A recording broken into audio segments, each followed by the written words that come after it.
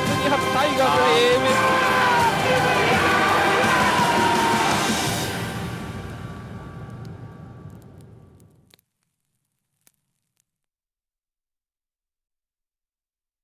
Season 1 of the European Wargaming.net League 2016-2017. My name is Ryan Ektar Murphy, and joining me here is Mihailo still Mojo Jugovic. How are you today, Mojo? Great as ever. Pretty exciting matches yesterday. A lot of them bring a lot of on stake for every team that's playing now, so a lot to look forward to. A lot to play for, definitely. The teams right now are getting really on edge as there's so much to play for. Almost at the close of Phase 1 of Season 1 here, so this week and next weekend are the last two chances really for a lot of teams to be able to qualify effectively, aren't they? Well, some of the teams are really safe at the moment, but there is a great struggle between vast majority of these guys. Now, someone let Ducky wild with crayons, so you can see it here, but we divided them into groups. First four, as you can see, pretty much safe already. Of all these teams, Legend is the only team that has no chance virtually, but they are influencing the Wild Bunch because the last match will be played by them, and Wild Bunch will be decided in that match their fate. Then you have the big cluster group Kazna, Rage Quit, Rusty Roster, and Knekkebrod. Those teams are playing each other, all of them, and how they fare in those matches. We've already seen one of those, Rusty Roster and Rage Quit yesterday, that was won by Rage Quit. So how they fare in these matches will decide their fate, literally, in next week. And then we have one more group, Swift and Out of Range. That will be the first match today.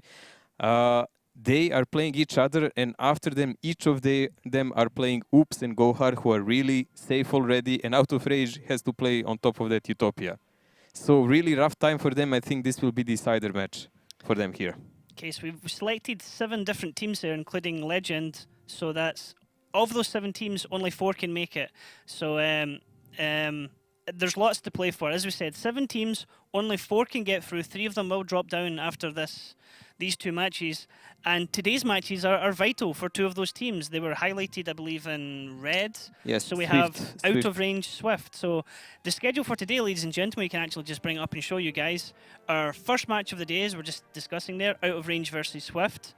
Super important match for both of those teams. More so than one, Mojo, yes? As example, Swift here has 9 points, while Out of Range has 8.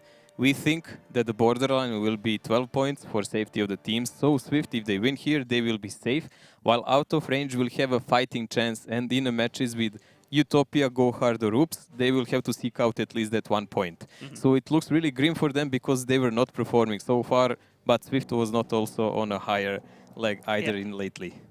And then our other match this evening later on is Oops versus Go Hard. How do you see that one going, Mojo? I think this is more of like a review match for us to see who stands where, because all of those are already safe and they're gathering points more or less for Phase 2 already to be in top 6 or top 2 possibly.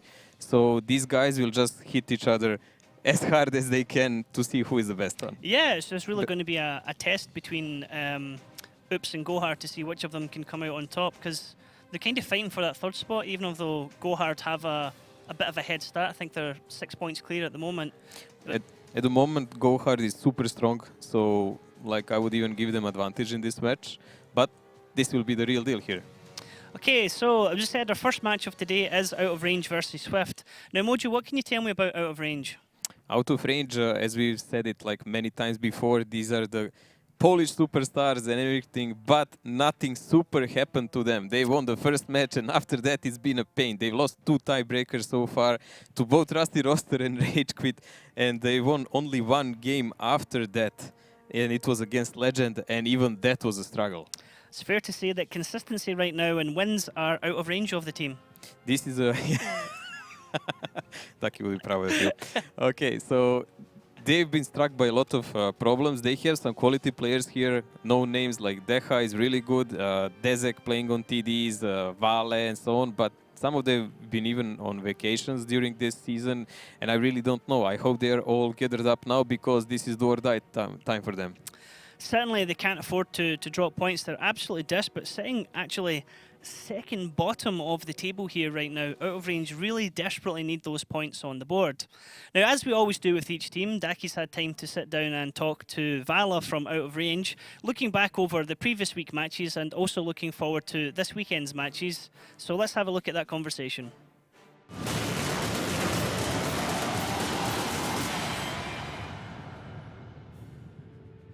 Vala, last week it was okay for you guys, but you guys went down 3-0 against Legend. What went wrong there? I'm not quite sure what went wrong since I was on the vacation, but obviously I watched the match back before like talking to the guys, and I must admit Legend played the first match very well. Like they caught us off guard, even on during their defense, which is supposed to be a stronger side. But yeah, Legend played pretty well on the first map, but then like everything broke apart for them, and we took advantage of it. And you guys played Ding, and Ding seemed just a little bit too dominant for you guys. Well, yeah, Dink is like the #1 team right now. I think they're like tied with Utopia on the first place. Or actually, Dink played one much more, I No, think. Utopia has one more point. Ding has one more point right now, because Oh, Utopia okay. went to tiebreaker. Oh, right. Okay, thank you. Well, yeah, they're like a top team right now. They seem unstoppable, really. Like they're really strong, and I don't know, with our current state, like I don't think we could have done like anything to compete with them. Vala, you could say that this week is very important for you guys. You played 3 times. How do you prepare for this? I mean, yeah, we're just practicing hard. I got back from vacation. Like most of the main players are here now, so Deja came back like 2 weeks ago, I think. I know, I have him on my fantasy team. Yeah, that's good for you then. Yeah, we need to like get as many points from these 3 matches this week to like ensure that we're gonna stay for the second phase of the season. Vala, correct me if I'm wrong, but we didn't see Multi play in the last match, the last 2 matches. Is there a reason for this? There is a reason actually, yes. To be completely honest, I don't think I should talk about this on stream. Like it's our like a private thing. I would rather keep this secret. Fair enough, Vala. Now, let's get into your matchup. It is going to be against Swift. And realistically speaking, you guys really need these 3 points. Yes, we do. That should be like the match where we should like get those points. Like at least 1, 2 would be awesome for us. But yeah, Swift is really close to us in the table, so winning against them would be super important for us. And they played really well lately, but I think we are able to beat them. And get those 3 points, of course. And thank you, Vala, and best of luck with your match. Thank you.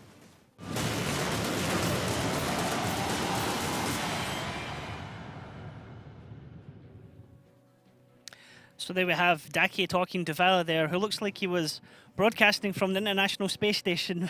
He's a proper astronaut there, mate. That's where he was like on with holiday. leg and everything. Yeah. So he was talking about the team there. Now, Vala was saying Out of Range have been practicing extremely hard. Would you say that's too little, too late at the moment, or?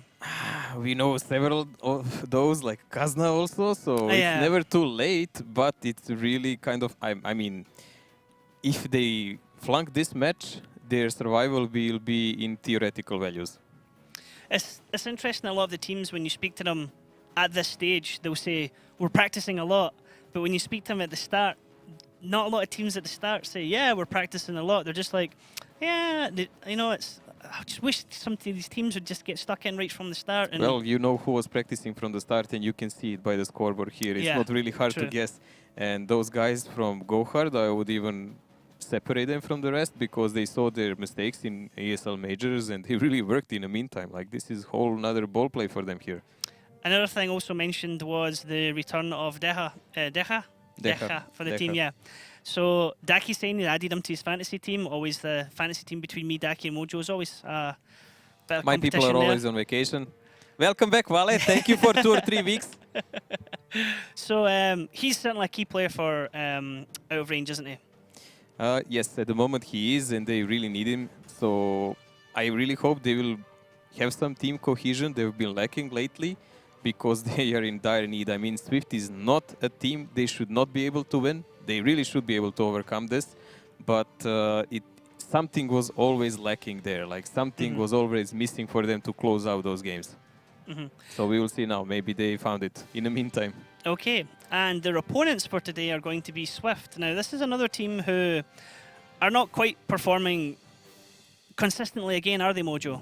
They had like 3 victories in a row in one moment, so it was really looking good for them. But it was Legend, Knekkebrud and Ragequit. We know now that they are not the best standing teams at the moment. But then they lost against Rusty Roster, direly even, 2-5. Next match to Kazna, 1-5.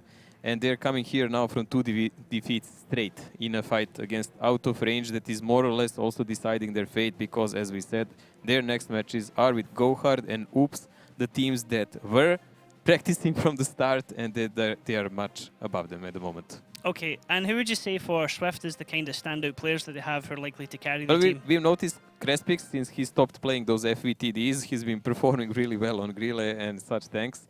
And Skylex was really usually doing well on Clippers, but if he gets caught early or doesn't do the damage, they're usually losing those games by far. And they've been really reckless lately in matches, kind of even, I would say, suicidal on moments. It's really something I wasn't used to see from them, because usually they're a thoughtful team that will wage their chances and angles and everything, and then we've seen them against Wild Bunch as example. They just on Ghost Town suicided 2 times in a row. Sorry, against Rusty Roster. Okay. They just suicided 2 times in a row for no apparent need or reason and lost the match just like this. Okay. Yeah, they've got a lot to kind of need to get back into the swing of winning, get back into less sloppy mistakes, really, don't they? More planning, more brains. It suits them. They are not a rush team. Okay, so Dake sat down and spoke to Road with Swift, again talking about last week and talking ahead to the matches this weekend. So let's see how that conversation went.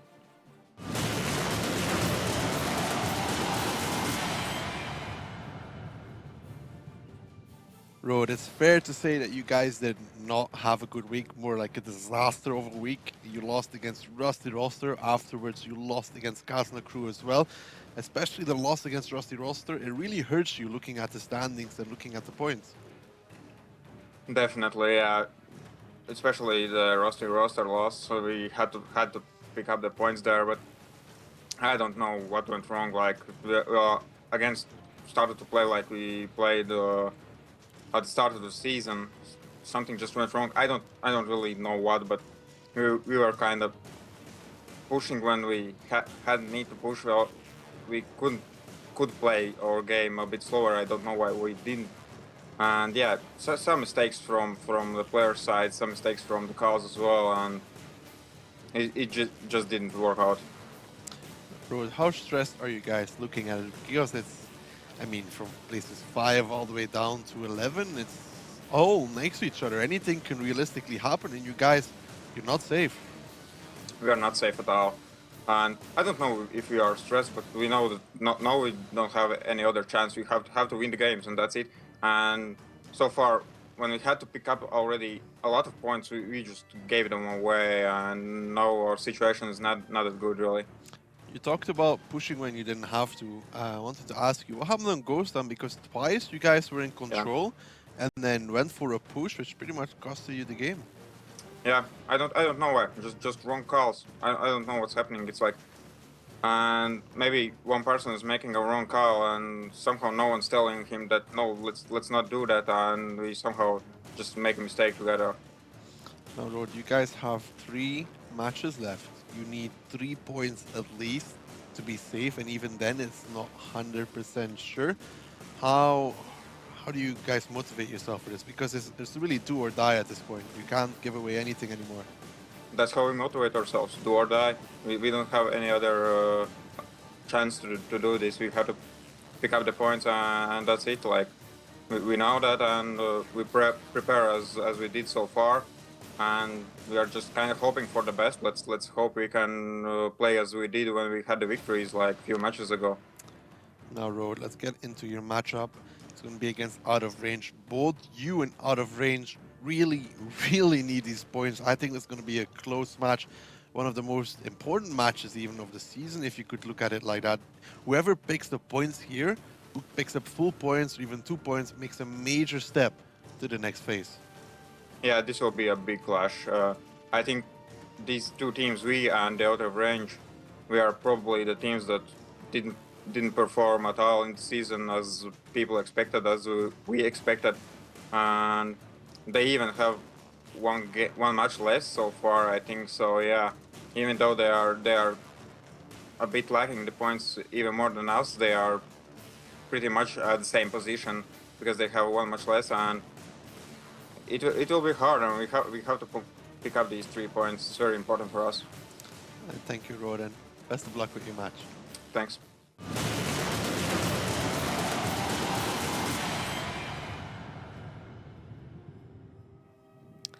So there, Mojo, some interesting points from Rod, and he was actually touching on the exact same things that you said: lack of planning and hesitant play.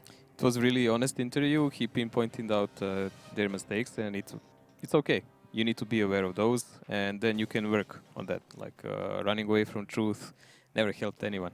So let's see what did they actually find out from all of that, because this needs to be a focused match. This needs to be a Swift that we've seen that can perform really brutal even, and I wish them very best. Yep.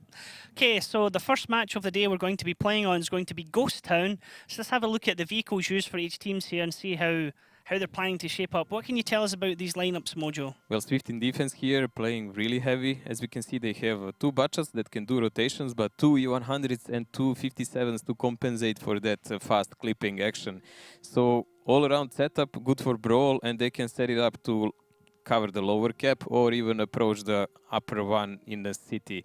On the other hand, Out of Range with 2 IS-7s and 1390, this lineup is mainly made for action on a lower cap, on 1 cap on open side. Now, I will remind everyone again, last time Swift played this map, it was against Rusty Roster, and they lost 2 games, which costed them a match. They played really hasty, they rushed from the both sides and kind of suicide. It really looked completely awkward compared to their normal plays. Very, very uncoordinated. Yeah, they also played some E100s there, so let's see, maybe they took some lessons and they will now play better. Yep, it'll be interesting. I'm looking forward to seeing this Swift lineup. It does look very brawl heavy, so it looks very much like we're going to seek you out and we're going to fight you. So hopefully they can get some nice fights in the city. Out of Range, nice quick tactics here. The AMX 3090 and IS-7s, they're going to be the main cappers at base 1, yeah? There is a lot of options here they can do. They can just put the 3090 in a cap and cover with everyone else, or just boost it with IS-7s, but we'll see what they choose really fast. Okay, so here we go into match number 1 of the evening. It's Swift versus Out of Range on Ghost Town. Ghost Town. The first absolutely symmetrical map, made especially for 7 versus 7 games. The teams start the battle on opposite sides. There are numerous ways to attack here. One of the bases is located in the central square, the other one at the top of the city. The hardest battles are usually fought for the top base, and this calls for the use of heavy tanks. Sometimes the teams choose fast tanks for spotting and base capturing. Okay, and here we go. So Swift on the defense, Out of Range on the attack. Talk us through the start here, Mojo. Well, Out of Range from the start, very aggressive, going toward that 1 cap. It's really expected. That Batchat of theirs is straight going for a defilate on B0. We've seen how it's covered from there. Formula Jin will cover their backs and try to make a crossfire with them if they are attacked from any side. Now Mikhailov is trying to see if they're coming. He's spotted, so he knows what's going on, and they will probably guess by now that majority of Out of Range forces is already there, though they can't see them at the moment. 3090, as we already mentioned, Dezek already starting the cap right now. Okay, so with the positioning of Swift, they're pretty much certain that they were going for base 1, haven't they? They positioned themselves straight away, and already it looks like we're almost going to get a fight here down at D6, Mojo. It looks like they're They're ready to engage around this corner as Decha spotted. Oh, big Coming hit by- Piotr. Oh, already hit 800. That's maybe 2 hits coming to him at once at the same time. No. That was The Mersky on E100. Yep, E100's getting a shot into there and Call Me Piotr. So first damage coming out of Swift out of range. That was a lovely shot from the E100. Atmospheric in E100, poking around the corner, getting absolutely annihilated here on the gun line.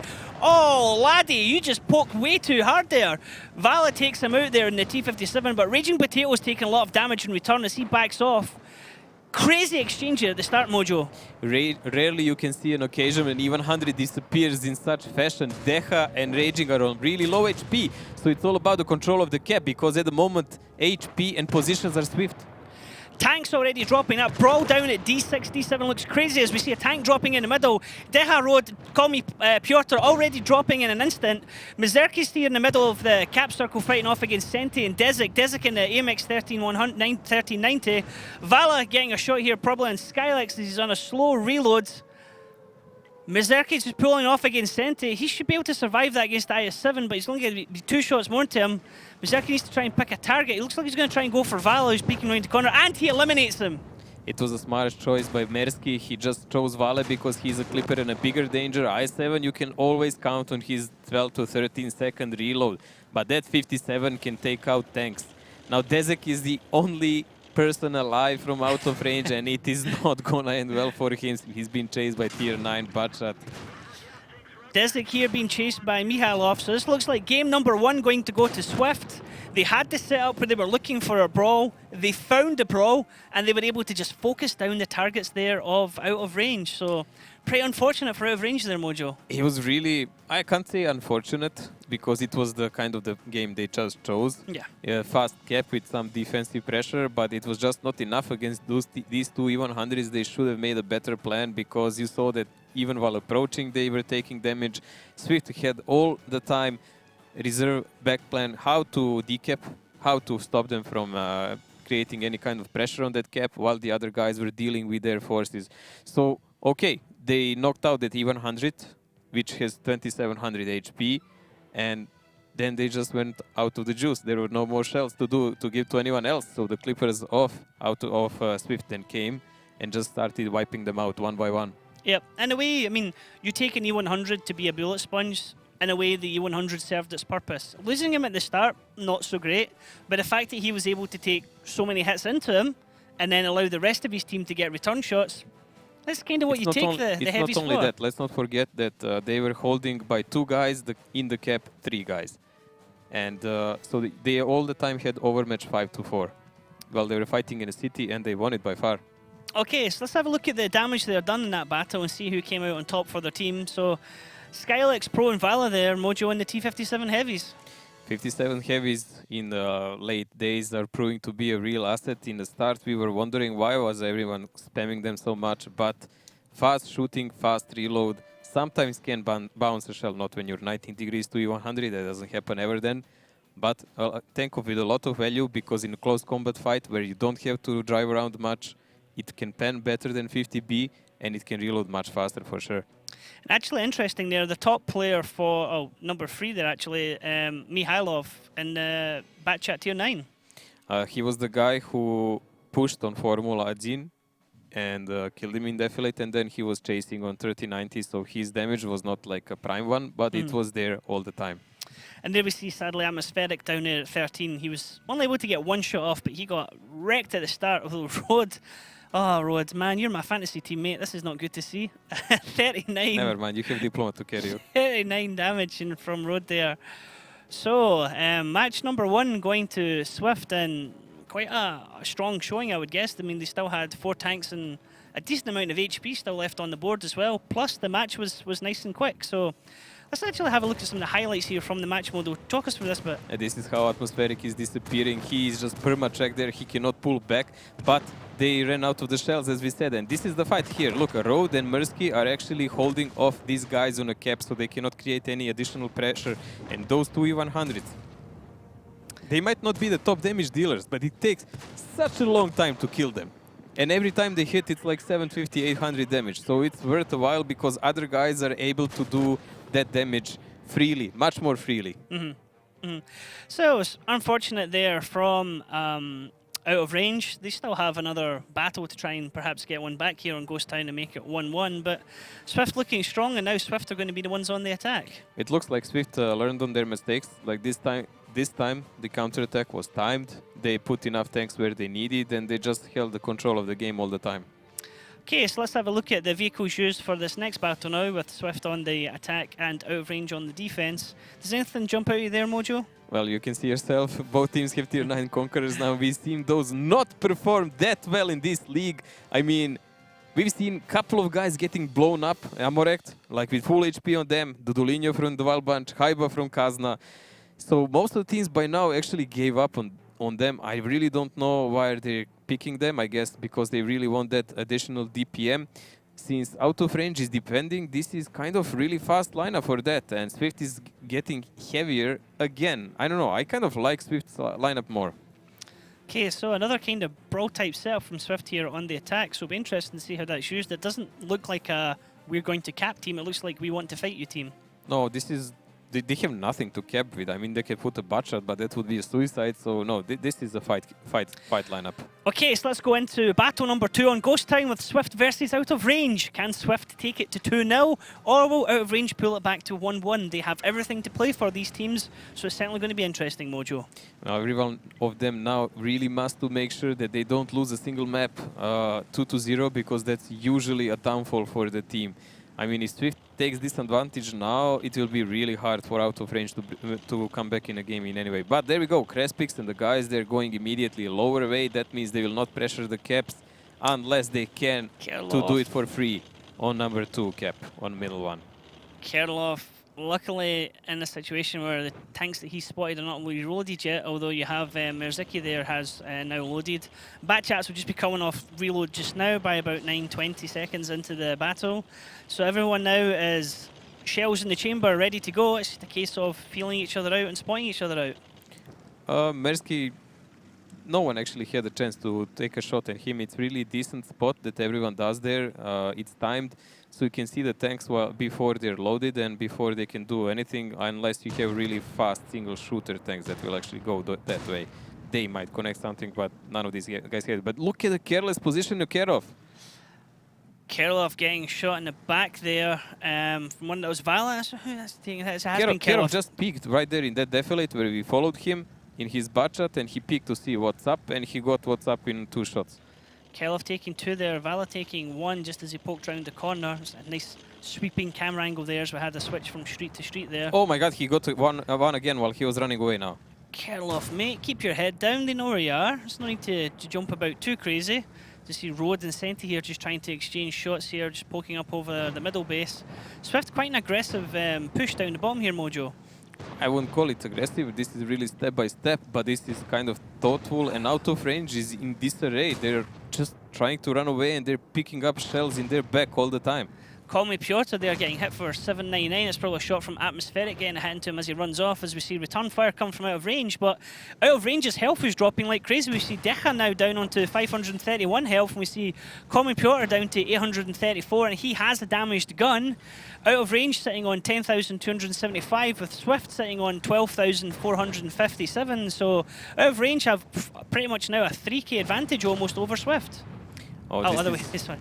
This is a big counter-attack now, massing up from Out of Range side. They really know that in this positional fight they have no gains to get, so they will try to gather up here and maybe make a crossfire and push on some secluded tank. But Swift, they're kind of reading them all the time, and they're already prepared for that.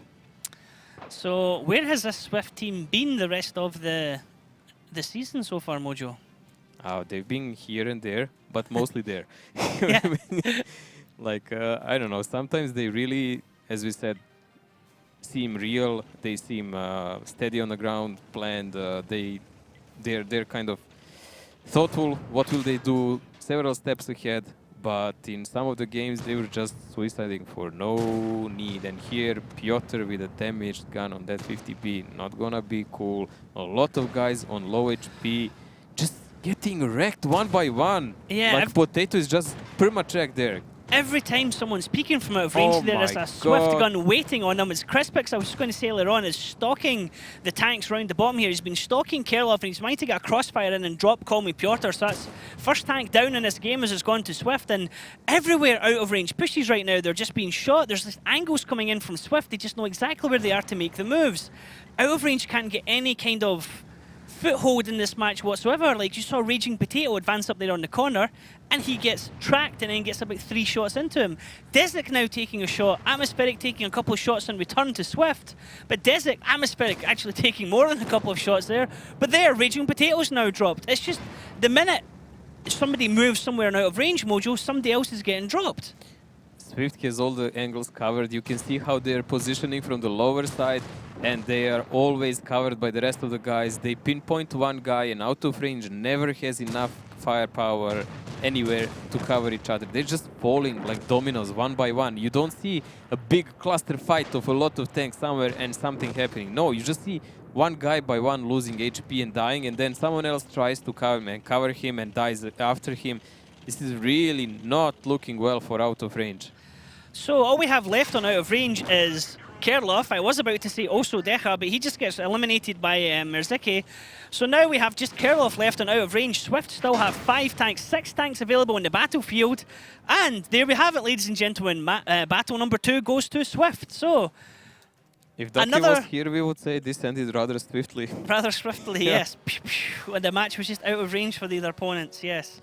So, Mojo, another comfortable game there for Swift. Yes, it just looks like they're laying back in their chairs and they're like, okay, we're gonna take these angles. Oh, here's the enemy. Like, just take this, shoot him up, and they just fall. Tuck, tuck, tuck, tuck, and Yeah. they're gone. This is not the team that played against Rusty Roster earlier on. You would have thought they should have been beating Rusty Roster quite comfortably, and I think that match really hurt them. And Swift are like, no, we need these points. Like, we want to take these points. If they manage to preserve this kind of play till the end of the match, they actually have a chance to stay in the next part of the season. So it's all up to them. No one else will win it for them or lose it for them.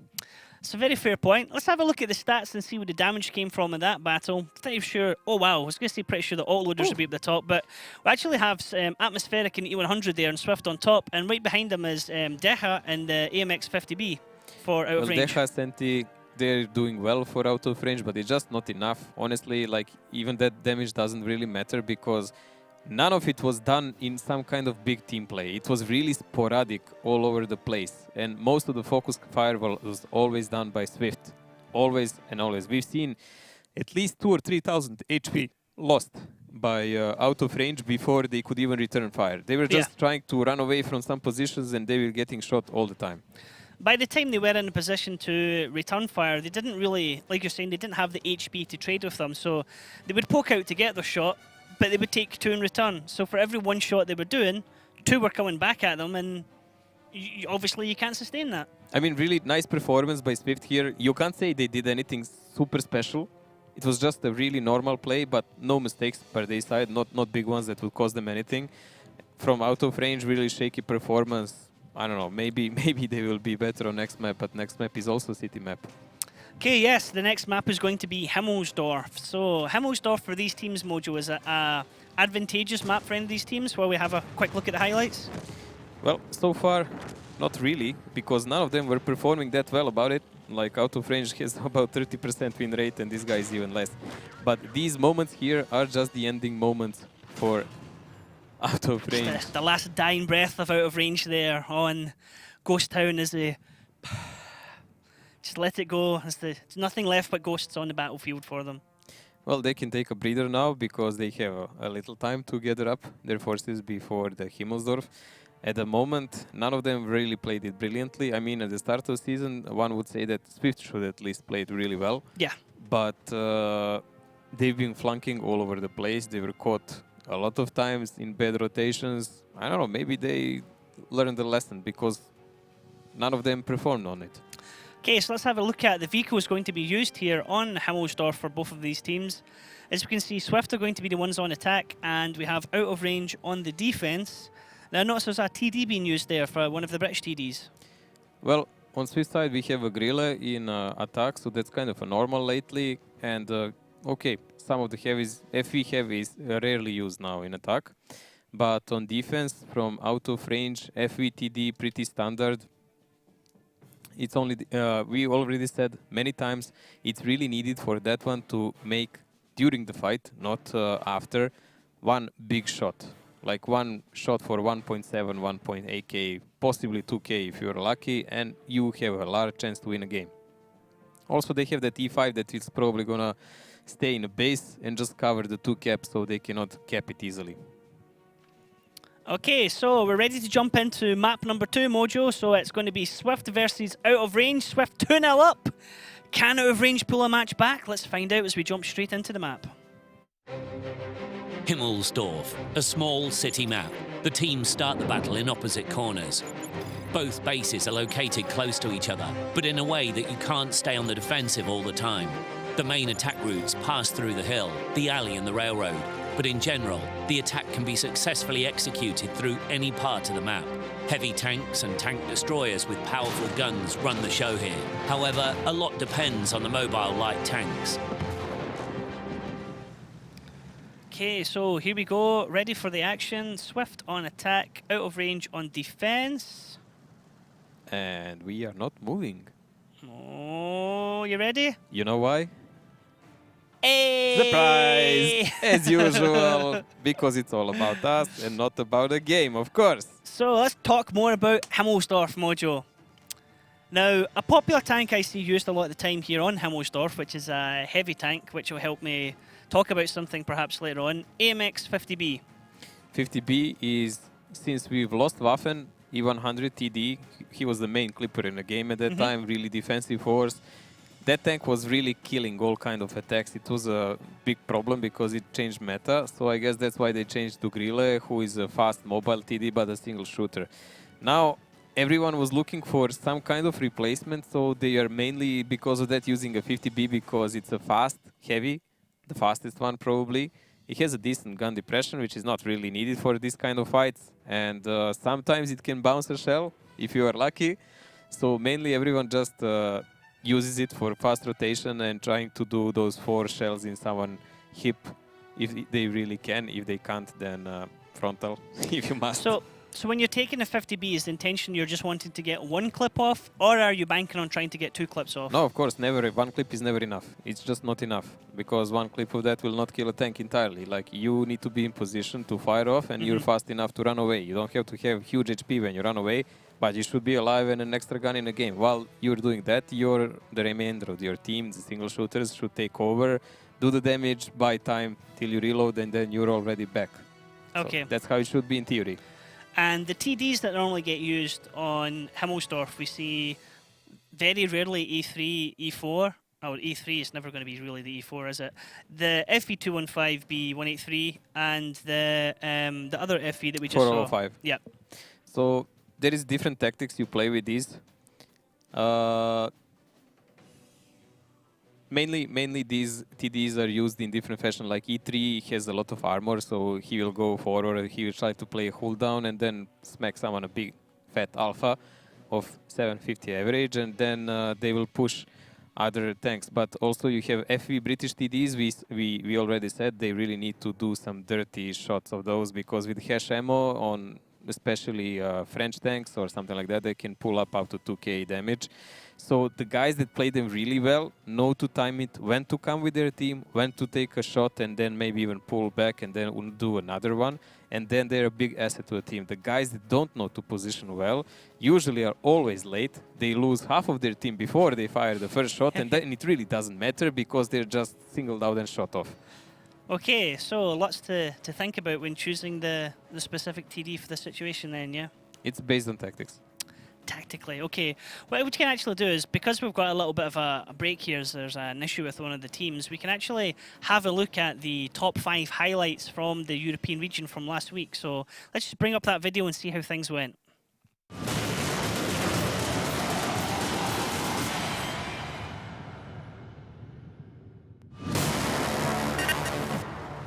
Danny's just trying to bait out somebody below him, but obviously you have Hellfish there waiting to cover fire.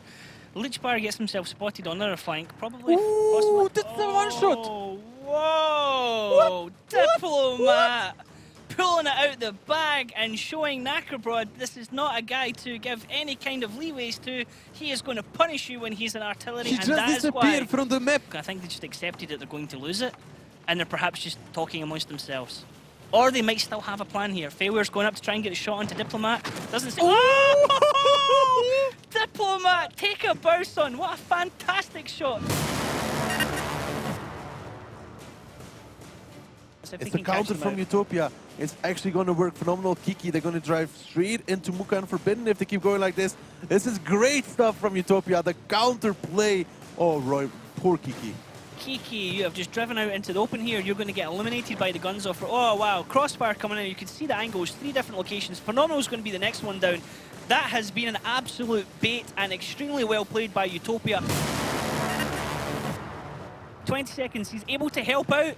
He kills Gremic. Bishu survives. Bishu needs to know. No, Cactus kills Bishu. Muck is the only one alive for Utopia. Can he hang on for 10 seconds? I don't think he can. Halu's got a reload. Cactus is coming in behind him. Muka's not going to survive this. It's going to go right down to the wire. Rage quit. You need to kill him. You need to kill him. You have 1 second, lads. Come on.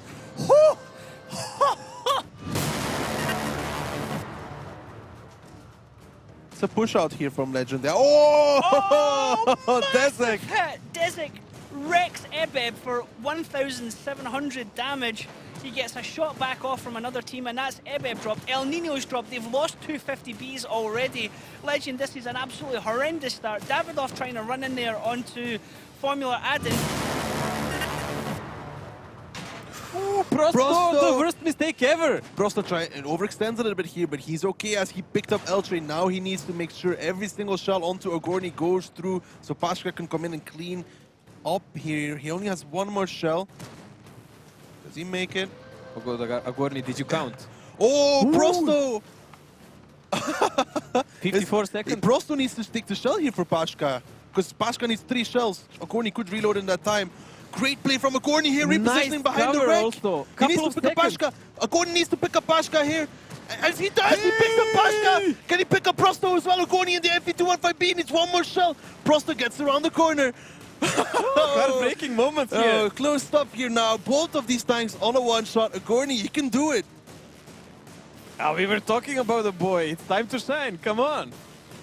Oh my god, this is cheeky. Agorni, he thinks Prosto will just come full speed around the corner. They spot each other out. Agorni misses! Prosto picks it up!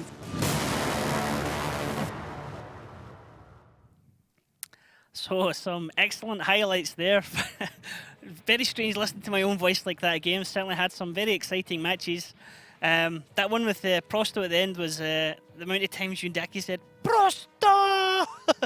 I mean, that was really ludicrous moment. Agorni almost pulled it off, but almost was a key word, and I especially really like those diplomat shots there. Kind of hilarious. Diplomat one-shots were disgusting. The first one was fantastic because he got Leech Bar, just got spotted, sat there for a little bit too long, and then boom, he was gone. Clickers. Totally out of the game. So I believe everyone's ready to go right now as we can jump into Himmelsdorf as we go into map number 2. Swift sitting at 2, out of range sitting at 0. How's it going to go this one, Mojo? Well, if all the players start moving, atmospheric included, we will see in a couple of seconds. By this moment, Swift was really much better on planning and execution. So far, out of range was kind of off. It looks like they're still waking up after a long slumber, and it didn't look really realistically. I don't see them winning this. That's the problem. So out of range, positioning most of their team down the 1-2 line. We have Desik going out to scout, and we have Vala covering the A line. Now, Desik, is he going to get himself spotted? Is he going to get through here? He looks like he's okay where he is. But quite a strong push, Mojo, from out of range down this 1-2 line. They really went aggressive. Maybe they will try to catch off someone, and then we might have a strong rotation coming in from Swift because they're ready for this. You can see by their positions, there is not a single individual that can get caught off. They already suffered some moments when they left 1 tank on 8 line alone. I don't think that will happen ever again. So Road is the only guy who can die here, but even he has an extraction route through those buildings that we've seen used yesterday on Himmelsdorf. Yes, so this area where Road is, we did not want a fight to happen in there because it was quite a nightmare to try and work out where the angles were and where the shots were coming from. Not a common area for teams to fight in, so pretty difficult to call out how that one went down, and pretty crazy as well because nobody really knew where was a safe area or not. If you were ever wondering what is the craziest round on Himmelsdorf, check out yesterday Rage Quit and Rusty Roster. The fight was mainly in those alleys between the buildings that you can barely fit a tank through, and there were like at the time 4 of them. Yep. So basically H3 and H4 was where the fighting happened, in between those buildings, not on the main road. So. But here you go, aggressive actions here from Swift. He is spotting here the courtyard. He already managed to proxy on Raging Potato, who will have to play much careful now because of the grille aiming from the hill. And they are getting a clear pass without any damage to the 2 cap. So as we see Swift pushing up here on the 8 line, came up what's known as the Banana Road. You'll probably start to see out of range rotate back up with the 1-2 line now that they know that's where Swift are starting to make their push. How do you see this one going, Mojo? Do you think they're going to play it cautious, or do you think they're going to get an absolute firefight on the base soon? Well, Dezek is really well positioned, so Senti, if he manages to get a shot, especially on that grille, he can like splatter him all over the map. But it's kind of a tricky one, and it really needs to be a lucky one also. So they have an E5 where Vale is here. This is a really good position, and he can decap practically both of the caps without big risk. While that is going on, out of range has several other tanks down who are probably afraid of NHS. But is Mirsky trying to switch road? Like, there is a tactic that Navi used long ago. They actually flipped the 1390 and then they pushed him to the cap, so he has a smaller silhouette and it's really hard to decap here. I'm really interested, did they manage to do it or he just entered it now? No, he just entered, so they didn't. just went in on his own there. Yeah. I think it needs to be a fatter tank like E100, then he can just bump him. Yeah. So we have out of range now starting to come back up. I was just going to say they're hanging around there, round about J2, H2 area for a bit too long there for my liking, but now they actually realise what they need to do. Kerloff's going to be the one who's sitting covering the back, probably going to try and rotate round as Atmospheric can head him off. Vanla's got a good position there, hasn't he, Mojo? The key player, actually, is Kerloff. He's the only guy who can decap this without taking any significant damage. Now, that position where Atmospheric is, this is a moment where he can just flip over, fire a shot at Rhodes back, and go back, and that's the decap. But it looks like Swift is really aware of it, so this looks like it's going to be a huge fight when it starts. So, a blind shot coming out there from Raging Potato? Yeah, there is no panic yet, but sooner or later, Swift will just put one more tank there to boost the cap and provoke the reaction. So once that happens, the tank, whoever comes round from out of range, is going to have to come along this in between the AB line, as it looks already like out of range are starting to position for this. As Val is going to be the one to go in for the cap reset. Takes 2 shots as he comes in, needs to get 1 single shot on Road, or Road's just going to be there to force Road to back off. It's really cheap. It's really cheap because Vale received only 2 shots and the pressure is off. This is a really important moment for out of range because Road knew in next seconds he will be decapped, so he had to run away. But we still have a couple of out of range guys down. Okay, so out of range trying to rotate around here. Atmospheric's spotted by Kerloff, so they know Atmospheric's around this corner, but he has the rubble there, so there's only his turret's going to be poking out. It's going to make him quite a hard target to shoot. Have to be careful there's no counter rotation coming from out of range around the top of Swift and through the base. It's all really on Swift's positioning here and where they can get the angles and shots. Well, Vale is here in a bit of a pickle at the moment, but it's nothing that they can't handle yet. It's only 4 minutes and 4.5 minutes till the end, and he's getting HE spam, hellish plans. So there comes the push round the bottom as we see the 3 tanks of out of range pushing into Atmospheric. Shots going to come in from behind them. They're going to try and focus Atmospheric, but the minute they stick their head around this corner, the rest of Swift are going to turn and shoot them back. As you see Road there in the 1390. All the shots coming in here to Atmospheric. Call Me Pure's gone past. Atmospheric's actually bouncing a lot of shots. Dehat and Raging Potato here in the corner getting absolutely annihilated. Skylex Pro's getting a free clip into Raging Potato. No shots coming back in return. Call Me Pure's now getting himself caught in a crossfire between tanks. He's the first one to drop. Out of range, have just driven into Swift's guns here. That was a really bad push, Mojo. They didn't even pan all the chance. Atmospheric actually managed to go over those rubbles. We've seen it happen many times so far. The player actually pulls through and runs away there. Mirsky playing a hard turret against Senti, so he's hoping that he will not be penned, and he wasn't. Senti didn't do much damage to him, and that's what we spoke this TD. If he doesn't do a big one, it's useless. A great play there from Swift as they just held their nerve and held their line. Out of range, just drove round this corner. They only have 2 tanks left, almost won. Actually now down to 2 tanks. The only person left is Deha. He's on a reload right now, so he's just going to get eliminated by Krepix once he's reloaded. He'll actually reload quicker from Krepix. He's trying to just ram him before the rest of his teammates come in. Wow, Swift, you guys are really kind of stepping up right now. I can't say it's even their great play. I mean, they're just doing standard stuff, and out of range is kind of suiciding all over the place. Yeah. At one moment, out of range had control of the map. Why did they even push on atmospheric? I really don't understand that part. I mean, Swift was actually the ones that were stuck there. They had no control. They had to pull road away from the cap. That means sooner or later they would have to choose a way where to push on out of range. And then, in that moment, without any cap pressure, without any real need, out of range just says, okay, we see a maybe opening here. Yeah. Let's go and take it. But they even didn't... I mean, they even knew where the Yeah. most of the Swift team is. Like, they knew they will be shot like that. It was 3 of them. 3 of them went in to try and deal with him. They didn't kill him. Call Me Piotr drove on ahead. He just got singled out and eliminated. But they just sat in the corner taking shots. And they like 3 tanks didn't kill the 1 tank they were going for. Even and if then they killed him, it would change nothing because the Yeah. exchange was horrible for them. All the other guys that were rotating from the back, like Dezek and Kerov, were already stopped by Swift guys. And this really didn't help.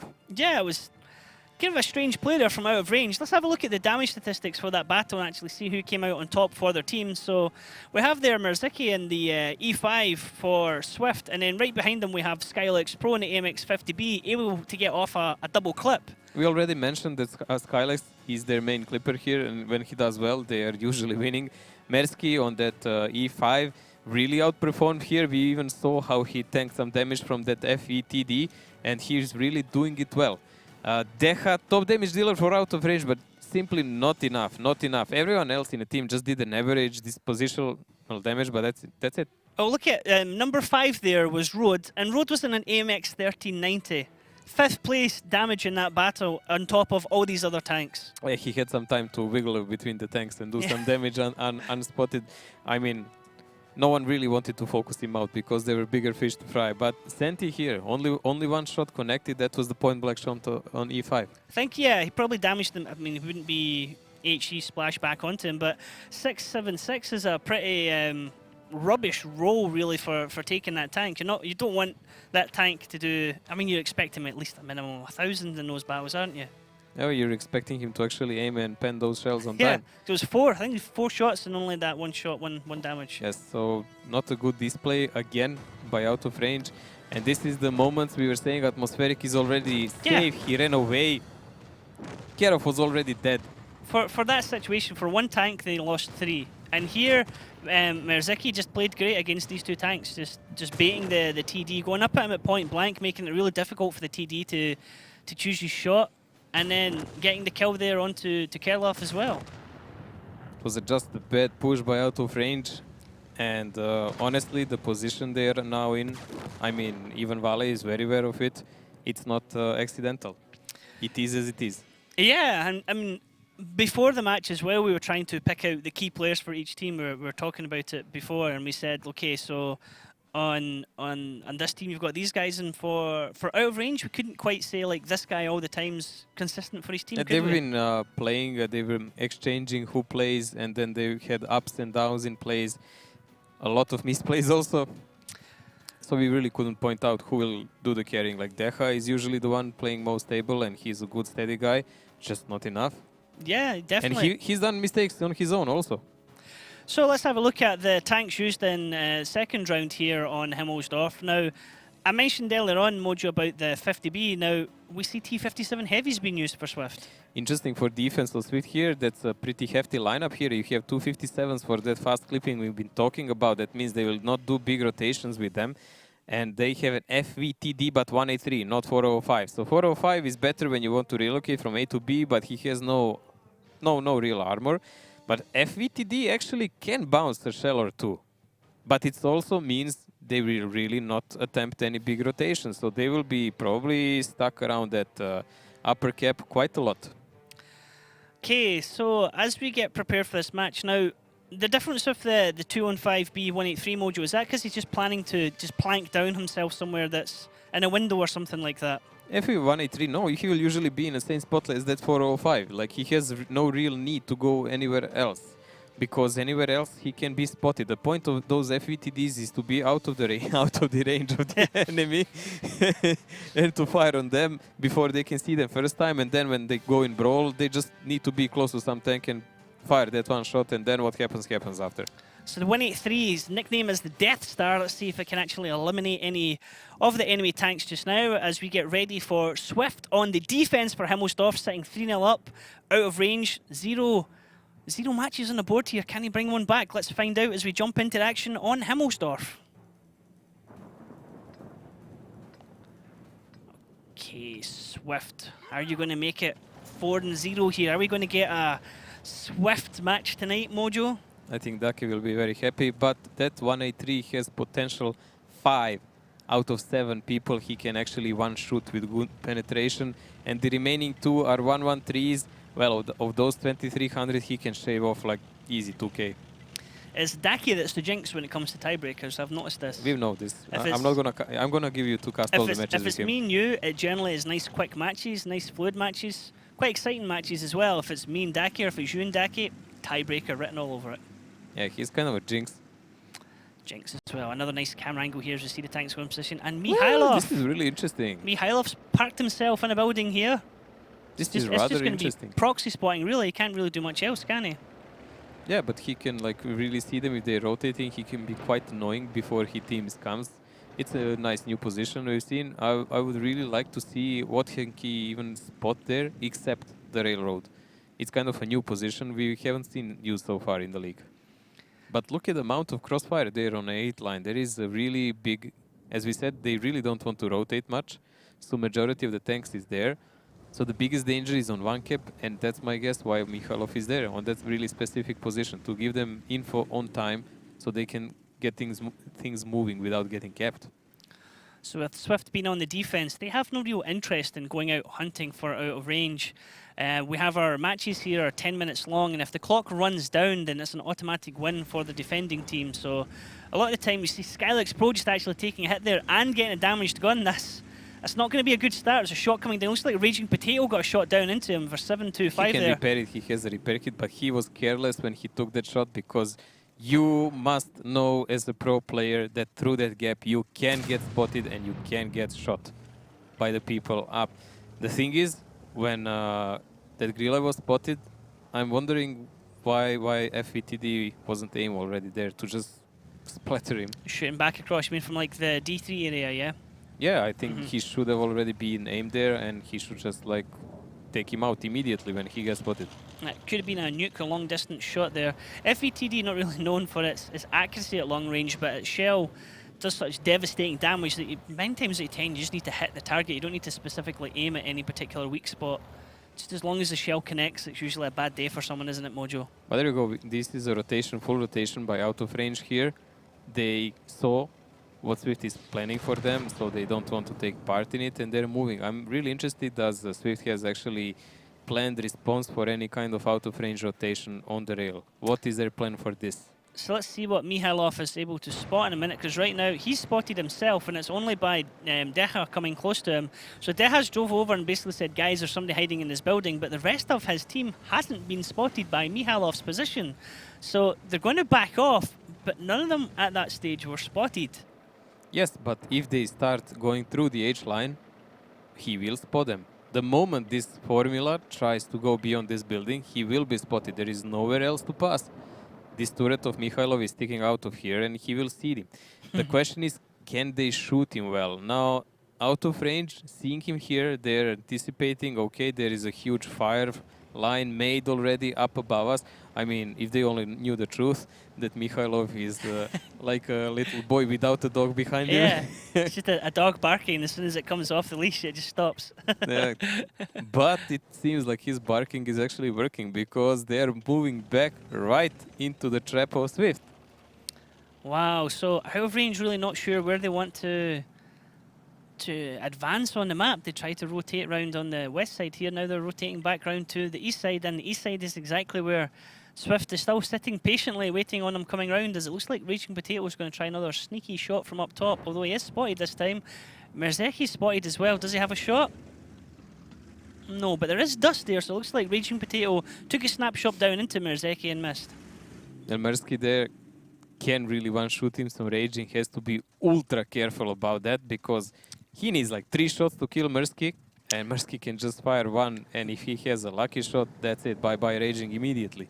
Mersky, not Merzeki, I need to remember that. Okay. But out of range here, they're pushing over the courtyard, so it does look like they want to brawl on that 2 cap. Are they just aware that these guys didn't even rotate for a second? So there's a rush through the middle in the courtyard from Komi Pyot, and we have Senti over there on the right-hand side as well. Komi Pyot giving up a lot of information as he advances there, but we have Vala and Deha coming up behind him. Formula Aden's going to rotate around the bottom as well. So it looks a bit of, as you were saying, with Daki, courtyard control coming out here. And Mersky can be in a big problem here now, because he in reality has no cover by anyone from his team. Like, unless he really pulls a big shot off in a start, he will be a dead dodo for free. That's why Swift is now pushing through the 8 line now. They are trying to utilize and make a big firefight there. So Atmospheric's the first one to poke round the corners. He fires, the swings and miss with the first shot, doesn't connect, whereas the rest of his team and Swift are going to come round.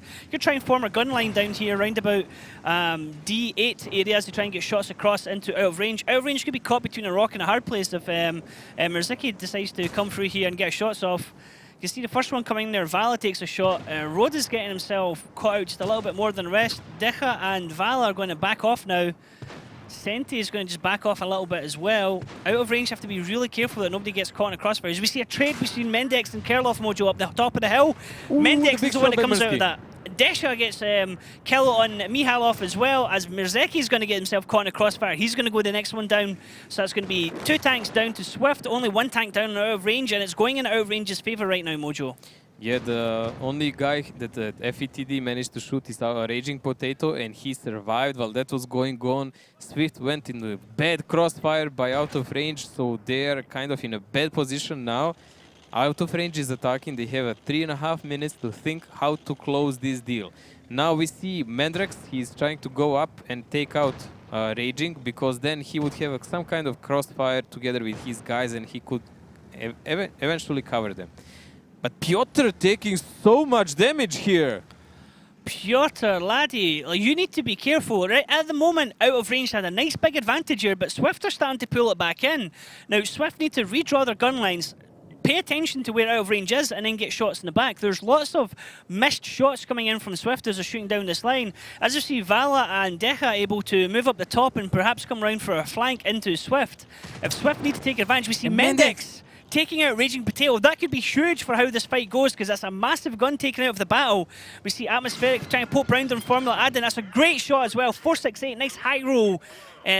Huge damage again coming out. That's going to really affect how this battle goes, as Swift are starting to take back control, Mojo. Oh, at the moment, like, out of range is doing everything possible actually to throw this game. Like, they're just splitting and dying one by one. Now they're relying on cap by 2 clippers in the last moments of the game. I really don't know how much benefit can it bring to them, because when this fight starts, they can be annihilated by Swift guys. They have enough HP to take care of them. So crossfire here onto Senti by Atmospheric and Crispix. Atmospheric needs to be careful, because you're going to see Decha and Vala coming round. They're going to clip into Atmospheric. Atmospheric needs to get around that corner now and fight off against Senti. There's 1 shot left of him. Atmospheric gets dropped there by Komi Piotr in the back. Great work from Komi Piotr, who only has 7 health himself. They've moved out of the cap circle, but you see Mendex coming round. Mendex is a key guy that we need to see here, because he's coming with a full clip in. Vale, I think he has only 1 shell left here. Mendex need to make sure he gets all his shots count. Mendex, you hang around here for too long, mate. You're going to take a return shot and die. Vala's on a reload. He's trying to back off around the corners. Deha gets shot at by Rode and Skylex. Both Rode and Skylex can be dropped really easily. Formula Aden takes out Mendex there, who is at the top of the base. And now we only have 2 tanks left for Swift. We have 4 tanks left for out of range. Everybody apart from Rode on Swift, however, is a 1 shot. This can go anyone's way still right now. If Rode takes Senti, they will have some ground to fight. Now we need to see, do they have the clips? Do they have the clips? Because Rose is the only guy who can keep them in a game, and it's not going to happen. The 250Bs reload there for out of range, and they're able to come back into the match and finish it off. So we have 3-1 here, Swift out of range. That was quite a scrappy matchup there, Mojo. It was like scrappy all over the place, like so many mistakes and bad reads by both teams, and then execution at the end I really don't understand. Out of range had opportunities to finish this match several times, I think, before. They just got scared and didn't try to do it. And even after bad display in shooting here by Swift, I mean, they were trend trapped really well. That was okay, but they lost almost entire map control. I still don't understand why did Out of Range try to like just spread the forces all over the battlefield without eyes, dying one by one, losing so much HP all over the place. It was so weird. It was a bit like Ghost Time, where every time they went somewhere, there was a gun waiting for them, and they kind of played into Swift's hands for a while. They almost threw this game. Yeah, after definitely. such advantage. Let's have a look at the post-battle statistics. Actually see the damage done there across both teams. Deha coming out on top for his MX-50B for out of range, but then the very next person is Mendax there in the Batchat 25 for Swift. Then it goes back to next three players, all from out of range. We have Senti, Formula Adin, and Valamojo, with then Atmospheric and Crispix there for Swift coming in at 6 and 7. Now you can see damage is all over the place. Deha, as we mentioned before, key damage dealer here for out of range. We will see in the bottom why these guys didn't actually do well. Raging, only one shot connected from up there, and it was on FVTD. I know when they shot each other actually. Okay, so yeah, I mean, for a while that definitely looked like it was going to be in out of range's favour. Then they held off fighting on that D line for just a bit too long, and allowed Swift to get back into it. But then in counter to that, Swift's shooting was really quite scrappy. You saw a lot of missed shots. You saw a lot of the time the camera was on a tank, and you would see the shot just sail past the tank. Well, we saw in this battle why are these both teams in a trouble at the moment, because there is a lot of bad decisions made all over the place that costed them in a lot of matches. This is a moment when Mirsky is actually dying here, getting caught by Piotr and Deha here. He just managed to fire one real shot, and it was on Grilla TD. That was after that taken by Mendex. It was okay move for Swift, but just the last fight here, Atmospheric, losing this HP was kind of unusual for the last place they did here. Road really had no chance to do anything. He had to take care of some people, but there was no way to kill them all because T57 was with broken Amorek and really couldn't help him. Atmospheric more or less threw it away there because he thought, I'm going to go around, I'm going to shoot the tank here. It was Senti he wanted to shoot at, but it was the two AMXs that were in the cap. So realistically, he should have been thinking, I'll try and shoot an AMX or pull back. And instead, he drove across the gun lines of the AMXs and right in front of Senti. He lost the HP. That was actually a big difference in this game. But we will see how they fare in the next map. In the next map, yes, we're going to go on to map number 3, which is Steps. So a completely different map from the two enclosed maps that we were just playing on. Very wide open, Mojo. What can we see here from the two teams? Well, for first time, we need to know that Out of Range has 0% success here. They played total of 2 games, but Swift is a bit better. They also played only 2 games, but they just actually won one of them. So they're a bit better. At the moment, Swift in attack has Grille, so this is fairly nice. I7, so you can play some cooldown. And Lorraine Arty. Now this setup can be used to also intercept the boosts and to dig out entrenched enemies, so we will see how will they play it out. Out of range in defense, also playing with the Lorraine Arty, that's kind of an unusual. We haven't seen it used that much. Okay. It's okay, especially when you want to decap, but for spotting then you need those batchats. If you really want to boost them with this kind of lineup, it can be a big problem, because how will you spot the people that are trying to stop you from doing it? Okay, so we're ready to go for map number 3 here. Swift versus Out of Range on Steps. Steps, the most open map in the league. The attacking team appears near the rocks at the bottom of the map, and the defending team starts at the top. Bases are located near the railway and on the green.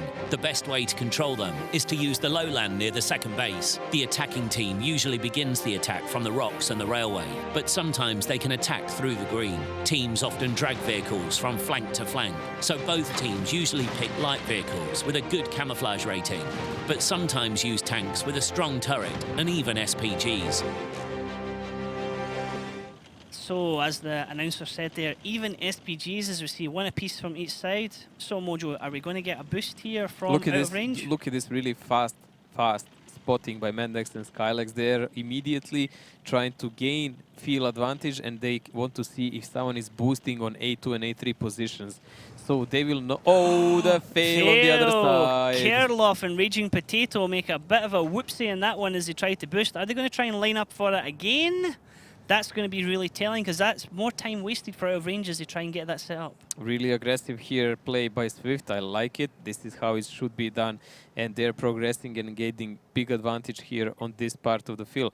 It looks like they're trying again. The gap's too big. I don't think that's going to work. It's going to be like a snooker shot. Needs to be closer to him from what I understand. Huh. Oh, he's done it. But I mean, that's 14 damage he's taken in total. He took 4 on the first one. The damage is not important if he actually manages to pull it off and get up there. But in reality now, when he gets up there, if they trigger this cap and they position well, they will be in a problem still, because someone has to spot the cap. And that guy can really die as much as the guy on a cap doing the pressure. So Kerloff able to get up into that area around A9, A0 area. That gives out of range good coverage across map position, or sorry, base 2, but they don't really have much position across base 1, where Swift have set up shop here and kind of staked out this area as their own. They know that they don't have anyone on the hill above them at A1, A2, A3, because they were able to rush across and spot the area out, as you were saying, Mojo. How's it going to go for the rest of this match, though? We need to see, will Road actually push all the way toward the rail, because Mirsky is aimed up, and Road with his turret, if he's fired upon, actually might spot that bot shot. So we will see how far Road actually wants to go. Everyone else is just aimed to shoot on any kind of rotation, and it looks like Atmospheric will trigger the cap in the same moment. So from his position, does Mirsky have a good line of fire straight onto the Batcha on Kerlov, yeah? Hey, you can't say it's a direct, but it's a better, because that's the most elevated position you can actually get there. And that's a good aim for him. Like easy targets on heavy tanks always. It's a nice shot coming in there from Mirsky onto the IS-7 of Senti. Sorry, the I-113 of Senti. They're just kind of letting him know where he is and saying, hey, like, back off, my team's going to cap right now. See Atmospheric and Skylex doing in the cap, and Atmospheric just doing the dance as Decha is spotted. This is a double cap pressure now. Road is here really annoying, so he is making sure that no one comes to spot from that side, and everyone else is aligned to shoot the other side where the enemy might come from. So this is a huge pressure now, and sooner or later one of the out-of-range tanks will have to go offensively and try to spot them if they don't connect. You can see by these tracers how far are they even missing these blind shots. So there's a rotation coming around the bottom here as actually both tanks from Swift back out of the cap circle. It looks like they want to deal with this. Mihalov is spotted there in the middle as Decha is the one who's moving across here in the middle. He's taken a huge amount of damage, almost half his health, as he's advanced into that position to try and get some spots off. With no shots in return on to Swift, or no damage in return to Swift, as they're able to get shots. There's another one coming into Decha from Mihalov there in a great position. He had to keep himself protected from the rest of out of range. Decha now with a dead gunner. That's going to really affect his aiming and going to make it more frustrating as he tries to land those long-range shots. This is a really normal play here by Swift. You can see how they actually just triggered the cap to provoke reactions. Crespix. Ooh, Crespix got wrecked by Artie. Oh, Crespix. Man alive, you just got roasted there. He was set on fire as well there, Mojo.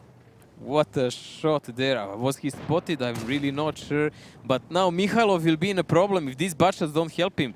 Actually, Swift might lose the game from the brilliant start. Mihalov, look to your left, to your right, mate. They're right beside you. Oh, Mihalov is going to get eliminated by this Wolfpack here of Batchats as they just absolutely pounce on him. Good night, Mihalov. First down in the game. Then, I really don't understand. Like, Swift had really good things going on. They did the right rotation down with those mediums. Why didn't they stay to control it? Because if these guys push the middle, they would just get behind them and shoot them in the back. Like this, they're just selling tank by tank.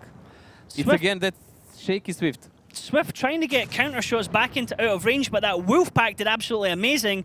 We see Crepix there just finishing off Decha, so it's kill for kill right now, but Swift who had the advantage at the start, really got caught with their pants down there. Mihalov, sitting in the middle in what was a decent position, got absolutely wrecked by those Batchats coming up the middle, completely uncontested. They're doing smart now. They did a counter-attack on a position that out of range is not covering the best. So they will probably take out Senti. Ooh, he's even tracked now. Brilliant shot, brilliant tracking shot there as the rest of the Batchats come in and need to unload all the shots into Senti and take him down before they can reposition. They cannot turn and leave Senti there. Senti needs to be dropped, but it looks like he's going to just creep away on a small amount of tail. He missed the shot. Senti, the longer he stays in, the more time it gives the rest of out of range to come in, but Vala is exposed in the middle there. He gets absolutely annihilated, down to 298 health. I think Respix just managed to connect that one shot and he died, but it was more than enough. At the moment, out of range, he has more guns but less HP. Swift is still gathered up on one side and they just switched defensive and offensive side at the moment. Call me Piotr there with 2 shots able to take out 2 tanks. That's great use of the Batchat there, able to use its quick firing gun and multiple shots, be able to take out, get fired across multiple targets as we see out of range just backing off now. And like you said, Mojo, out of range and Swift have now rotated positions completely on the map. And you think each other team is defending us. It looks like Swift are saying, hey guys, we can just go in for base 2. Nobody's watching it. Well, Swift here actually does have an upper hand because they can pressure the cap if the only thing that will keep them up is because there is still an RT in a game.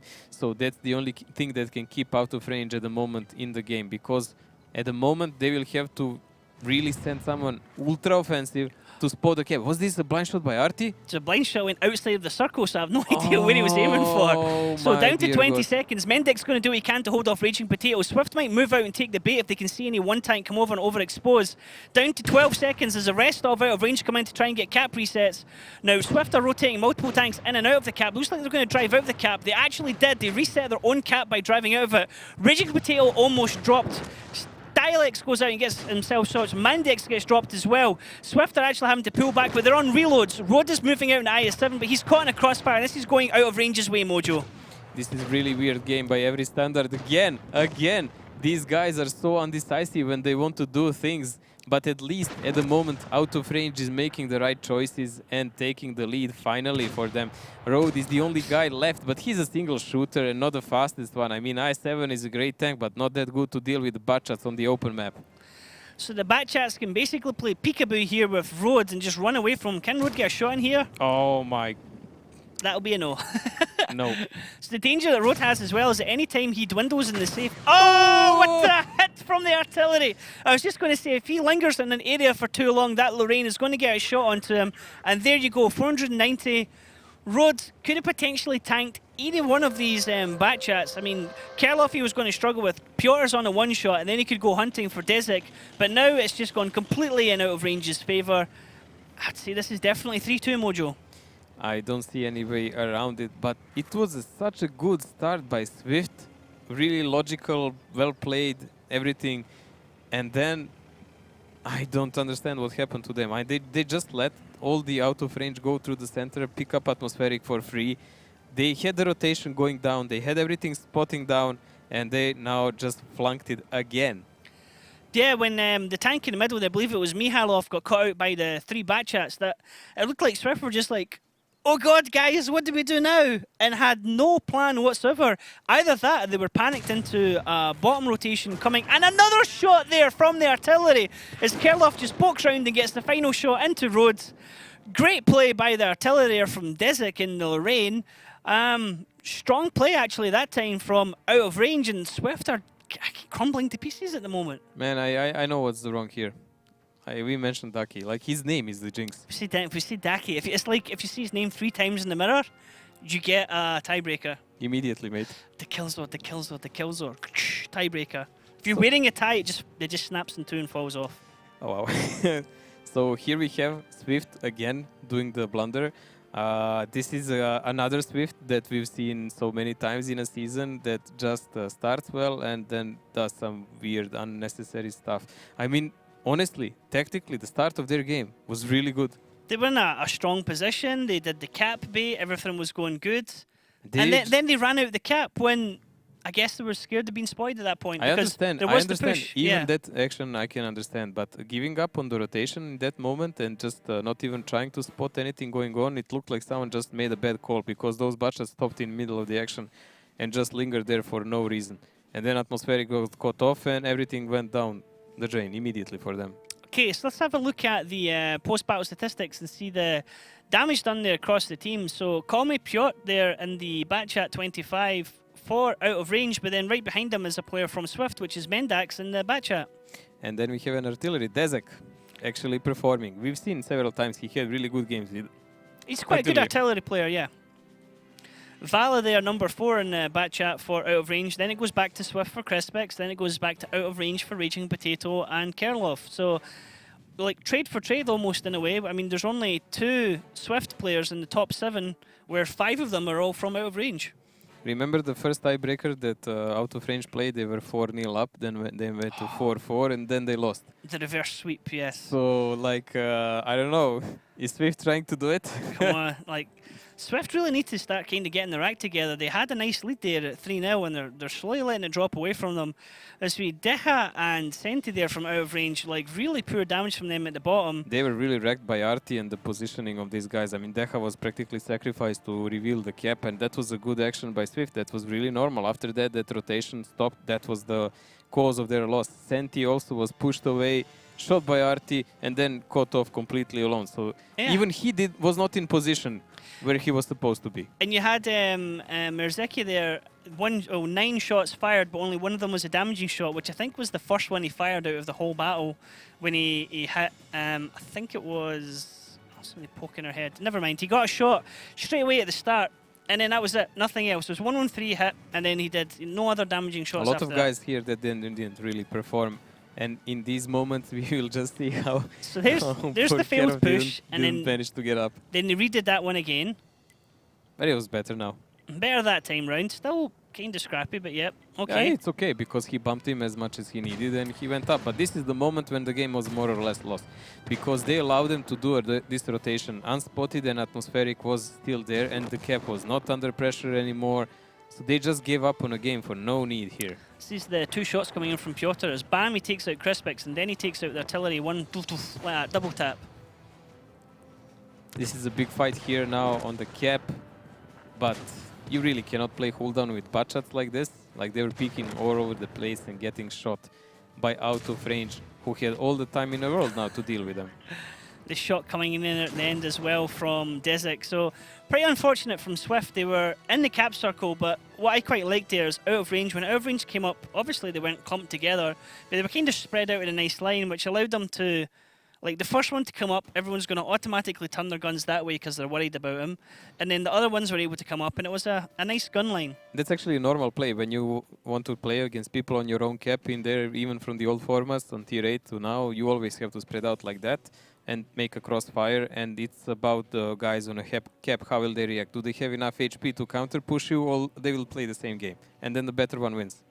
Okay, so let's have a look at the lineups for round 2 here on steps. Now Swift on the defense and out of range on the attack. And we see a different artillery being used here, Mojo. We see M40 here, that's a bigger punch. So that means if you hit someone like that Lorraine did, it will not be 400, it will be probably more to 800 or more. Okay. So kind of heftier RT, a bit longer reload, but I would say if you don't want to move around the map much better. On the other hand, Swift, really fast setup, object 140, all mediums and the root. They can do pretty much anything with this. They can do the boost, or they can even push these guys.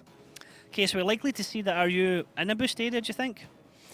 If they play defensively, RU will probably be boosted, but it's up to them. They might even, because of RT, choose just to push them. Okay, so we're about to get ready to jump into steps for round 2, ladies and gentlemen. Swift here on 3 points. Out of range on 2 points. Is it going to be 3-3 or is it going to be 4-2? Let's jump into the action and find out on steps. And we are moving in now. We can see the RT moving actually toward the right side, so they want to pressure the 2 cap. We need to see, will there be any spotters going for preventing the Swift boost? But Swift Look at them, they're going as a unit. It looks like it's going to be a huge fight. Swift going as a murder death ball down here as Road just peels away and says, hang on a minute, guys, what am I doing? I'm in the light, I'm not in a heavy autoloader. So these teams are going to collide down here in a smash. This is reminiscent of when Legend were playing Rusty Roster and came charging down here in one group. We're going to get a fight here. Merziki stops, he's the first one there. Spots out Vala and Call Me Piotr. Straight away we see the action fighting off here as Merziki is running around in circles as he's spotted. We see Vala getting Vala. absolutely wrecked. His Call Me Piotr also takes shots. Vala now with a dead, and Vala's eliminated. Vala's the first one down. Great focus fire there from Swift. No shots back in return against them. As out of range, have lost the player, and Call Me Piotr has also been taking one shot. I mean, this is the right time now for Swift to just pull away and run away because Road is already up and covering them and they can just run away freely because the cap is pretty much safe and they already have a tank advantage. They even didn't receive a shell. No shots in return, and as they drive away, they get a parting shot as well into Kerloff there. I think that was perhaps the object to come. Couldn't have been Road. It was only like 216 that hit him, but Yeah, Road is spotted, so there is no way to spot him unless he actually fires. so that was absolutely great play there by Swifters. They're able to come down, eliminate a tank from out of range, and then back off without any damage in return. This is a really great play for them. Now, out of range is in a bit of a problem because that RU can buy them a lot of time. And I mean, when you put those 113s in a cap, RU can just reset them once or twice. Probably RT will kill him sooner or later, or those 113s, but Swift is not taking any chances. There is no sign of that slow play from the last game where they hesitated. There is rotations instantly now going on, and they are correct ones. So Swift now rotating around west of the map with Atmospheric holding up in the middle. See a gunline here beside him is Mendex and Crespix as well, as we have Mihalov spotting out the top area at C5, while the rest of their opponents out of range are just kind of staggered down the east of the map as they slowly approach base 2. You can see Desik here trying to find himself a nice position to set that M40, M43 artillery and try and find some shots. Oh, out of range tries to play so careful now, but they have no clue where Swift is at the moment. They can just hope for the best. We see the Mihalov is actually left on the top positions here, so he can approach the cap and decap if needed with some kind of a cooldown, while all the Bachats are taking the positions to make a crossfire and a push. Mersky is spotted there. Raging Potato misses his first shot, lands the next 2 shots. There's also his teammate behind him gets a shot in. Mersky now taking 3 shots there, and he's pinned in behind this area. The minute he tries to move, he's going to get shot. So, like Raging Potato, and also, I can't see behind him, it looks like somebody else was able to get shots onto Mersky. So he's going to have to just sit there, go unspotted, and then try and drive away once he thinks he's safe. Senti, I think, also getting shots in. Well, I really hope that Swifty will just not go ahead of themselves here, because we've seen them suicide more than once in some of the games previously. Now, they have the control of the battlefield. They should just let out of range go on the cap, so they cannot really shoot them in the push, and then they can deal with these mediums. But decapping is not an issue for them. Impatience can be a problem.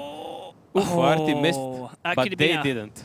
That could have been a massive shot. So, the rest of the Swift coming down through the middle line here. Call Me Piotr was spotted in that area earlier on by Mersky, so Swift knows he's up there. Mersky again poking his head out. Raging Potato's just saying, thanks for the shots, mate. What is the problem with that guy? Mersky, come on, like, they knew you were there. Like, why would you do that, mate? I mean, think about it. Why would you do that? That's just crazy play. That's throwing away your HP for nothing in that situation. Oh man, I mean, his FC will have some things to tell him about this gameplay.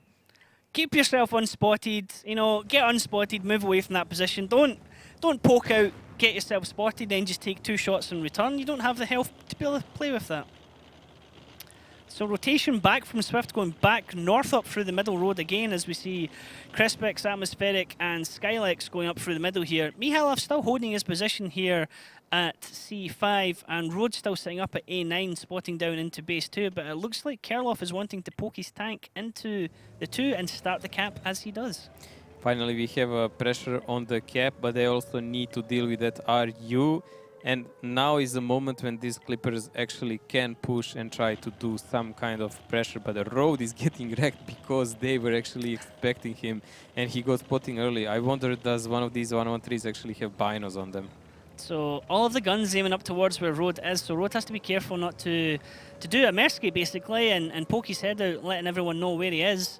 The autoloaders here from Swift can't really decide where they want to be up or down at the moment. We have 4 of them with Mendix, Crespix, Atmospheric and Skylex Pro all in batch at 25s. Mihalov still holding strong area at C5 in the Object 140. At some point, Swift are going to have to go in to do something here on base 2. It just really depends which area they're going to... You know what's shocking here for me? I mean, why did Road even take the damage? Like the moment when you peek out with it, RU is usually a moment when the cap gets seriously pressured. You do not want to throw away 800 HP so early. What will he do now? Now he will maybe decap once at best and he will just get wrecked. This group of Batchats here from Swift are moving up and down the map through the middle like a tennis game, as if there's 2 giant bats at the north of the map and south of the map, hitting the tanks back and forward, as it looks like they're finally going to do something at the north of the map and come round and try and get shots onto Kerloff in the cap circle, as Road gets a very sneaky HE shot there. 58 into Kerloff, which does a cap reset. Road spotted but manages to get himself back safe, as Mihalov now is the one rushing in to try and get vision on Kerloff as well. Out of range, knows that there is some game preparing now. The only hope Swift actually has at the moment is to catch them off with these Batchats without getting spotted. But that's the RT we've been talking about. This is the difference between M40 and Lorraine. Even the splash hurts. Shot coming in there from Desik onto Mihalov, just basically saying, hello mate, don't forget I'm in this game. Mihalov was in a decent position there, but the shot from artillery has absolutely made his situation not really one he can hold. As we can see, Kerlov rolling over to start engaging with him. Skylex and Atmospheric want to come in and get shots here, but Desha is able to get shots into one into Skylex, then one into Atmospheric. It's a great tracking shot actually in Atmospheric. He gets the second one as well for no shots back in return. Skylex is going to go in and probably overcommit here as he actually goes far too forward, desperate to get shots into Deja. Desik is able to kill off Mihalov in that artillery. Skylex and Atmospheric need to focus down Deja. Raging Potatoes backing off in the rear of the battle as we see Senti backing off as well, while the rest of Swift's autoloaders coming round. But this is already going against Swift. They are completely losing health compared to out of range Mojo. They can't really deal with this. They don't have tanks that can do the cooldown, and sooner or later now the juice will run out. They will not have the shells to fight anymore, and then will still be Kerov and Senti to deal with because they can shoot all the time and chase them around. Atmospheric here on the reload. Senti with a massive miss there, shot into the ground just at the back of him as Kerlov's able to pick up the kill. Now for Swift they have 1,896 health on the board against out of range's 2,898, so almost a 1,000 difference there.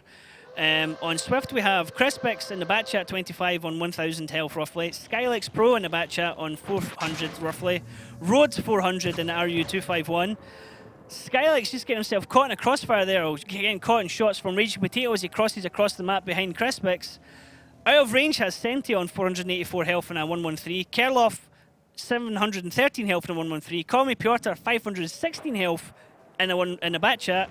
And Ooh, Crespix picks up Raging. That's an important one because if Road resets, the Swift is still in a play then. But it's not going to happen. They're going to have to rush in there. There's 10 seconds to go. There's 1 minute 22. A reset would swing it back in Swift's favour, but they've left it too late. They cannot get in. It'll be Call Me Piotr with the capture points. I think Swift are just giving this one up to them. They're way, way too late with the reset. And there we go. Out of range, cap the base. Mojo, what is going on with Swift right now? They're just falling apart. I mean, how to throw a games in 2 lessons on steps. Like, what is the problem with these guys? They start so well. The games look so well in the start. I mean, they even took out the tank for free here. Yeah, it was like... And they're defending. You couldn't ask for a better start. Like, you go down, you go, oh, look, there's attackers. We'll take out 1 tank. We'll pull back.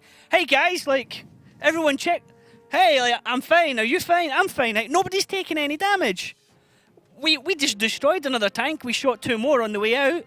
And then the throws. The hesitation as well of that group of Batchats, that Wolfpack, they spent more than half the battle just driving up and down the middle road. Driving up and down is okay. Suiciding one of them like that and then peeking out to get shot more. Like Mersky dying on that bottom corner was really playing bad. That was just a bad play you don't want for any player in the league to see. That was the main reason why they lost this, but it's not only that. Also, Road was not in good position. He should have been much higher up, Yeah. Because there is a position on the top of the hill where he can decap, he can peek over the little tree, he can break there, and there is a not so high chance to spot him then unless they really are prepared for that. Like this, just hard throws. Hard throws after such a convincing lead. Yeah, unfortunate. They were doing so well there, Swift, but it's kind of let out of range come right back into it. And now we're almost heading to a tiebreaker as we're sitting here at 3-3. So let's have a look at the damage done in that battle and see who came out on top. So Crespix there in the Batchat 25 Mojo, followed by out of range Raging Potato, but then Swift again in the Batchat with Skylex. I mean, they got their damage done, but it was kind of like too little too late, wasn't it? Dezek also had really some important shots here in the moments of the fight on that object 140. More or less, he took him out alone. Most of the guys that did damage here, we can see it's pretty unanimous. It's out of range. Couple of guys here, like Crestpix, outstanding damage, almost 4k. It's just not enough to compensate for the blunders of others. Yep, so the top 7 damage dealers there, only 2 on the front page were from Swift, the rest all from out of range. Look at this. I can understand Vale, like, they fell in a trap as a team and he died. That's it. It was good play for Swift to be able to do that, but to lose Mersky in exchange for that, for nothing? That was really ridiculous what he did there. And also, I really am not happy about how Road played his position. I think it should have been much better. So between those two, I mean, those Batchats, when they have to charge into the tanks that are playing cooldown, it's never going to end up well. Let's have a quick look at the highlights then, actually see where things went wrong. So here we see Raging Potato just, I mean, this is just a free kill, isn't it? It's just a freebie. Like, he took already 3 for no need, and then he just gave the rest after it. And this is what I was saying. Here was interesting. We could see Deha playing the cooldown with object 140. He bought here good 30 seconds between himself and those 3 Batchats. Yep. So he kind of bought enough time for his team to do plenty of damage. And this is what I was just saying with those 2 Batchats there. It was too little too late at that stage because they over-pushed, and the Object 140 did great in getting 3 shots in for taking nothing in return to already whittle the Batchats as they tried to come in that way. Here in the end, they even had a good chance to actually win, even with such little HP, if just Road was positioned well. He could have reset it, and they run away with 1 Batchat, and that's GG. So it's 3-3 right now. It's set up for any team to take it right now. We're going to go into our 4th map of the day, which is going to be Muravanka. Let's have a look at the vehicles used here. Now, either team here can take it 5-3. Well, we've been expecting this, and we've been holding it out. And there we go, a combo of a mouse and gun carriage. This has been absolutely torture, not hinting at this at all, ladies and gentlemen. So, if out of range we're going to take the lead against Swift and do it by surprising them, it's going to be epic. It's going to be now. Mojo, how the heck is this going to be used? Well, that GC can be used in 2 ways that I see them. First and most obvious one, you can just push mouse ahead covered with all these clippers and grille. And if someone is trying to play cooldown anywhere on a map, well, that GC will make him pay, even if he misses him. Other way you can play it is more painful way. Ducky actually suggested yesterday you can push the mouse through the forest. Yes, very and you can go to the lower cap. You can do shots with clippers and grille and GC on the bushes, because that thing can probably even splash the 3090 to death. And then you can put the mouse in a cap and cap behind him. Well, it's certainly going to be interesting. It's 3-3 as we go into Muravanka. Swift out of range. Who's going to win this one? Muravanka, a map with a great number of buildings, bushes and trees, amongst which teams hide for most of the battle. The attacking team begins the battle from the top of the village, and the defenders start from the bottom of the map. Both bases are better controlled from the hill near the first base, and from the green in the lower left corner of the map. There are many attack directions. The attacking team often attempts to gain the attention of defenders by putting pressure on the first base, whilst manoeuvring several tanks behind the second base to deliver fire into the defending's flank. Team setups are very diverse, but the players often choose the fastest tanks, even for heavy setups. They could even bring SPGs. Okay, so Mojo, we're not really expecting a cap rush here. So we see almost immediately that Swift does not want to play normal. They are really pushing hard to try to intercept them. Now, what we suggested before, they can use a mouse, they can approach these areas here, he can play slowly, hold down here, covered by grille, covered by a lot of butchers here, and they left one spotter here, and they can do some arty shots, place him in the cap. But Swift is responding really well in that fashion because they're just going immediately, trying to get a counter rotation, and they're just sending one guy through the middle to fan out if they out of range is already up. This is a logical response by them and much better. If they were just waiting for that, they would be victims because that GC hurts. But if they manage to take out of range while they're not prepared, they can really do a lot of hurt to them because Mouse will be then out of the game, probably GC, and they know Gorilla will probably not be also together with other Butchats. So it's all about this. It looks like out of range was thinking about this. That's why they left the spotter back in the middle of the field. But if Swift is aggressive enough and they don't lose a tank while they're approaching, Kerov will die. They will be in a positions below them that they can then really pressure them left and right, and out of range will be in a deep problems. Road is able to get himself really far across that map there, very almost spotting out Raging Potato in the Conqueror gun carriage. Could tell Road was wanting to carry on and go further over, but he backed off. Now Desic here in the mouse, just rotating over that hill trying to play peekaboo, but he's not going to see anybody because no one from Swift is at the south side of the map. They have all rotated to the east side and they are hemming in out of range. They are saying, guys, we know what you're trying to do. We know how to counter this or to play against it at least. Raging Potato's having to move back and forward here. He hasn't been able to get himself set in a specific position. He's having to put himself back over into A1 so he can then get set up for the shots. Road is spotted, but nobody else from his team has been spotted yet, Mojo. Mouse is making a big comeback on Pro C in the last days. We would expect it to be used on some map like maybe Himmelsdorf or Ruinberg, but no, it's always on Murovanka. From this situation, Mojo, could out of range potentially rush Cap 1 now? Could out of range rush it? Yeah, they can definitely rush it, but the question is, can they deal with it? Because counter rotation can be rather swift, because they can get caught off then and it being a big problem. Honestly, it would be a gamble because then you would completely give away anything you gain by having a gun carriage in your game. Yep. I mean, the danger as well of taking the mouse here is you have something that's a big bullet sponge. I mean, they're lucky in a way that there was no artillery picked by Swift, but the danger as well of the mouse is if there is any kind of rotation or relocation needed from your team, that thing is not going to support you. Well, Mouse can really do a good thing here. I really suggested a couple of times. You can just put him on this middle road between the little hills, so the guys where Mursky and the rest are, they cannot really shoot you. He just needs two angles there.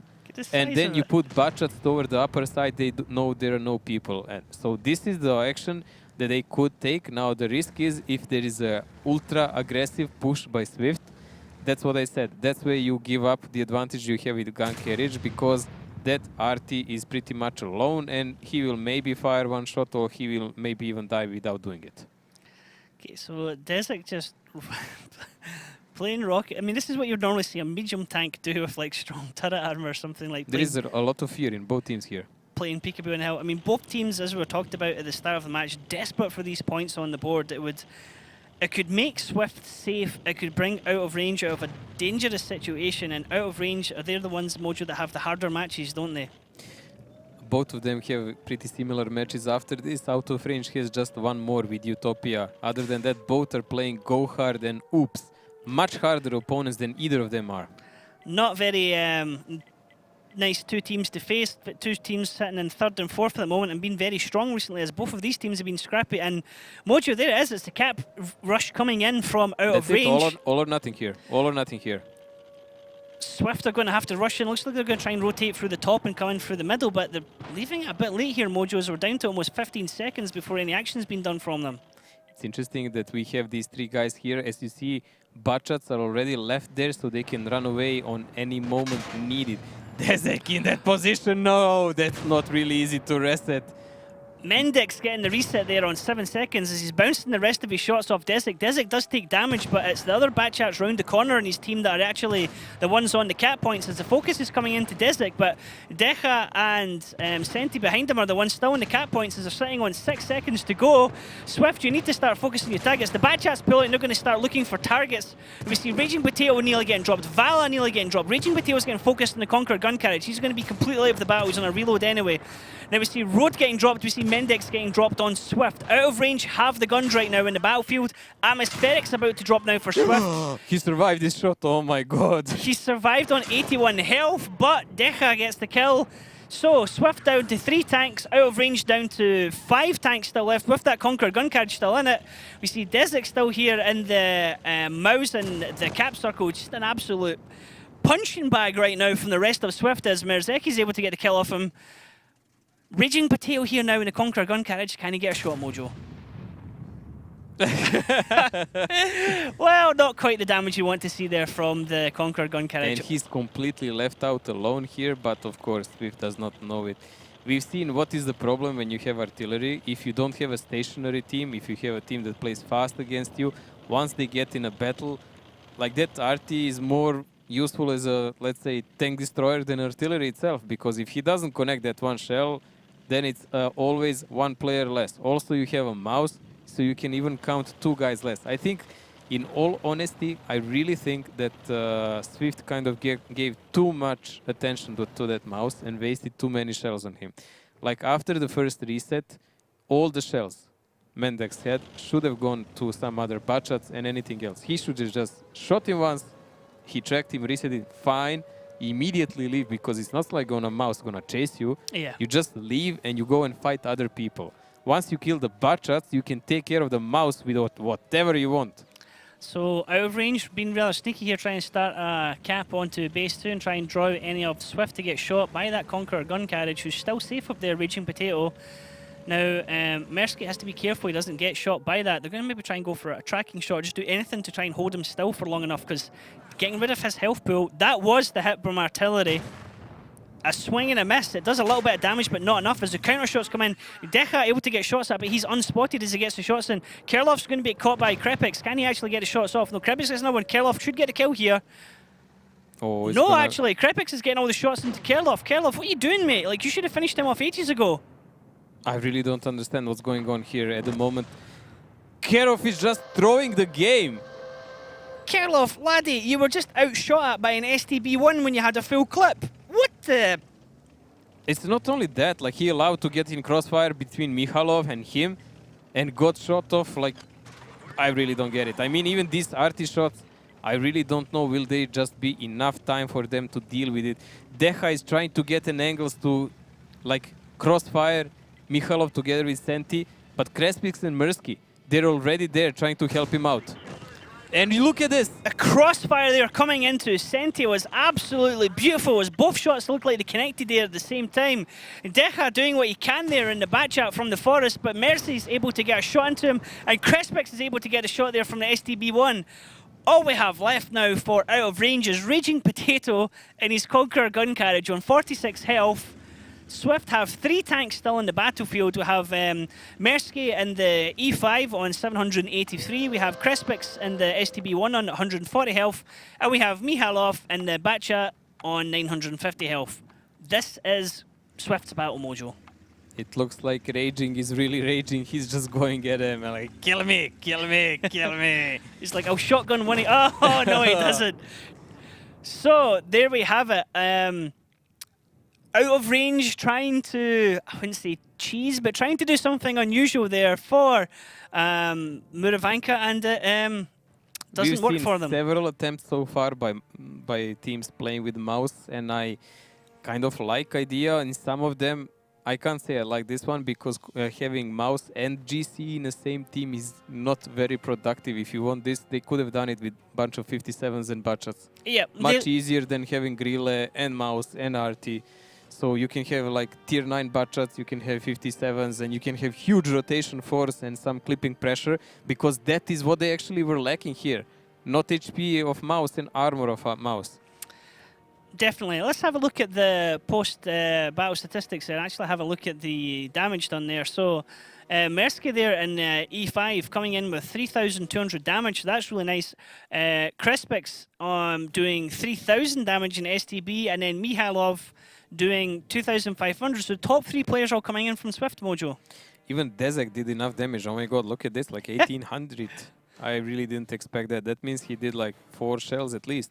Yeah, 4 shells. 4 shells landed every one of them, and got a kill as well. But I mean, he had always had somebody to shoot at because everyone was shooting at him and they were within his gun sights. I mean, Swift could have won this much easier if they just didn't waste time on the mouse. Why would you shoot a mouse of all the tanks here? I mean, they got the shot into the mouse and the cap resetted, but then at least 3 other shots came in after that on the mouse. I think actually they wasted 7 or 8 shots on him in that moment, and then they were shooting him after. Whenever they didn't have a target, they were shooting a mouse. So that's fine. Like, your damage looks better, but efficiency, I mean, team efficiency really doesn't work like that, because you need to focus on important target. Important targets, what are they? That's like butchat mediums always first. Let's have a look at the highlights, Mojo, and actually see some of the plays here. I mean, there's Vala getting dropped in the middle here. This is the first normal kill they did when they pushed Vala instead of mouse. Atmospheric just survived there, but then he gets taken out by Deha. Obviously, we were talking about Mersky finishing off Dezek in the mouse. That's okay. I mean, at this moment it's fine. Yeah. But before that, it was a waste. Kerlov just, I don't know what he's doing there. He took at least 2 or 3 shots from the STB and didn't get shots back in return. Perhaps there was communication issues. Perhaps somebody was saying, hey, don't look that way, don't shoot at him, watch out behind you or something, and he was getting, you know... Communication between him and the rest of his team was not really the best, and he got in absolute crossfire between 3 guys there, all alone, without any possibility for anyone to help him. So yeah, not a great play as well. I mean, the STB did great against them. So now we're going to go into round 2 here on Muravanka. Let's have a look at the lineups for each team. We see they've switched around now, obviously. Swift on the attack, out of range on the defense. Mojo, anything that stands out here to you? It's a really standard defense setup by out of range, nothing specific there. E5 for anchor, STB to cover the red line, 3090 for the field. From the Swift side, they have an RT and the grill and object 140. Okay.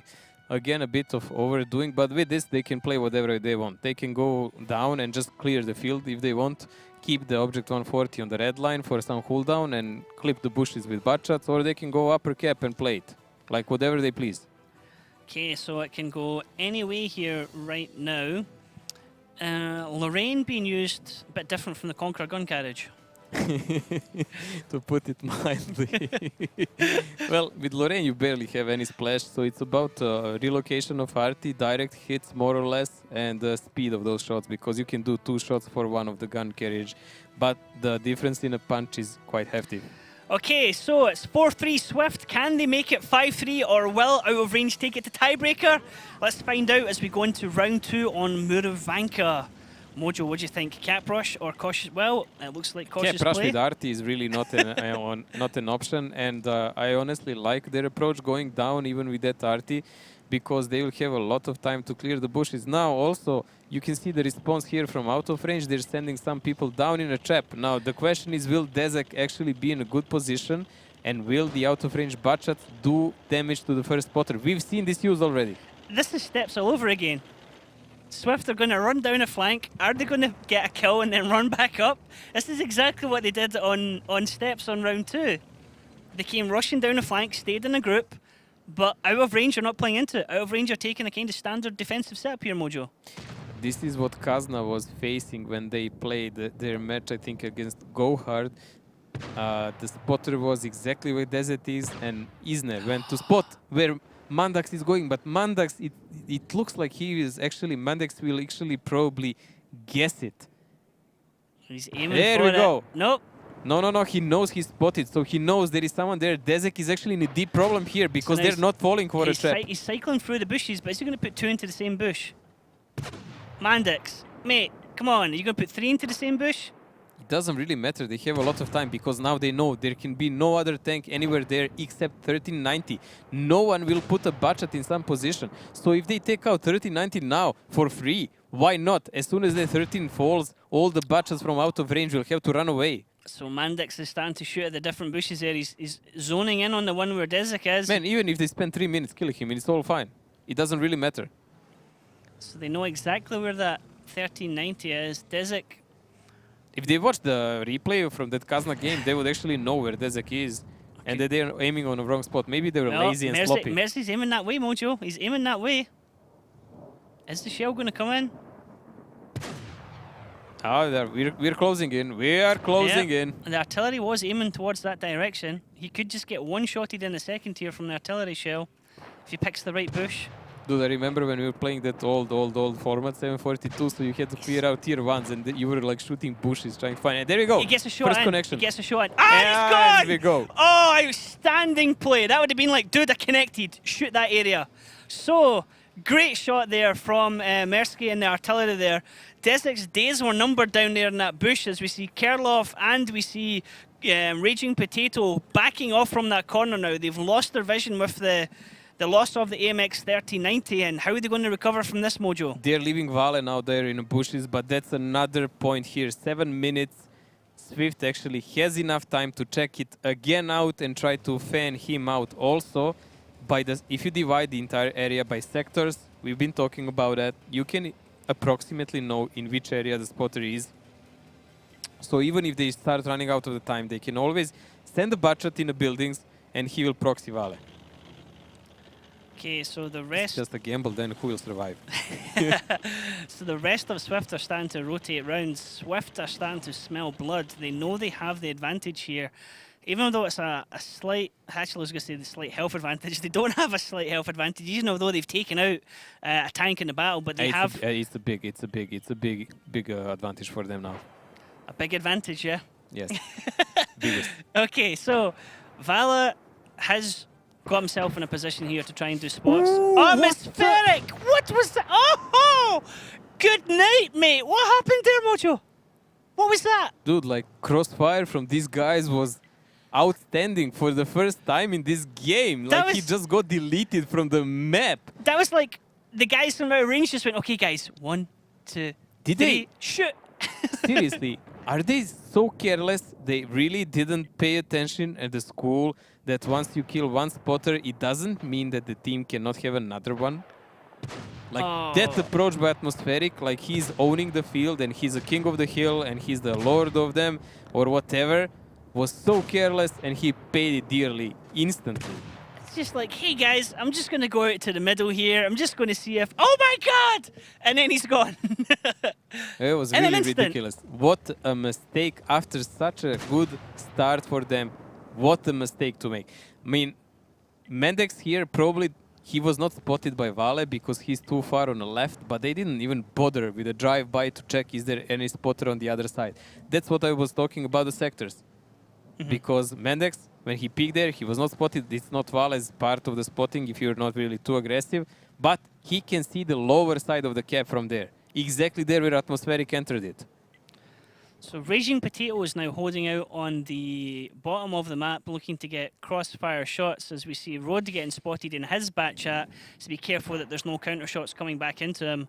Vala still holding this fantastic position, acting as now forward scout for his team with the loss of Disick in the AMX 1390. He doesn't have to do anything. This is so standard bush. I mean, most of these bushes here in this line you can use for that kind of spotting. He cannot spot everything perfect because there is some bushes in front of him, but he can see where they are. Also, there are some bushes in the middle of the field, but this one, if you use this one, you have the highest chances maybe to even run away in the buildings. Because if you're someone in the middle of the field, if they really find you, you're just dead. Yeah. So see, whenever Skylex Pro and Road pop their head out is here, pretty much spotted and he doesn't know it. and they're both getting spotted straight away. As artillery's desperately trying to fire shots off to try and get a connection. Skylex able to move out and keep himself unspotted, but the minute he moves back round again, he will be spotted by Vala, who is just keeping Rhodes completely lit up this entire match. Well, time is ticking slowly but surely. Those little sand grains are falling, and I think Swift will have to decide finally to get a push on.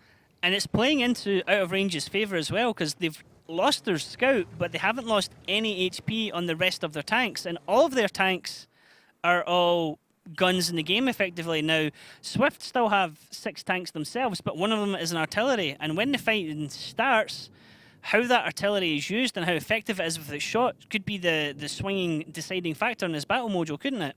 Okay, Out of Range is preparing for all-out fight here. You can see their budgets are reloading.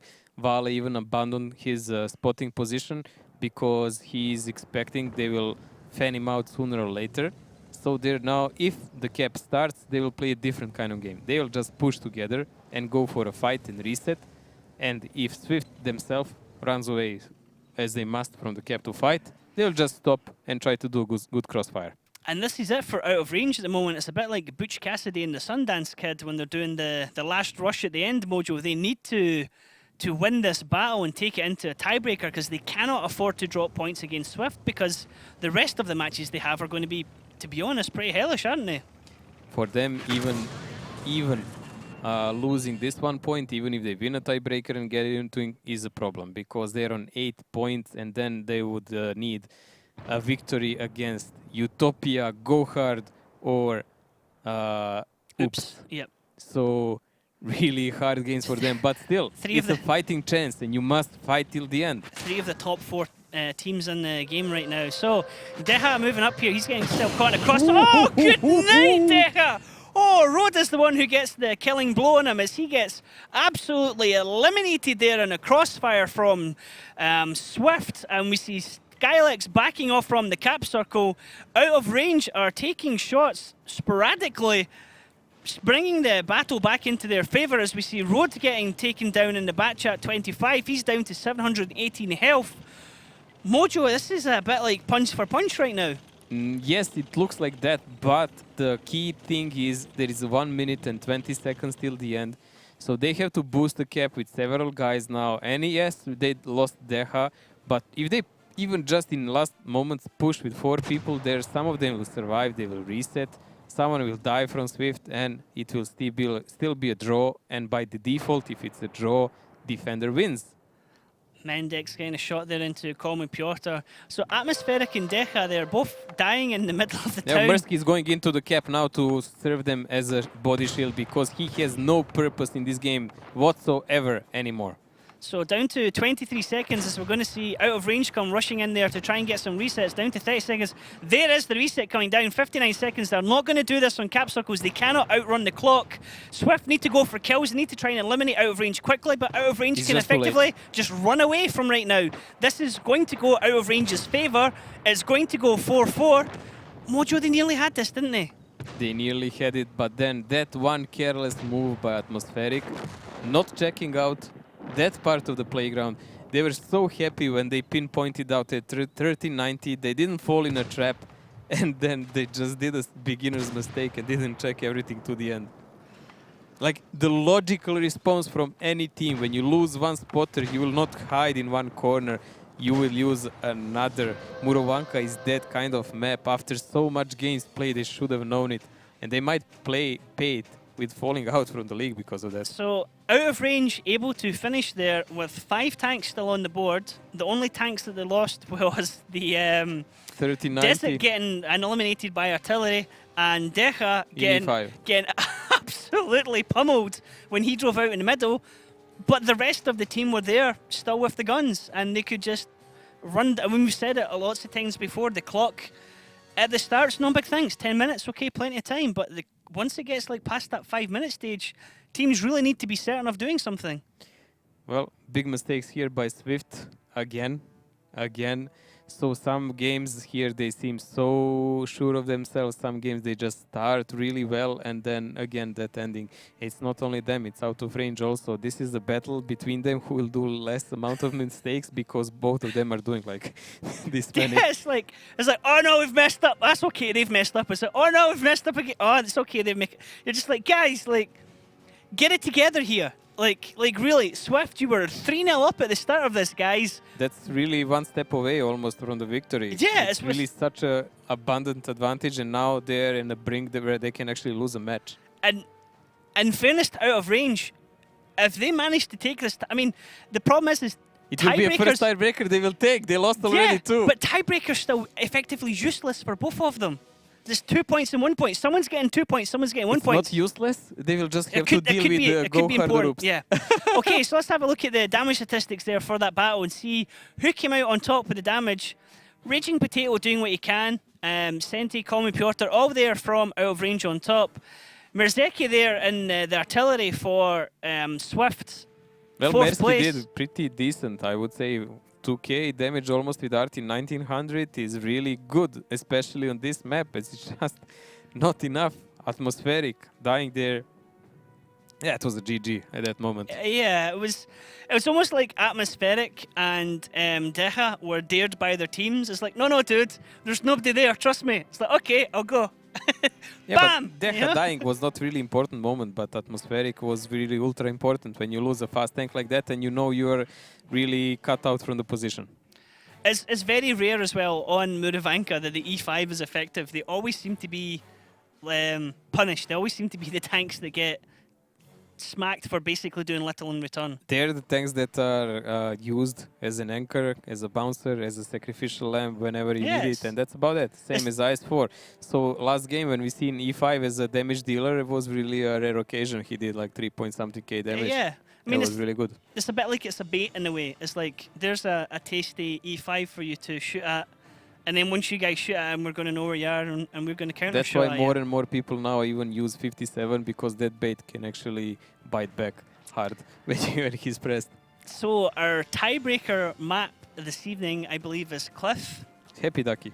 Happy Daki. That's what happens. We said it, guys. It's Daki as the I'm common. not going to even mention his name anymore. The common catalyst. Let's actually have a look at the highlights, Mojo. Talk us through what happened here. Well, here we see finally a moment when that position of a light was pinpointed and he was annihilated. Atmospheric here, making the major mistake of a match here and dying. Like, it looks like always one of the budgets just dies like that from the Swift. And there we go here, Deha trying to push here for a cap to spot it like, oh god, got enough armor, but the crossfire that came was painful. We've seen several teams try to cap here behind Lorraine Arti, but it's simply impossible. It's just not big enough. There is always some part of the budget peaking and they always get resetted. Would you say that the Lorraine blocker might work if you were having something like a 1390 behind it? Yeah, probably behind that, yeah, because that is a really small thing, but they had nothing in the pick because tier 8 is a Lorraine. I mean, it's not like... It's something you can do as a desperation move, but it's not something that a team would go, actually, guys, we're bringing Lorraine just to park it on the base and I not mean, he actually can take help shots. in some desperation moments if team is badly positioned, but here already, out of range was already positioned for this. So they had no issue. Okay, so we're going to have Swift as the defending team here on Cliff. Now, there's a little bit of a delay whenever we get a tiebreaker because the teams, before matches start, the teams have to submit their team lineups and we know beforehand what the teams are going to play, so it's kind of exciting for us, but we can't obviously drop any hints to the viewers or give hints to teams for later on and stuff. So, Mojo, obviously Cliff, we're going to see bat chats everywhere. I was checking out a bit now, quick and dirty. Interesting thing is Swift didn't play a single game on Cliff so far in the season. Do they even have a tactic for this? Like a match that I think their the tactic life is going to be depending on they're down to the map they never played. If in doubt, just take 2 tier 9 bat chats, the rest tier 10 bat chats, and just go in all guns blazing. So if in doubt, whip it out. I'll go like that. Well, that's one way to put it, I guess. So I think we're going to obviously, it's not I think, we're guaranteed to see lots of bat chats and used. It's just basically, are we going to see artillery? Are we going to see like an RU? Are we going to see perhaps I really don't think Scorpion? any of these teams should play artillery on Cliff.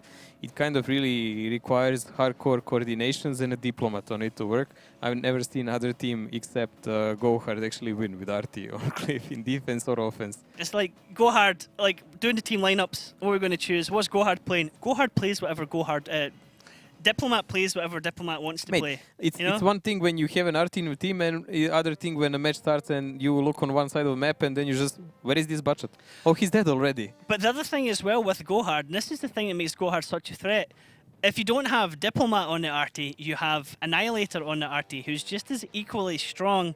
They just have different preferences but for the ones that they play. Here we have on out of range side, we have Dezek who plays decent arty. I don't just think on that level. And also coordination of the team is not on the go hard level. So I really think they should just all focus on tanks and on their positioning. Now we will see. Did they practice Cliff enough? Because there is a lot of boost you need to know there. Yeah. It's really hard now. Like in older times, there was a big chance that you will just push through and just punch through the enemy if you have good enough focus fire, cover behind the rocks. Now it's a different story because there is so much versions you can do to approach. How will you just pinpoint where is the enemy? What kind of rotation will you do? How will you try to overmatch the number of the enemy on specific position and get another angles to shoot at him for free? So it's all about that. Okay, so earlier on we showed you guys the European top 5 highlights of last week. Let's actually have a look at the global highlights of last week where we can see some amazing action from the other regions as well.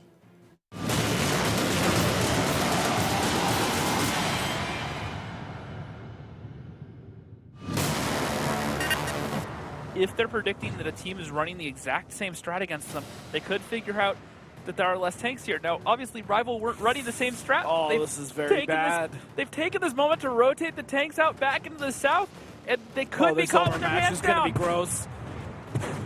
Tiger's now taking shots on the E63 as well as Coffee Thief. And here comes Vetro as well as Brett in the 2-140s. A lot of damage coming on the Coffee Thief. They're going to find E63 again on that little ridge, or excuse me, that little shoreline, and he is going to go down just like that. Смотри, уже врывается Yellow Warrior. Выживет ли Максбет? И Максбет, стань мордочкой.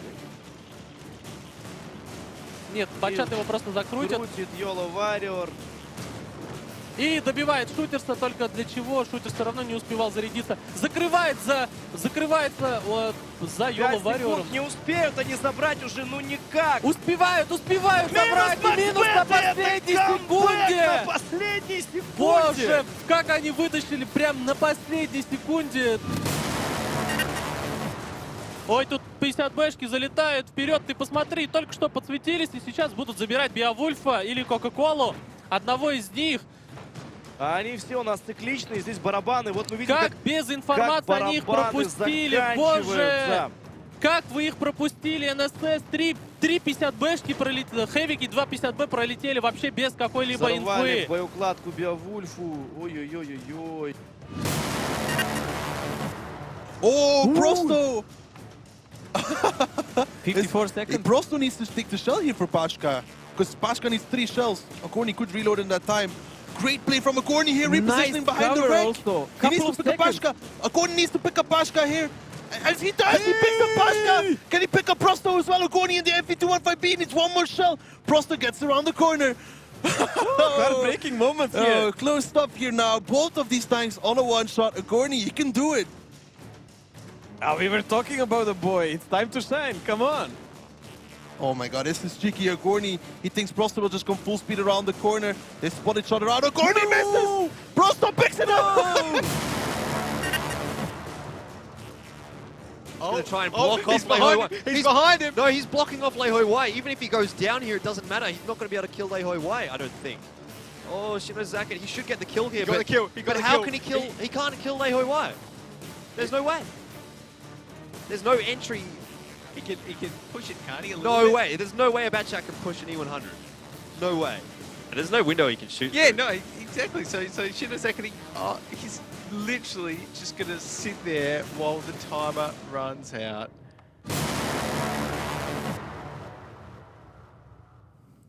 So that last highlight, for perhaps anyone who doesn't quite understand what was happening there, the team that had 2 tanks left, they were the defending team. Now they could run the clock down.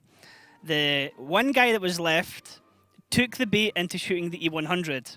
Now the E100 was blocking in the entrance to where his teammate was. So once he destroyed the E100, that was a stuck wreckage. There's no way that the Batchat could move the E100.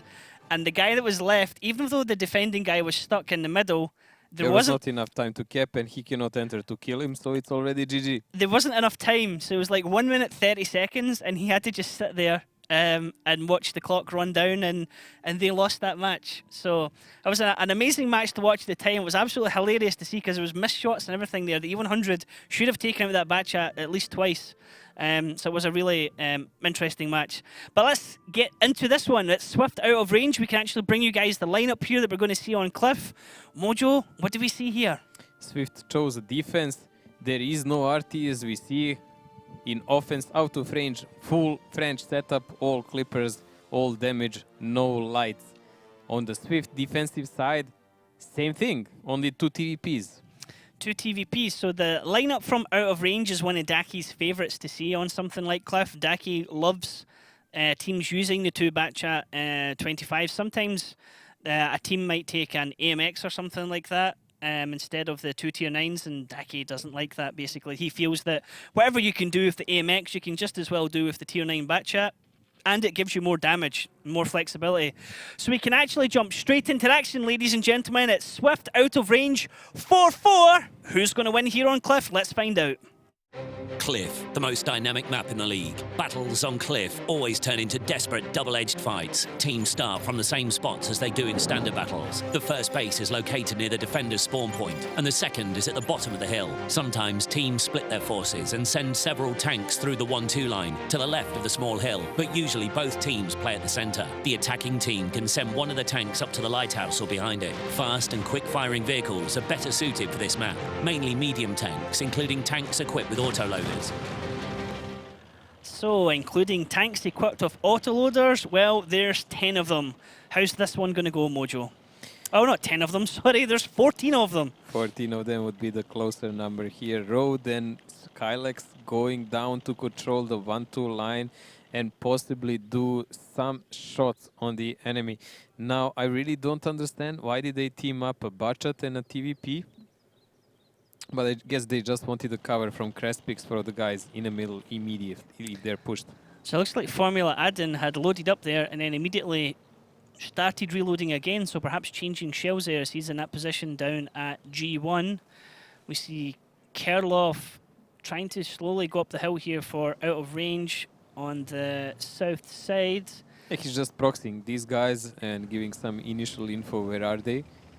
Other guys should come in play now and start climbing already. Mountaineering is a popular sport lately here on Cliff. The thing is out of both of these teams, which one of them actually knows Cliff better than the other? You were saying that, I believe, out of range, or was it Swift? I've never played it at all this season. Swift never played it, not a single game yet. Out of range played 9 in total, and they have 60% win in attack, not so much in defense though. So, but they're attacking now, so why not? Raging Potato trying to... Oh, Raging Potato, no. Not Raging, the Red Potato. The inexperience showing there from out of range as Raging Potato is not able to get that boost up on the hill, as we see Atmospheric just getting himself spotted out on his side and taking a shot in return for that 403 right to the face as he played a little peekaboo over the hill. So every shot of damage now will matter when the final conflict starts. Mendax takes a hit there as well, so he gets one back in Vala, and he's trading shots of Vala, but this is not a good situation to be in. Mendax, you were getting yourself quite... He's like a good shot back from his fix. Mendax takes another one. Taking a lot of damage there, and the dead gunner. That's kind of a big issue now at the moment for him. Swift have to be careful. They have a bit of a habit of throwing away tanks needlessly when they're in a position where they don't need to. As we see, Deha's able to... They have a habit of Mendax throwing himself needlessly. So Deha's able to get up in the hill here as Raging Potato is trying to get the line to come round behind him after sliding down the first time already. Kerloff just holding position where he is, just slightly down at F7 area. As we see Atmospheric and Mendax going around, which should normally be an area where you get shot at, but going up safely. Deha getting a caught in a crossfire from way up back, so that was Crespix away back, or Mihailov down below him. Do believe the shot was actually coming in from Crespix, who's just dropping down now, as Mihailov's coming over to give covering fire, so not great there for Deha. He had the advantage there to perhaps drop down onto Atmospheric and Mendex, but now he's just going to play cautious, Mojo. It was a bit careless by him because we saw the moment when he got lit up, he actually knew he was spotted. He still stayed to do one shot and took two while he was trying to go back. So really, from time to time, all of these guys are showing that carelessness that costs them here and there a couple of hundred health. It doesn't look much, But when you add it up toward the end of the game, it's usually a reason for their defeat. Yep, a dangerous situation here is that Mendax is one of the tanks that's up on the hill, so he's going to be expected if stuff happens later on to give his team covering fire, but he has a dead gunner, and he's on 571 health. So if anyone wants to counter shoot him, so Senti trying to get a shot on Atmospheric here. Does he have the line? Atmospheric just might peek a little bit and just give Senti a shot here. Just be very careful, but Mendax is not going to be able to... He can't trade, he can't risk getting shot at himself. He's only been 2 shots and he'll be dead. Now we need to know that Skerov knows how to go from that side because he can actually pressure on Atmospheric. And this is the situation we've seen several teams in, because then no one can help him. It will be one-on-one fight, and then Raging and Deha will just push through on that hold there and kill him. But there we go. That's why Mikhailov is actually coming there. That's kind of a little ball that everyone wants to control there on Cliff. I was just wondering if he's going to bait him round so he can get caught in the crossfire from Senti down below him as well. And Senti gets a shot into Atmospheric, so the advantage now with Kerloff, I was just thinking, as another shot comes in from Decha, that's a great shot on the top of Atmospheric. Counter shot coming back in, trying to get Raging Patel, but Atmospheric is not in a good situation. He could have been poked at by Kerloff, Senti could have got a crossfire in, and you saw the shot coming in from Decha as well, so Atmospheric having to swap places with Mikhailov and say, dude, like, cuff me, I'm getting hit here. If you're asking yourselves, why are they playing so kind of all driving up and down, left and right, shooting while they're driving? Well, because all they see in these positions are little fractions of the top of the turret, and occasionally when you peek through a certain hole that appears in the ground. So it's really hard. It's really hard. Great use of the zoom there, scrolling in there to see the tanks on the top of the hill from the viewpoint of Skylex Pro, and just showing you just how little of the tanks you actually see when aiming up that area. Skylex is in a good position to give crossfire, but he's only going to happen if out of range decide to push over. At some point, out of range are going to have to do that. We're less than 5 minutes on the map. Out of range need to get the kill, or they need to cap one of these bases, Mojo. Well, we have 4.5 minutes. Sooner or later, we are going to see a rotation right there where Senti is. He's going to try to make a crossfire, and the rest of his team should cover. And Formula Zin is trying to go from the other side and fan off a bit more of them to get cross shots on Atmospheric and Mikhailov. And there we go, some damage is coming in. So Mikhailov there taking another shot right on the top of his turret as we were just peeking over from the top of the lighthouse. Mihailov's actually going to try and rotate around looking for Kerloff, but Kerloff's on the level slightly up above him. Senti trying to rotate around the bomb. He has to be careful with it. Mercy, and there's a push coming in there. Komi Piotr's trying to jump. He actually gets the drop on Mendex. As Komi Piotr's overextending, he's going to get caught in a crossfire. So Atmospheric is now dropped, and so is Komi Piotr. So Swift have lost 2 tanks down to out of range's 1 tank. Now we see Mihailov getting focused, so Swift have down 3 tanks. Out of range still have 6 guns in the battle. Only Komi Piotr's dropped. Decha has only 71 health as he backs off to try and get a reload. As Senti's going to fight off with Mersky here. Misses a vital shot here. That was a really important shot he needed to get. He only has 3 shots. He can't kill Mersky now. He's scared now because he doesn't know how many shells Mersky has. He doesn't know how many shells Crespix has. And while he was hesitating, Crespix actually managed to reload. This is a bit of a misplay by Senti here, but still out of range in a huge advantage at the moment. Skylex Pro gets the shot onto Decha up on the hill there, as out of range are still sitting here now with 5 tanks in the game, although Formula Adin has a dead commander, so that's going to affect his vision. Swift have 4 tanks still in the game, although Crespix is on 25 health with a damaged engine. Mersky has only 415 health, so he has to be very careful whichever side he decides to poke out from to get shots. Raging Potato takes out Crispix there. Skylex becomes the next one focused on Swift. Out of range in the driving seat here, Mojo. They have 5 tanks left to Swift's 2. Almost 1 tank left. It looks like a first victory for out of range here in a tiebreaker ever for them. After being down 0-3 from 0 to hero. And there we have it. Out of range started off this exchange 3 battles down to Swift and have managed to bring it back 5-4. Unexpected. Tiebreaker is supposed to be auto-loss for out of range. Yes. Normally tiebreakers happen when it's punch for punch, counter to counter, whereas really there was no counter to counter. It was just like there was no guard from each team, you know, they were just punching each other non-stop. Like it was at the same time it was hits coming through, but not hits as in good hits, it was hits coming through because it was just sloppy play from the other team letting them in. We witnessed massive mistakes by both teams, but here on Cliff, out of range actually played well. This is why I never like those TVPs in that number much, because sooner or later they cannot give that much of support to Bachats when they need them. And they were pretty much out of the game at that moment. When this fight started, they were out. I mean, they were doing some cover snipe, but where the fight mattered, they were nowhere to be found. Now we have a really interesting situation between these teams, because now Swift has 10 points as a loser in tiebreaker here. They got 1 point. And as a winner in tiebreaker, Out of Range got 2 points. And they had 8. So they're both sitting on 10 points. All the other teams in the league must have been like, bravo, bravo, guys. Best for us. Couldn't have asked for a better situation, to be honest, because Out of Range were the lower team coming into this. They only pick up 2 points. Swift were the higher team. They only pick up 1 point. So it wasn't that Swift It's not good for neither of them. Yeah, Swift couldn't leap ahead. Swift would have been safe from this. Out of Range would have been in the safe-ish zone. And instead, now they're still right in the middle of it. And they have a heck of a hard game still ahead of them. So now we have Swift, who has to play Go Hard and Oops in next matches. And we have Out of Range, who has to play Utopia, Go Hard and Oops. Good luck getting any points from those ones, lads. That is not a group of teams that would be possible. Anything's true. We've witnessed that here. True. Anything. Anyone can take a team to tiebreaker. Wild Bunch took Utopia to tiebreaker. So.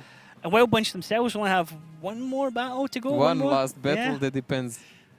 Okay, so let's look at the post-battle statistics, Mojo, and actually see where the damage came from that time round. Vala there in the back chat from Out of Range. Kerloff in the back chat from Out of Range. Then Crespix in the TVP for Swift. Out of Range again, Raging Potato. Out of Range again, Senti. Out of Range again, Formula Adin. Out of Range again, Call Me Pure. Look at the problem here. I mean, besides the fact, Captain Obvious one, that you have 6 guys of Out of Range doing damage. The only guy who actually did some damage is TVP, who's doing some backline sniping. Yeah, Crespix was the one that was in the 5 area, way back from the rest of his team. Yes, and like once the Bachats are dead, like he's completely useless and a goner. Now, in fairness, the remaining guy from Out of Range is Deca, who actually comes in last place. So Daki had him in his fantasy team, as I understand. So that's what happens when Daki makes matches go 5-4. He can't take advantage of it. Deca did a lot of good games here, so I think actually Daki will be more than happy with this result, because Deca was shooting all the time and actually won a match. Indeed. So it'll be interesting when we do bring up later on the post-match statistics, which show the entire series, just exactly where Deca sits on that lineup. I think he will be in top 3. Top 3, okay, I definitely. think so. I want to see Road in the top 3 as well, but I don't Maybe think... in the bottom ones. I don't think that's going to happen. Maybe in the bottom 3. So, unlucky to Swift. Now that's them played Cliff once. Now they have a 100% record on Cliff, sadly, as a loss. Out of Range, able to get get an extra win there for him. So let's bring up the post-match stats so we can see the damage done across that entire exchange. Wow, he's not even on the front page. Okay. Oh, what a mistake by me. So, yay me.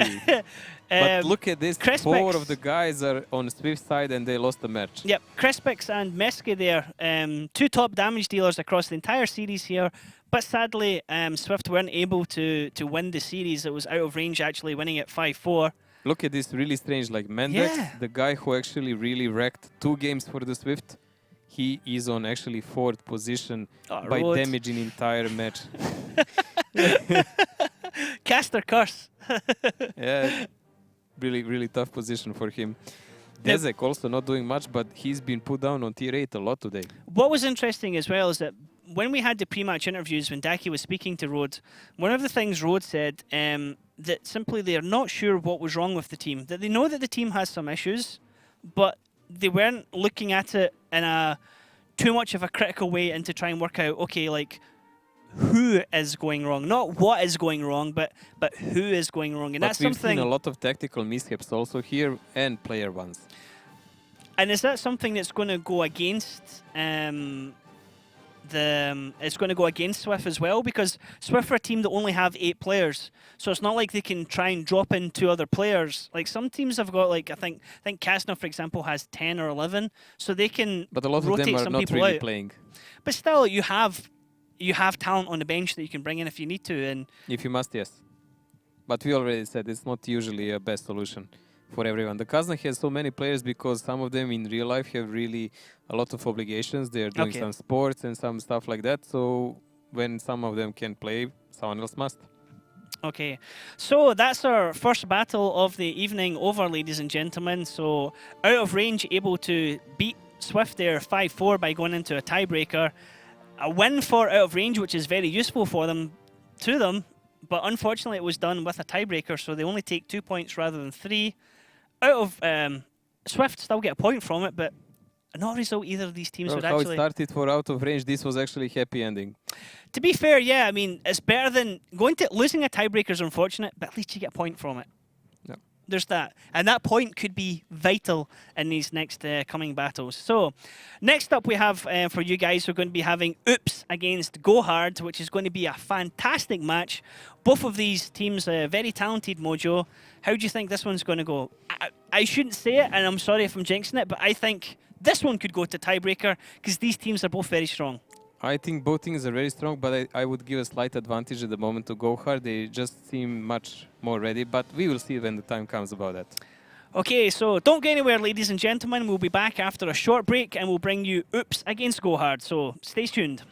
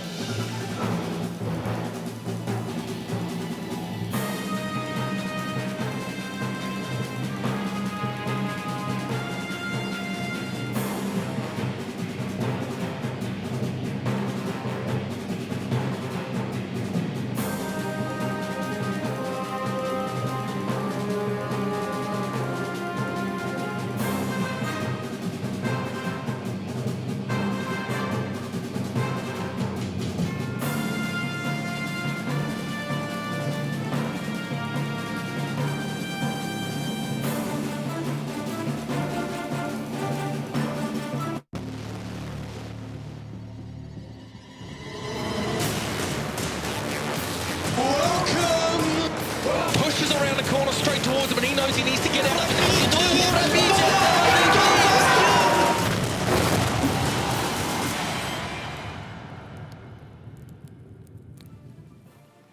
And welcome back, ladies and gentlemen, as we prepare for match number 2 of the Wargaming.net League Season 1. My name again, Ryan Murphy. Join me here, Mihailo Jugovic. Okay, Moja, thank you very much. Finally, you got it actually correctly from the first. Just went straight for it, yep. So okay. It's been a long night so far.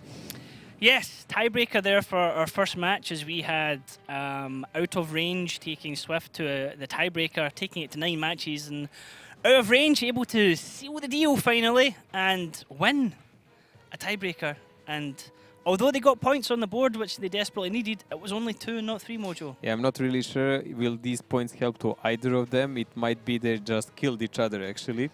But we will see. They both still have a fighting chance. It's only go hard and oops. Yep, that's certainly true.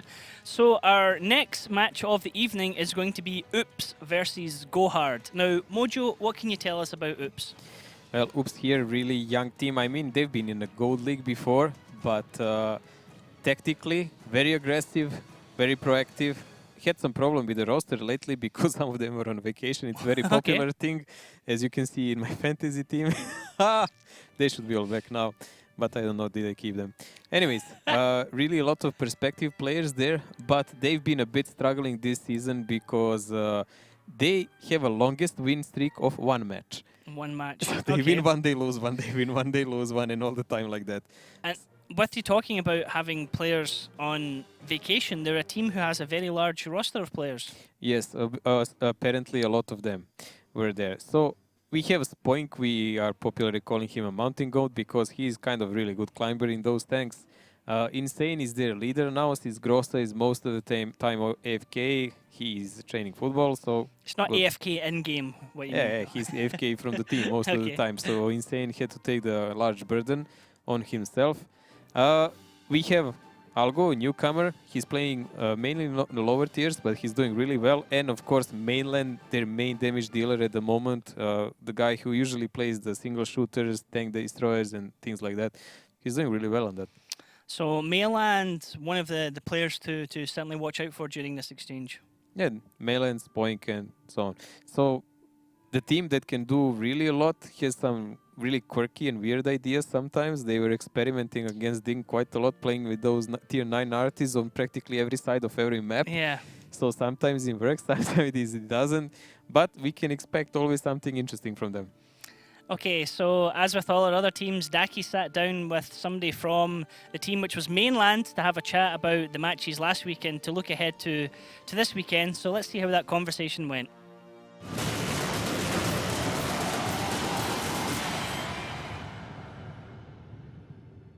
So Milan, you guys survived phase 1 moving into phase 2, but that's not what you guys are looking for. That's not the goal of the team, to just survive the stage, is it? Well, we set our goals higher. Surviving stage 2 was more or less, we didn't even talk about it. We more or less expected that to happen. But currently we are not playing on a level that we will also be successful in stage 2. So we need to step up. Now, Milan, your match versus the Wild Bunch, it was not that hard for you, but we saw some weak decision-making, if we can see. So a suicidal push on Broco when you had the advantage, or the push on Himmelzorf in the 8th line. Who usually makes those kind of calls? Usually it's Insane who makes the final decisions. Most of the players give their input about what they think, but in the end it's Insane who does the call. But especially on that Broco match, it was more or less people thinking, or players thinking, that the game was already won, and they just blindly rushed in, which was not really a wrong call by Insane, because there was not really any call like that. But there was just overconfidence by our players. Yeah. How do you feel the readiness of your players is like, Milan? Is everybody always as prepared as they should be? Well, that is one of our problems that we are facing right now in the team. We have some players that are more or less performing every match, but that's only half of the players, and everybody has to be at 100% focus on every match. But that's not the case yet, so that's also what we have to improve. So So Milan, do you think you have what it takes to challenge those top 2 positions in the second phase? Well, I guess we have what it takes, but right now we are not really showing all of it because we are not playing consistently. We need players to play reliable, to not make any mistakes. But I think if we try to, or if we get around those mistakes, get over those mistakes, and we'll just work together or increase our team synergy, then I think we can show our full potential and compete on top. Milan, let's get into your matchup here. It's going to be against Go Hard, a team that reminds me a little bit of Oops coming into the season. Very strong, very young, very eager. How do you take this one? Well, first of all, about Go Hard, it's the new team, the new boys in the club, yeah. They have a lot of unexperienced players, unexperienced not the game-wise, not game-wise, but like tactics or competitive-wise. But all of those players have very high, or playing on a very high individual skill level, and they learn pretty fast. And what we saw so far from them is that they come up with some rather unusual stuff, unusual tactics, unusual tanks sometimes, but all of that on a very high level. So I think what they need to do in that match is to play careful and simply not allow us any mistakes. Thank you, Milan, and best of luck with your match. Thank you very much.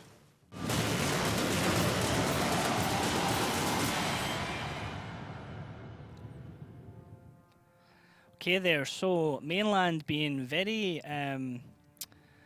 what would be the word, complimentary of Gohard there, Mojo. That's very diplomatic of him, saying that although he feels the team doesn't have a lot of experience, that the individual skills from the players is something that's really noticeable on the team and how they react to stuff in game. That's something you've said to me before about how if something doesn't go their way, Go Hard react to it really well when the battle's happening. They managed to turn so many games so far. I mean, heads down to Oops. They are really talented team, but we are talking now about the team that's coming from the Silver League here, and this is their first league. I mean, Go Hard, the first season for them in a Gold League, and they have 6 victories in a row behind them now. So they're not playing 1-1 like Oops. They have 6 in a row.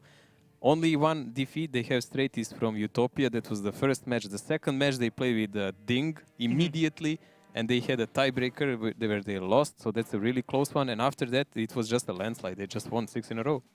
And Go Hard, a team. Now, Daki asked Mainland, he says, do you think you have, for Oops, do you think you can take the challenge for the top 2 spots? And he was kind of like, yeah, well, we can do it, but we need to make sure that we're not making any mistakes. Now, I certainly think when it comes to Phase 2, to see at the end of the season, that we're going to have Ding, Utopia, Go Hard, and Oops being these 4 guys. There's always Kazna lurking in behind as well, but I think those guys are going to be the ones challenging for the top 4 spots. Yes, I think Kazna will be there in a back, but we now need to see Go Hard and their players. They're quite an interesting bunch. A lot of them changed since the time of ESL Majors, where I've seen them play first. I haven't seen them during the Silver Series. So this was kind of a lineup that changed mid-season. Same like out of range, but they took the better part of it. They brought in some brilliant players. Let's have a look at this team list and have a look at Go Hard's lineup. And straight away, too, I mean, talking points that always come up for Go Hard are arguably 3 main players. You have Diplomat, you have Annihilator, you have Karibari. Well, Diplo here, he really proved his value in your fantasy team. Carry hard in that artillery, sick artillery player. It's a one-man army right now, to be honest. Also, he's proven to be a really good tank destroy player, and overall, I haven't seen him do any massive fails in any tanks he picks up. So a great asset to them, a great addition. Annihilator, after initial stage of the Gold League, he was really insecure. I mean, he's a really talented player. Let's not totally negate that. But he was insecure, sometimes taking positions that were taking him too much damage without any need. But that's all corrected now. It's not happening like that anymore. Karibari, a really good budget player overall. Like, you will not always see him in that top damage, but the moves he does are really well thought, and I kind of really like how he plays. So I'm really interested how will they actually face Oops, because I think those are the 2 closest teams in the league by the skill. There are two teams as well with huge fan bases. I know, like, for example, in Oops, you have Mainland, who streams. He has a lot of followers on his sub-channel. We usually see his face as a popular emote in chat. And obviously, you have all the Go Hard fans. Obviously, you know, I'm hard for Go Hard is their kind of little catchphrase. I'm sure chat's going to be spamming that a little bit right now. It's going to be a hell of a clash between these two teams. I'm really looking forward, to be honest. Whenever Go Hard get a chance to roll out, I really enjoy talking about these matches. And speaking of talking, we have Daki, who had a little chat with Niall the Annihilator. Let's see how that conversation went.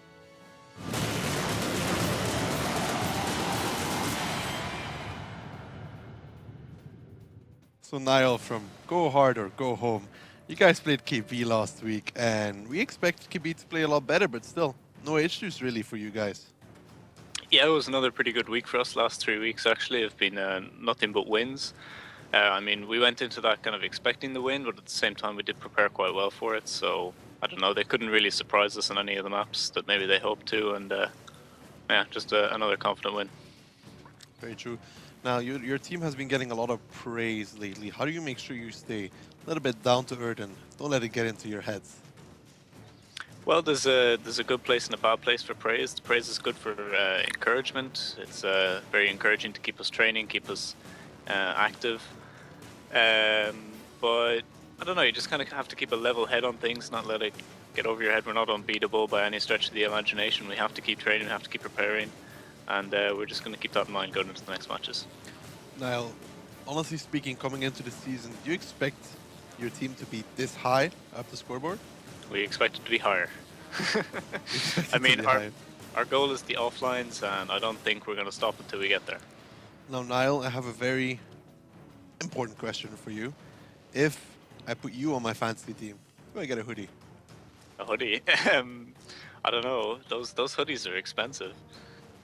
I'll put you and Skyrim on my fantasy team. We have orders for hoodies in the making. Maybe we can sneak one. Sneak one. As long as you sneak one for me, enough for Ryan. We'll see. Now, Niall, you guys can already think about Phase 2, obviously, as you are safe. Do you think you can challenge those top 2 positions? I don't think we can challenge them. I think we can take them. I mean, our whole goal here is to get to the offlines and to perform really well. Phase 2 obviously is going to be the biggest contributor to that, so we're going to go hard again for Phase 2 and try and take the first or the second slot and get the straight pass into the offlines. So, Niall, let's get into your matchup here. Did you prepare anything in specific for it, or just, again, general preparation just to make yourself even better for the rest of the season? Well, I think a part of our general preparation is just figuring out how we can adapt really quickly to each individual opponent and how they play. So in a way, it's kind of preparing specifically, but at the same time, we're going to be able to apply that to many different opponents. So we've just been training the same as we have since the beginning of the season. Just going to, I don't know, try and exploit any holes in their defenses or catch them off guard. And if they make some mistakes, we'll be there to pick up on it. Thank you, Niall, and best of luck with your match. Thank you.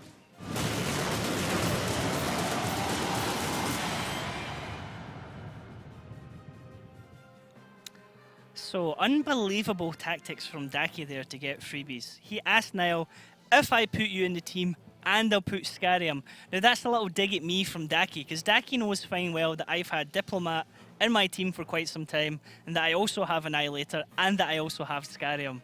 I think he will go as long as it takes. Unbelievable. Now, I know for a fact Daki's trying to talk Kazan into giving him a hoodie, and also trying to talk Ding into giving him a t-shirt. Unreal, unreal. There's gonna be have to be a large press for those shirts, though. A lot of investments then in paint, you know. Oh, I'm not going there. I'm not going there. So let's have a look at the lineups that are going to be used in battle number 1 here, which is going to be on Runeberg. Mojo, what can you tell us about what we're seeing here? Well, go hard in defense here. More or less proactive setup here with that 54 light meant to take over the red line over the field. But on Oops side, they have a TVP, 50B, Grill and Roo. I don't know. They will probably try to sneak the through really fast somewhere and spot something so these guys can actually take a couple of shots there. Now the question at hand is, will they try to do some kind of a pincer move, maybe even catch off someone? driving, like really with offensive start in first 30 seconds, or they will just try to snipe and then relocate. Because that kind of moves, I don't know, they're kind of too slow for me. I never like the teams who just do the sniping and then move left or right on a map.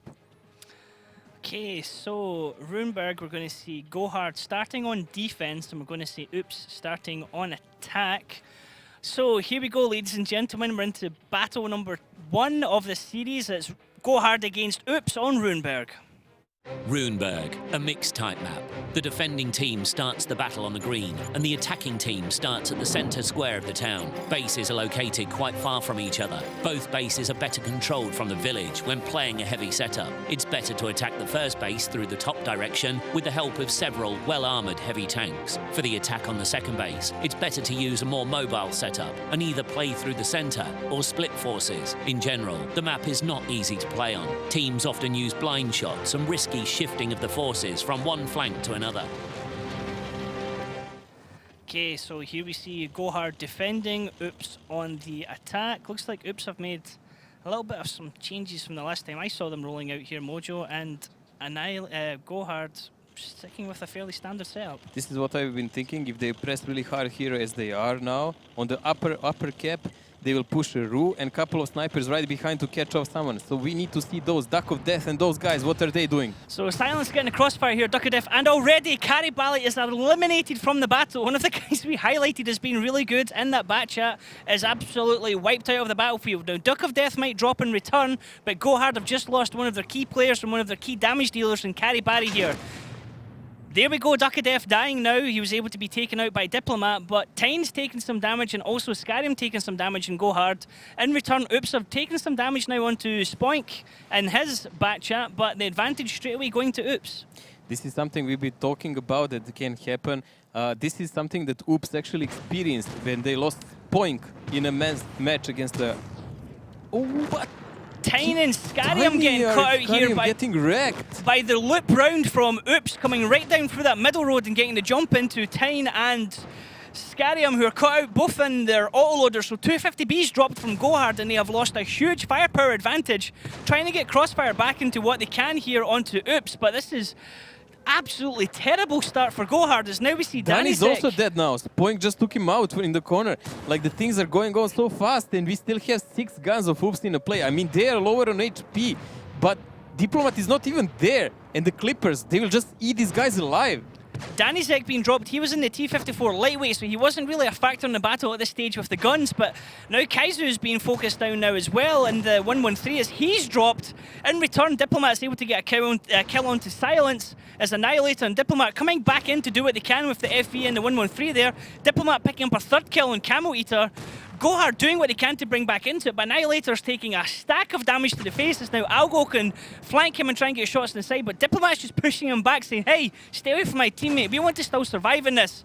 He's going to trade with Algo, who's on a reload in just a second. No, Algo still has 3 shots, but he doesn't have enough to kill Diplomat. Diplomat's going to get shots into him on the back. Can he get a shot in again onto him? He does. 463 is a great shot, and it's a tracking shot. If Diplomat can reload in time, but no, he's in a crossfire. Mainland's able to just lurk about there in the grills. It's actually Spoink who gets the kill onto Diplomat. Now we just have Annihilator left. Spoink's going to finish off. Actually, Mainland finishes him off. Whew, Oops with 4 tanks left at the end of that. Gohard getting absolutely hammered at the start, Mojo. This is what we were talking about. Like, you really can't win Ruinberg that well unless you risk some, and Oops put it all out here. They really pushed hard with that Ru, as we said. I just wish we seen it from the start, because that was the main play, because TVP and 50B have the reload and they can shoot if they even if that Bachat is driving through. We've seen they lose Poink couple of games ago like that. He got tracked in the middle of that field trying to cross in the start of the game, so they knew it's doable. They sacrificed the Ru, bought a lot of time, did an instant rotation and full push on those guys. Those 50Bs never knew what struck them actually, because they were all over the place. There was no cover, there was no crossfire by Gohard, and I don't think Gohard actually is used or someone rushing them like this. They weren't even looking the right way at the start. It's like, oh, there's tank. Oh, wait a minute, there's 4 tanks. They're on the other side of the map. We're in a bad position, mate. Mate, you there? Oh, you're gone. Oh, I'm next. I'm in a boom. 250B's gone. Just like that. And that's there goes your hoodie, bro. That's that. Yeah. Dacky jinxed it, mate, you know, but my fantasy points, my precious fantasy points. But yeah, great play from It's okay, from Knight is Oops. still young. We can go for another Yeah, we tiebreaker. can still another tiebreaker can get brought in there. But great play from Oops to be able to counter It's that. one of the prettiest Ruinbergs we've seen so far. It was well coordinated. At the end, it kind of went a bit scrappy, but it was nice at the start. Let's have a look at the post-battle statistics and have a look at the damage done. Well done, laddie. You still stay there top. Even when his team loses, this man is still a threat to the enemy team. This is unreal. You're just farming like a lumberjack, mate. The man is he's a one-man army. Well, You could give him a tier 1 and he would still come out in top damage. Algo came probably. back from vacation and he's doing some damage there. So we have Spoink and him. We pointed them out also, and mainly top 3 damage in their team. Not much to be said now at the moment by the Gohard because they were split all over the map. Carryberry completely caught off by this action and no one could help him. Carryberry. Tiny and Scarium there. Well, not a good day for them. Carryberry carried himself straight to the garage from that result as he was wiped out at the start before he could even... I don't even think he was loaded by the time he was eliminated. I don't think he ever had shells by the moment he died. So let's have a look to see where we can go. I mean, there he is there. He's still not loaded and he's gone. Diplomat's got a shot off already into Duck of Death. He comes round, gets the kill here, Duck of Death. That's his first kill. He knew he's pretty safe from anyone else and he just needed to take out the spotter, but by the time he killed him, Oops was already doing havoc here in the middle. Like, look at amount of pressure here and amount of guts they put into this game. This was really risky. Unbelievable. You had Annihilator and Diplomat still in full health, so arguably a lot of their damage coming here at the end, trying to scrape what they can. And to be fair, they were doing what they can. It was just at the end of the day, too many crossfire guns coming at them as they're kind of boxed in that corner. Unfortunate that they couldn't have done more in that situation, but the rest of their team just got... I mean, as Daki said in the match yesterday, they got caught proper with their pants down in that situation. So can they do anything in round 2 here, Mojo? Let's have a look at the lineups and see if there's going to be anything different or a bit more slow-paced from Gohard.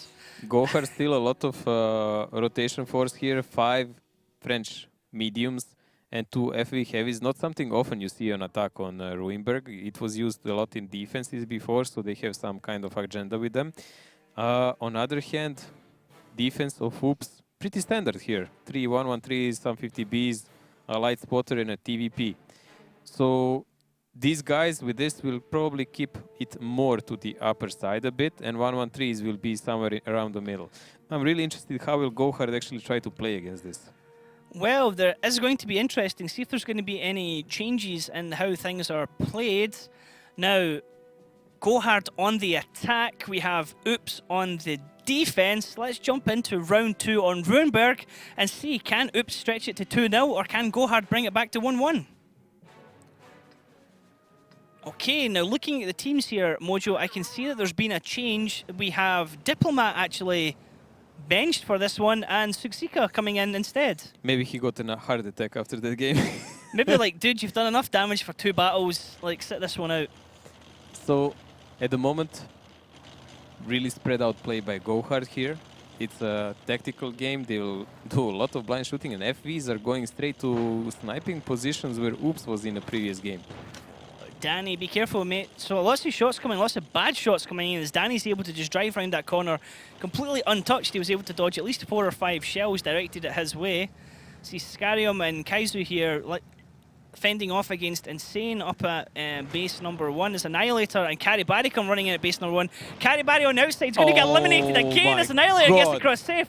Carryberry, mate, you are having a rubbish start to this battle. That's 2 games in a row. You're absolutely eliminated.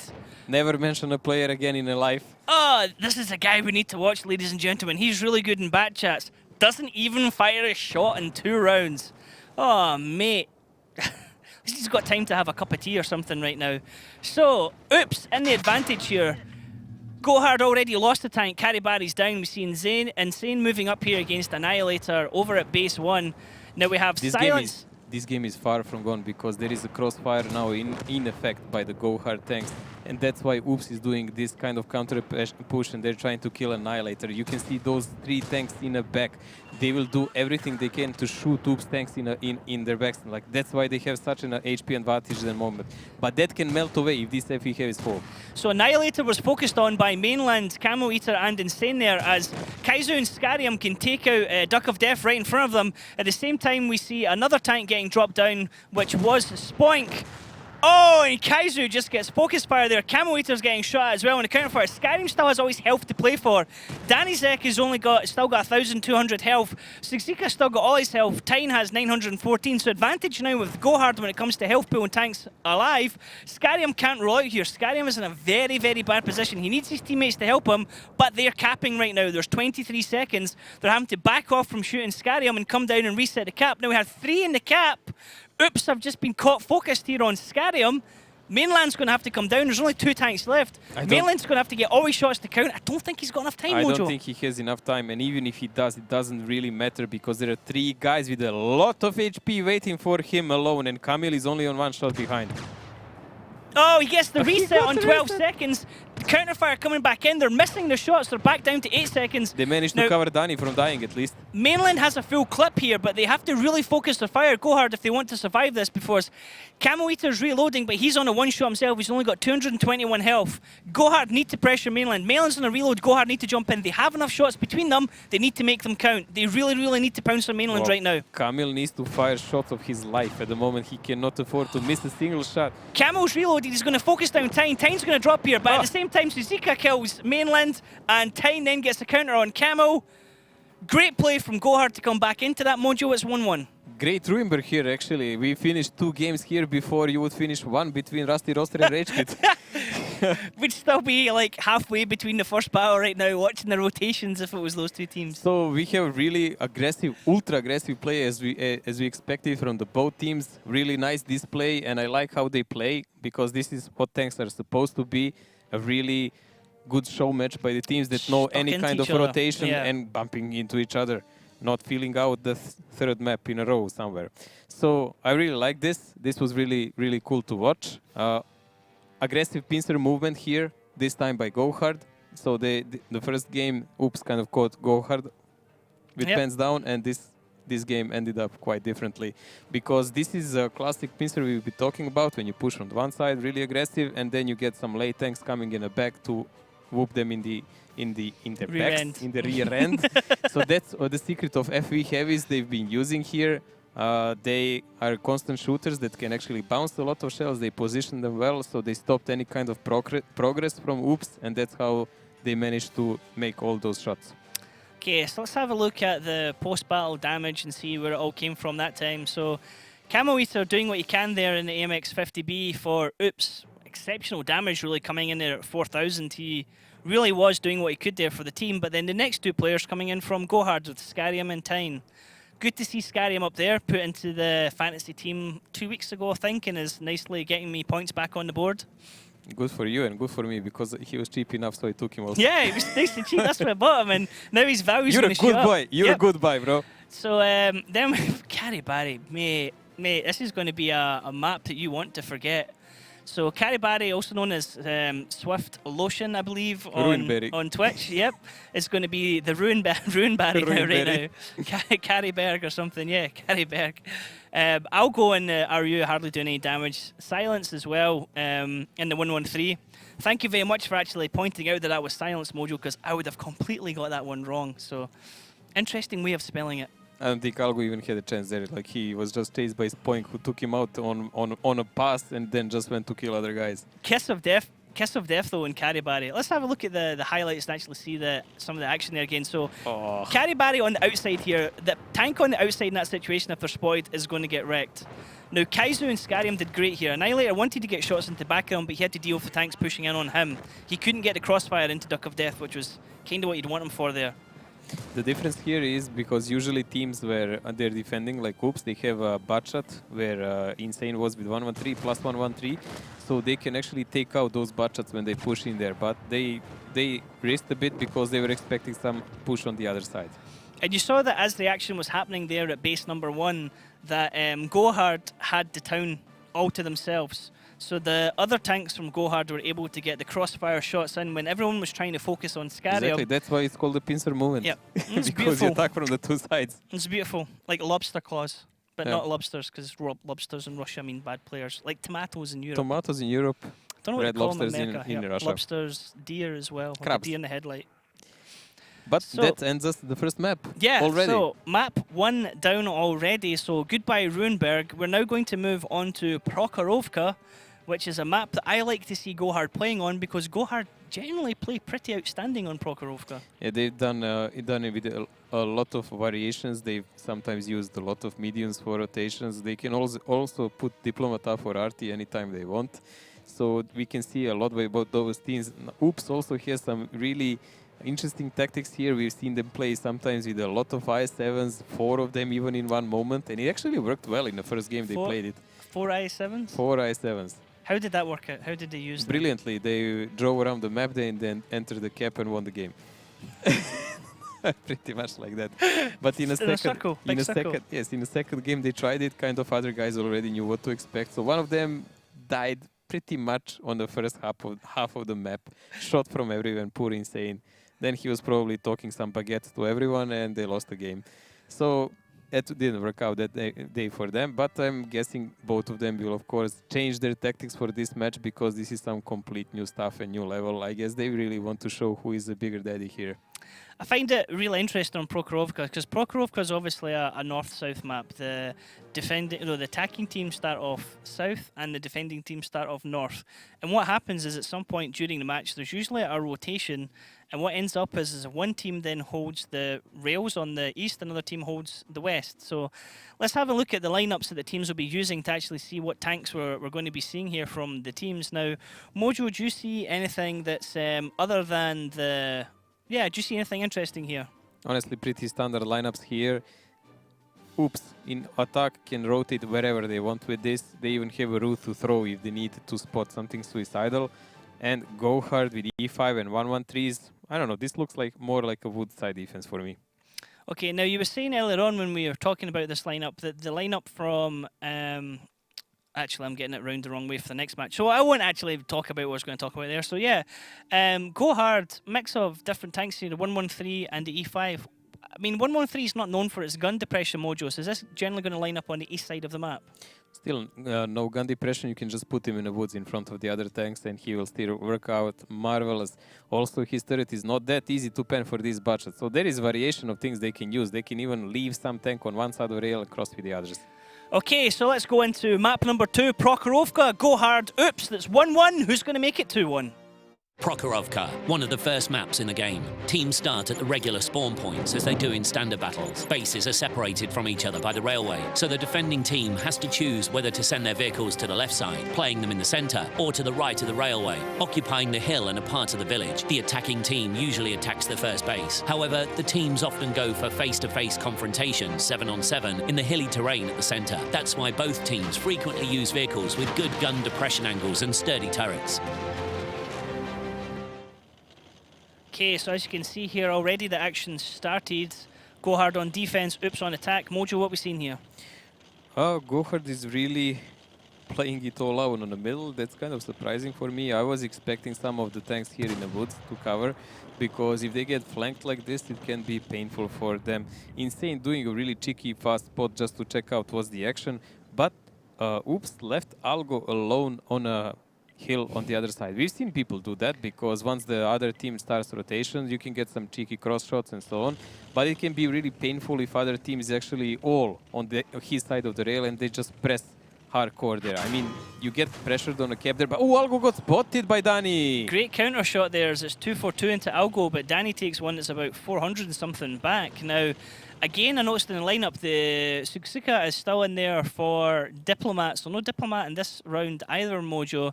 I guess it's because it's favouring the... There's no like big one-shot type vehicles. I mean, that's Diplomat strength really playing. But I mean, he's decent in a 1-1-3 and they've got 1-1-3s Mate, it's there. just because you have too many points farming for, you know, so they were like, you had enough, Ryan. Just enough. Okay, so oops, all sticking together here. Algo and Insane, the only ones kind of left out at the moment here.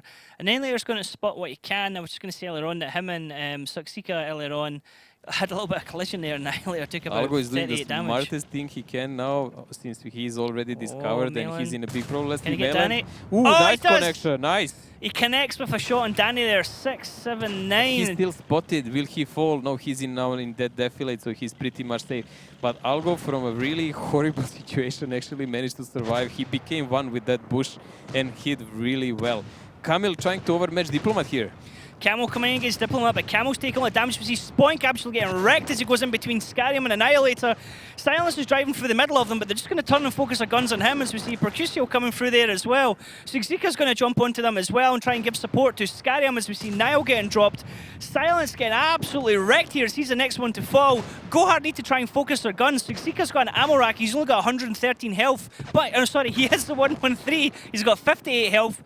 Now, Gohard, with this slight advantage, they have a high advantage here over Oops compared to Health Power. They just need to focus their targets down. Percusio's going to be the next one down, focused by Carry Barry as he finally starts to get some damage on the board. He's going to surround him here and get his last shot off to kill him. Nope, he's actually going to back off because he's on a reload. Diplomat looking for a target. I said Diplomat wasn't in the team. He is in the team. I am blind sometimes. We see Algo backing off here as Percusio gets... he gets dropped by Diplomat there. Mojo, it's just switched in an instant. I really don't understand what was Oops doing this game at the moment. Like, it started well. Even with the Algo being discovered, they were in good position. Then that really bad call, Kamil just suiciding there alone without support of his team. And they decided, oh, they have too many tanks there. Not only that he suicided, he bounced like 2 or 3 shells on Diplomat first. He just didn't pen them. And then they decided, okay, this is bad, we're going to push the other side. It was kind of a forced move, and they just fell apart completely.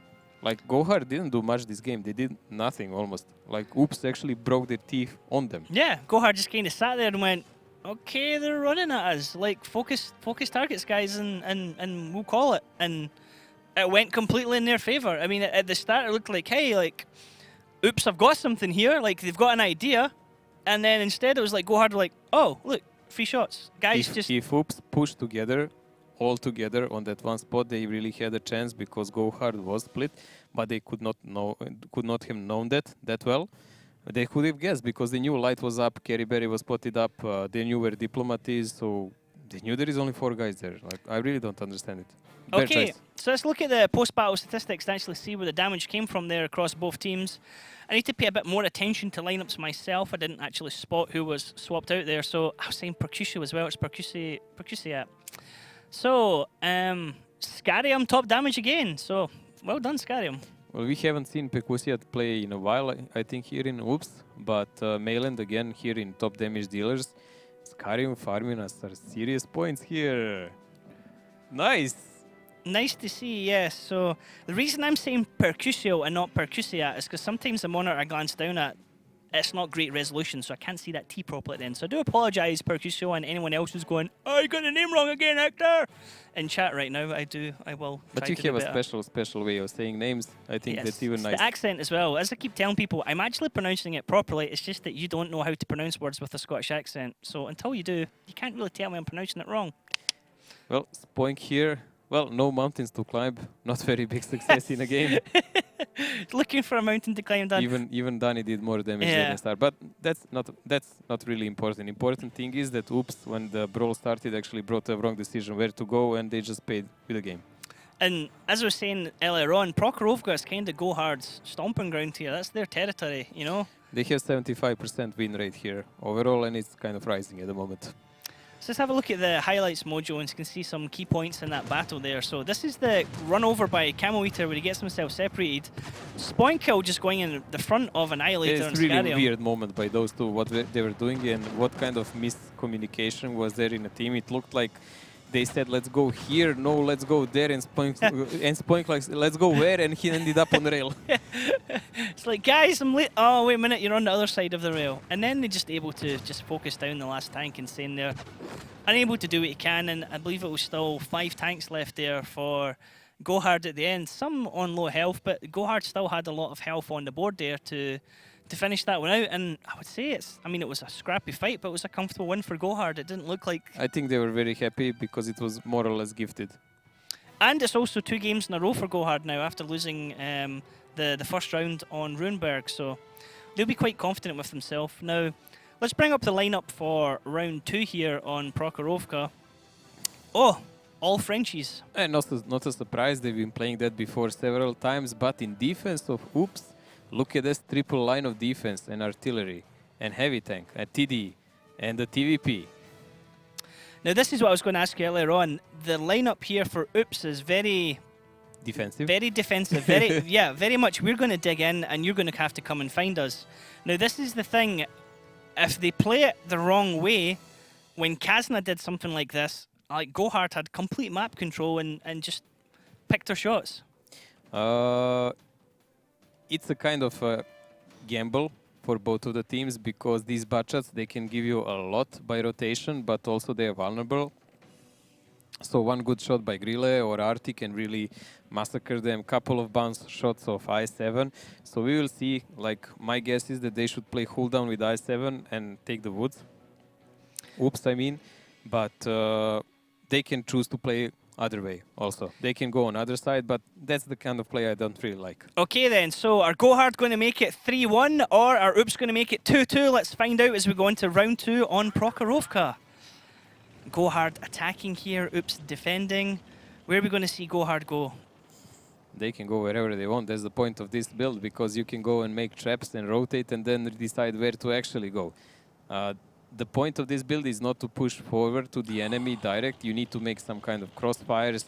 You need to make spots, and Oops is doing what I said I really don't really appreciate. They're going for the village side. Now, this is the best version for Gohard to actually win them if they play their cards right, because they will manage to separate their forces in one moment. And if they notice that this I7 Percusiat is alone there on the field, it's gonna be a world of pain because they will not be able to protect him. Nor him, nor Algo. So the spots from Annihilator, Suksika are going to give their team some vital information once somebody rolls up. Now, wow, he's aiming almost right at where he is. The interesting thing is that once the shots start coming in, if Gohard have this hill advantage, that's going to be some devastating firepower coming down on them, isn't it, Mojo? Yeah, everyone is counting on spotting on the forward people so they can do some 6 shots. Silence here behind a lot of bushes, so when he fires with Arti, he doesn't get revealed. Spoink in TVP, hiding behind Mayland even, so they can do shots, but they have the same aim. Now, if there is too aggressive push here over the hill, they will have all clear shots, and even Insane is there to finish off some of the targets. Oh, this is going to be so close. How far are they going to go? They need to go up just Kerry enough. Kerry Berry will be the one actually spotting. These guys are just taking the angles, and the guys from down actually have to do the spotting. So Kerry Berry, time to shine or to die with 0 damage again. Oh, Kerry Berry, mate, are you going to just be the sacrificial lamb after your first 2 battles? And there's actually the rush came down the hill. Diplomats came charging down. We have Time up the top taking shots. Danizek taking top shots, but they haven't spotted a lot of Oops. Right now, Gohard is the ones taking all the shots here, as they're more or less falling into the Oops trap. Gohard taking shots from everywhere. We see Silence able to rush back over the hill when he's Lorraine, as we see shots coming in from Mainland at the back there, and Silence. Now, Danny's down to 712 health on Gohard. Kaizu's down to 1414. Diplomat's lost his driver. Diplomat's now been focused by Camel Eater. Diplomat should win this exchange. He should, because he has 3 shells and Camel has none. So I would say that's a certain one. But the thing is here important to see. Gohard still has 7 tanks, though the initial exchange was not for them. They're fighting against Art and so on. Annihilator, they're getting a bit blown by Mayland probably. Annihilator getting himself absolutely wrecked in the face as he advanced forward to give his team additional fire support. Now, Gohard are going to want control over this side of the rails. They have to be careful. There's Percusiat trying to roll over the hills as Caribari and Annihilator just go back over and say, "Hi mate, this area is ours." But Caribari takes an absolute beat into the face as he comes over there, and Spoink's able to get counter shots in the TVP. This is great defensive play from Oops, and right now Gohard nice just constantly... Arti, also tracking Suksika here, so he's taking additional shots by Algo there from the side. So really good. Oops actually managed to hold off their first offense, but it's not done. Still 7 guys are in a play, but some of them are in really bad position now. So Oops sitting on 7,636 team HP right now, down to Gohard's 5,384.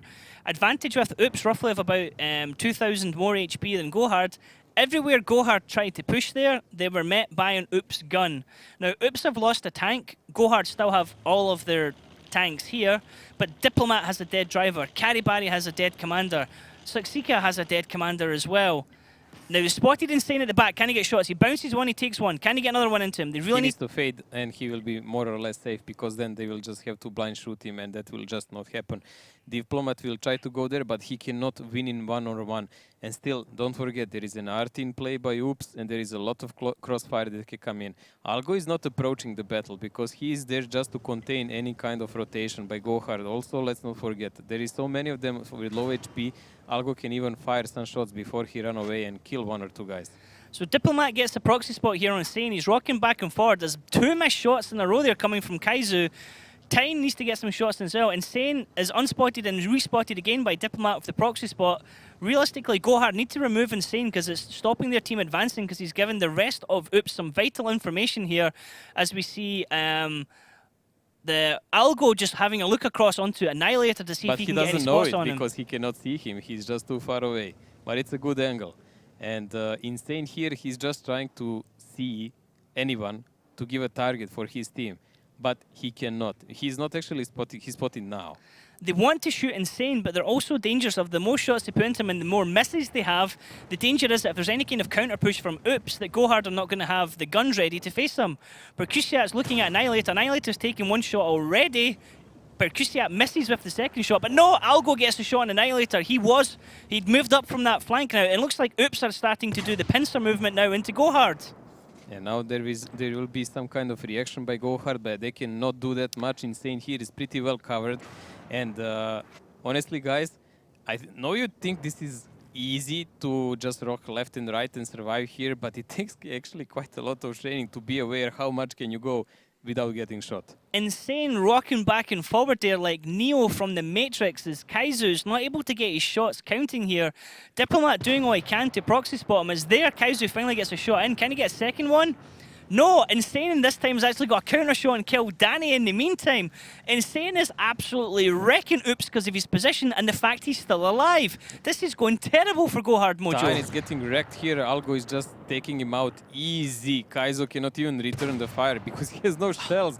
It's like shooting ducks here for Algo now, and this game is completely one-sided. Diplomat finally drops Insane, but at what cost? There's only 2 tanks left for Gohard. Each of them on less than 300 health. They're both one-shots. Oops just sat back there and set a nice perfect trap on the east side of the map. An area that Gohard like to control, and he just rolled straight into everything that Oops had laid out for them. Really even match so far. 1-for-1 game. It's just a matter of time. Well, Diplomat with a dead driver will get wrecked there, but they know even where he is, so he doesn't have to move far. Hard carry, Diplomat. Come on, laddie. Just farm some more damage and stay in there. Oh, unlucky. Die mate. already. So, Diplomat goes down, doing what he can for Gohard. So, we're at 2-2 now.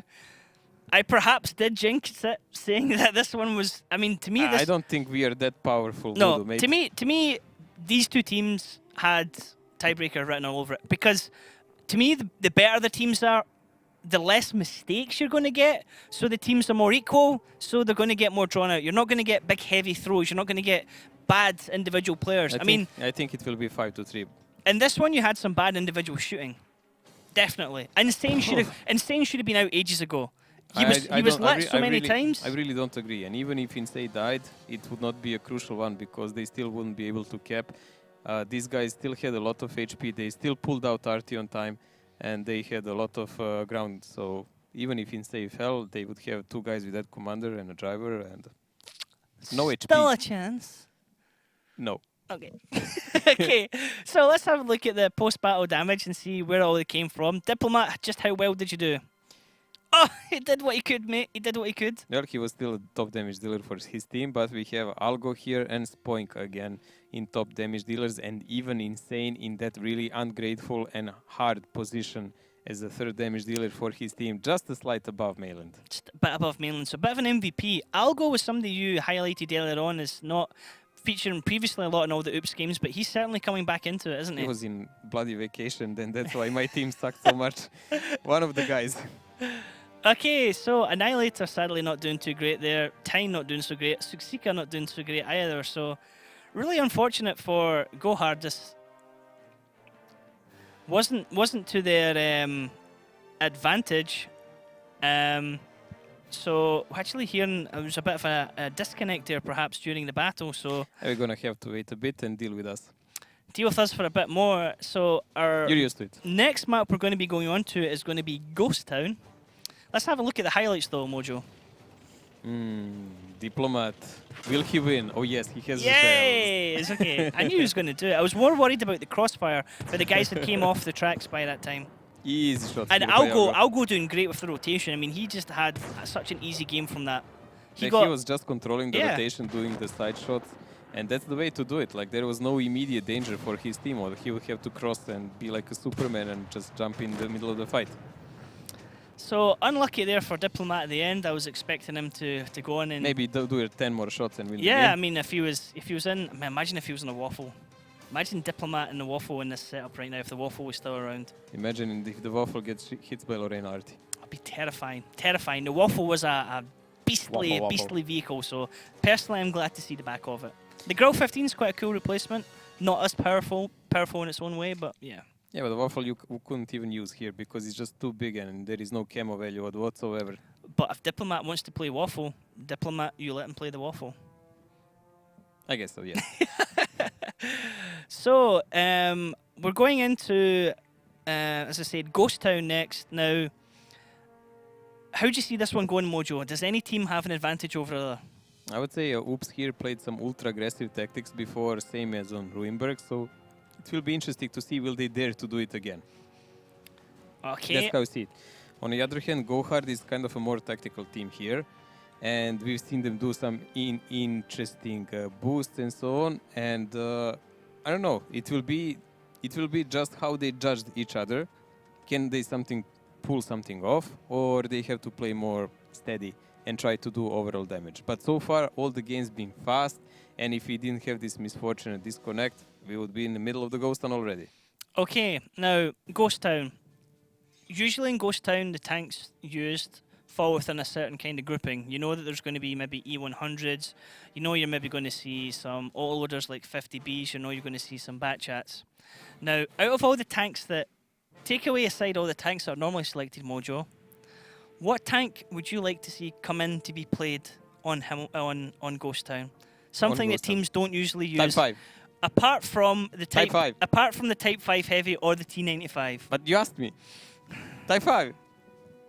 I want to see the Japanese factory driving around. You think there's a tactic to be used with the Type 5?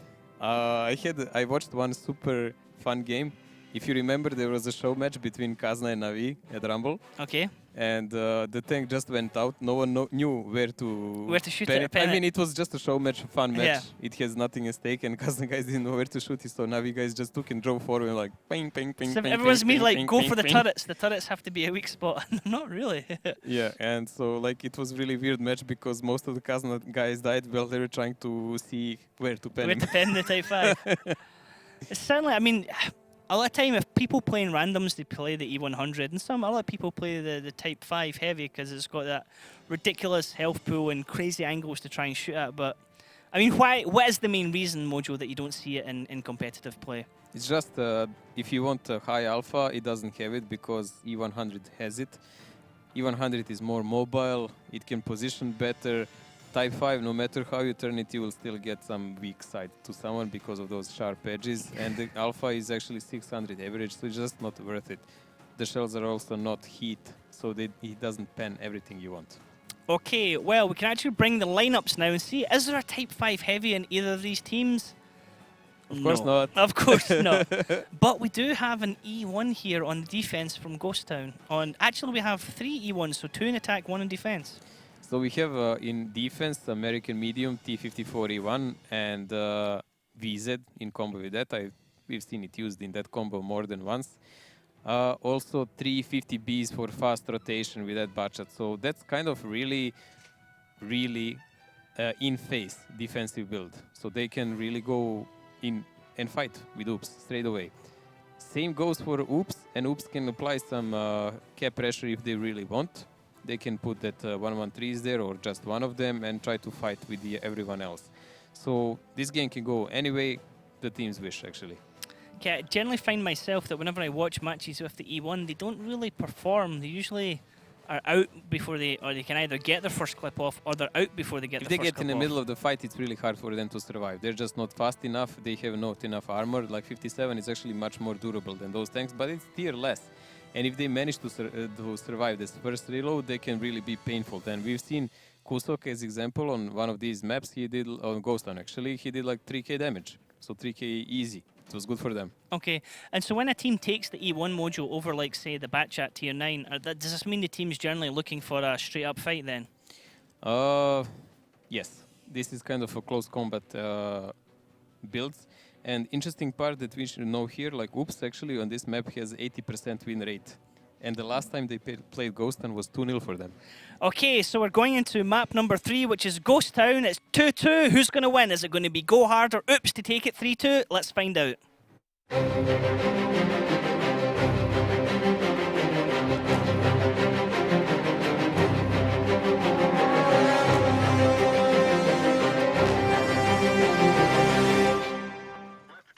Okay, and here we see Go Hard on the defense, Oops on the attack. Mojo, are we going to get a brawl or are we going to get cap tactics?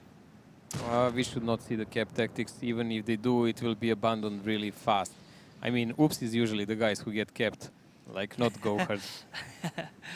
Okay, so Go Hards are going to be reeling a little bit from that Prokhorovka match. It's one of their favorite maps and they do really well on it, but every time that they've, well, Oops were the ones that led on the first map and then Go Hard led on the second map, so who's going to be leading on this map? As we see Annihilator being the first one to take damage now in the middle. He gets shots back onto Duck of Death, but Annihilator is getting absolutely annihilated here in the middle as he's down to 830 health. In return though, Oops have taken damage across 2 tanks, so good return fire from Go Hard but not focused onto a single tank. And Nile getting shot again. We've been saying before that Nile sometimes knows how to take a position that doesn't really give him enough cover. He's dead. So he gets a bit wrecked in a start, but there is a lot of damage coming into the Oops actually. So Niall's able to get a shot out in return before it goes down. He's actually clipping. Oh, he gets one shot off. He was in the middle of a reload there. Duck of Death now, he's just going to throw away his life in the crossfire. Mainland's able to kill out Carry Barry in the meantime as well, as Go Hard have already lost 2 tanks. In return, Oops have lost Camo Eater and they've lost Percusia back as well, so it's swinging back into Go Hard's favour now with the HP. They're roughly about 700 more HP more than Oops, but the fight is continuing now as Duck of Death is having a trade-off here with Suksika as Tiny and Diplomat are looking for shots in the middle as well. This is a really interesting match for us. You can see the difference here in the play between the match we watched before and now. These teams do not forgive the mistakes. When someone does it, they just take him, bite him and bite his leg off. Danny able to come around the corner and get a shot into Duck of Death, but he takes 2 in return. That was not a very good exchange. It actually worked out against him. Duck of Death doing what he can to side scrape here against Suksika, but Kaizu is able to get a shot and penetrate him there and finish him off. Danny has 3 shots here. Has to be careful that Mainland doesn't drop on him as Insano is able to get shots into Diplomat. Diplomat have 3 shots left. Insane's on a reload. Looks like Diplomat was clipped by... Oh, he has to be careful, Diplomat, not stick his head up as well, as Mainland has some cross shots on him. Diplomat's in a really dangerous situation right now. Nothing is already done here. We have 5 guns on Go Hard side, but some less HP. On Oops side, we have 4 of them, but 2 of them are 100%. And they're both clippers. Rotation coming around here from Spoink. Could this be absolutely vital for the fight, Mojo? Oh, they must. I mean, they really need to rotate. They need to fade because they are attacking. So they need to find another angle how to strike on Go Hard. They do have some advantage to use. He's going to see Diplomat from that position. He's going to have shots on him once he rolls over the hill. Yes, but Diplomat should see him also too. But no, he doesn't. Peter Kemoelio, will he manage to cheeky... Swing and a miss. Oh, he bounces! butt shot! Diplomat! No! No! Come on, Diplomat. You're in a dangerous spot, mate. Malin's going to want to come around to get shots on you as well. Is anybody else able to give him help there from Go Hard? Is he just going to have to face off Spoink on his own? Spoink now gets himself unspotted. Mainland's down there below him. There's the second shot coming in. Diplomat takes one again from Spoink. Has to be careful, doesn't... Oh, Mainland wants to come around that corner, but he's holding off. Spoink's not Spoink actually snapped on Danny and killed Diplomat. Brilliant play by Spoink here. Maybe even a decisive for this game. Brilliant rotation there from Spoink getting a shot on Diplomat. And you when Diplomat's up on that hill, you could see the rotation coming around, and there's been so many matches where the rotation in that area has been absolutely crucial against the tank up on that hill area because they can't defend on it. Tyne coming around the back here looking for someone as Insane's moving around the opposite way, and Tyne's going to get himself caught out by Oops as they're going to jump on him in just a second. This is going to be really interesting to see now, but Tyne has a lot of HP and he is kind of a bait because the team can really help him. If he is pushed, Go Hard all needs to do is to just come around the corners and shoot. But if he's pushed like this... And Oops have HP advantage because they have Mainland on full health, they have Silence on full health, and they're all on auto-loaders. Now, Insane might be the bait. Mainland is able to kill out Danny. Came to help and they were just waiting for that. The problem that Go Hard have here is they just do not have the health to trade shots with them.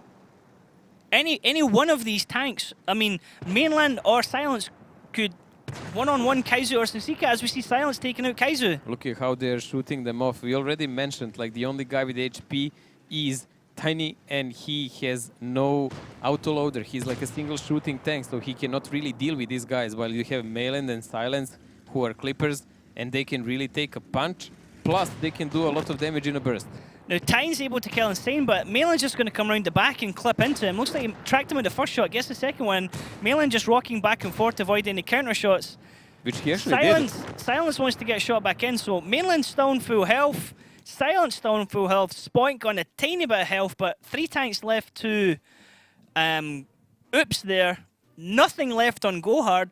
That was very good play from Oops, Mojo. Really great brawl. I mean, in all 5 games we've watched so far, we've seen so great firefights, something we really want to see in tanks.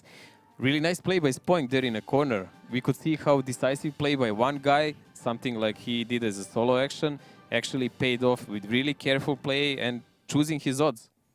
It was and good. A little bit of luck with that bounce. A little bit of luck with the, I mean, the bounce came off the side of him as well. Not the front, but the side of him. That is not where the back chat... Even that shot would not kill him. I wouldn't have killed him, but it would have made him like a bit more hectic to put his head over for the second time. Yeah, he would kind of have to hide. Because usually the back chat, because the back chat has quite an insane slope on its front. So what happens is when the back chat rolls off a hill, the angle is increased and it's pretty much an auto bounce on anything that can go off it. Mighty Batchet armor in many occasions. Yeah, bounce chat as it's known. So let's have a look at the damage statistics there for that battle in Ghost Town. See who came out top. Mainland off the carry, but I mean top 4 guys there, Mojo, coming from Oops. Mainland, Spoink, Duck of Death and Insane. That's a really rare occasion to see so many of them on top. Nowhere to be found, Diplomat. Wow. Sometimes, I mean, every man has to have a rest once in a while, Mojo, you know? Kaizu doing what he can there in the AMX 50B with Suxika in the WZ Treble 1. Annihilator, I mean, despite getting caught out at the start, was able to get multiple shots in, but yeah, Carry Barry, mate, you are having a horrible evening. Yeah. Absolutely Caster him. Who you mentioned on the start of the match, they should just replace him instant. So I'm scared to mention anybody, but yeah, I mean, Annihilator was able to do a lot of damage to himself, but you said himself was an overextension, wasn't it, to where he was? He was really in bad position and he provoked kind of reaction.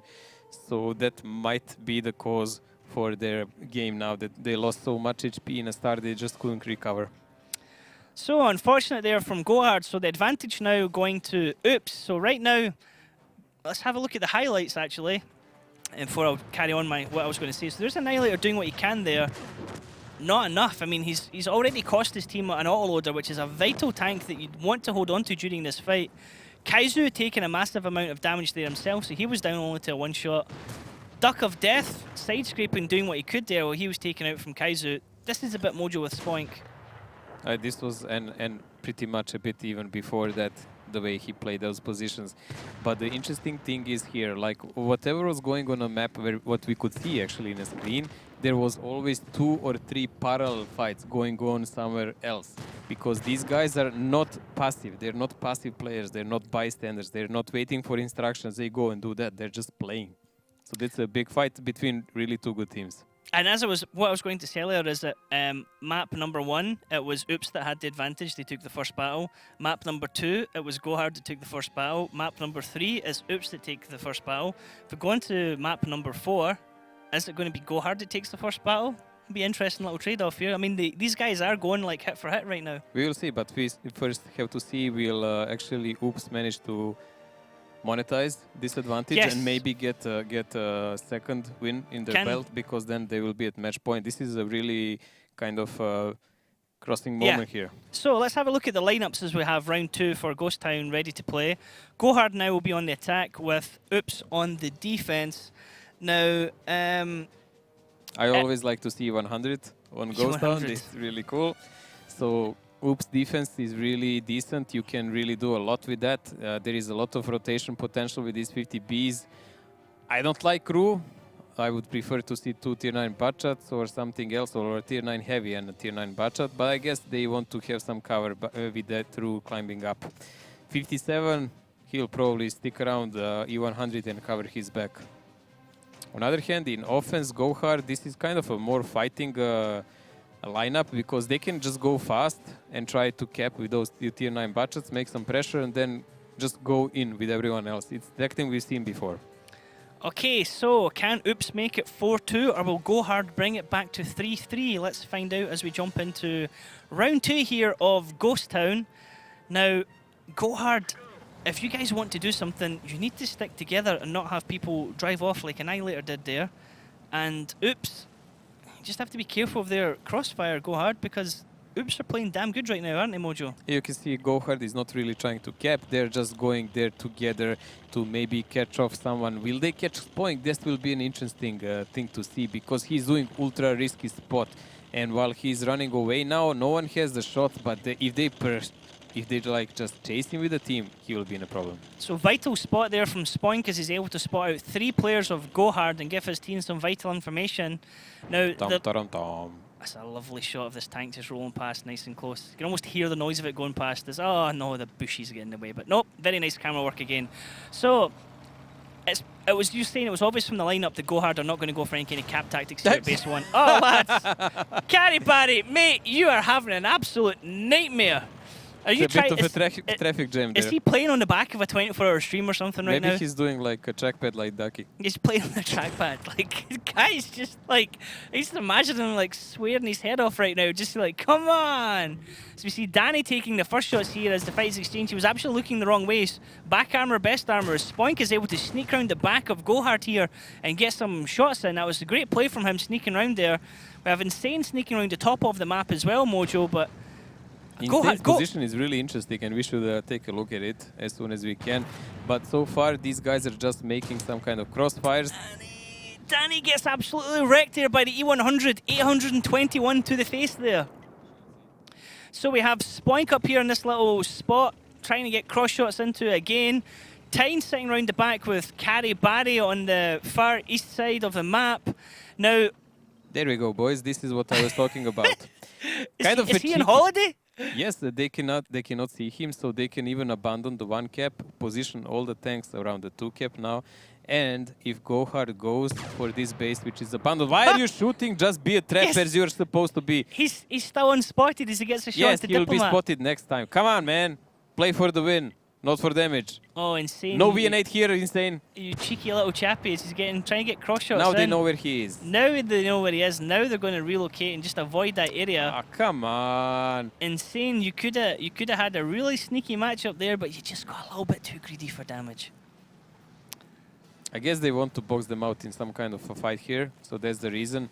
Duck of Death is side-scraping here, but it doesn't really work against these guys.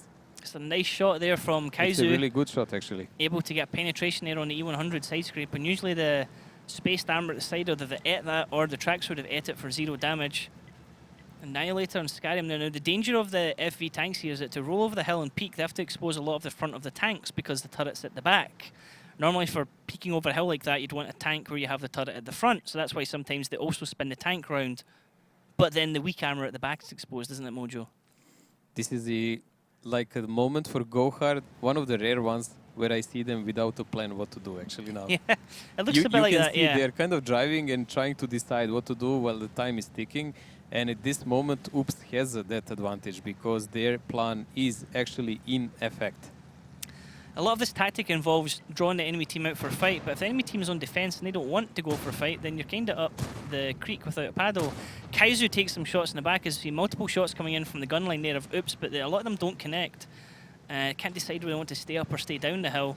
And Gohard just don't really have an idea what they want to do. Danny's going to start the cap here and try and draw them in. Scarium takes a shot on the right-hand side of his tank there. It was even low, so he's kind of happy.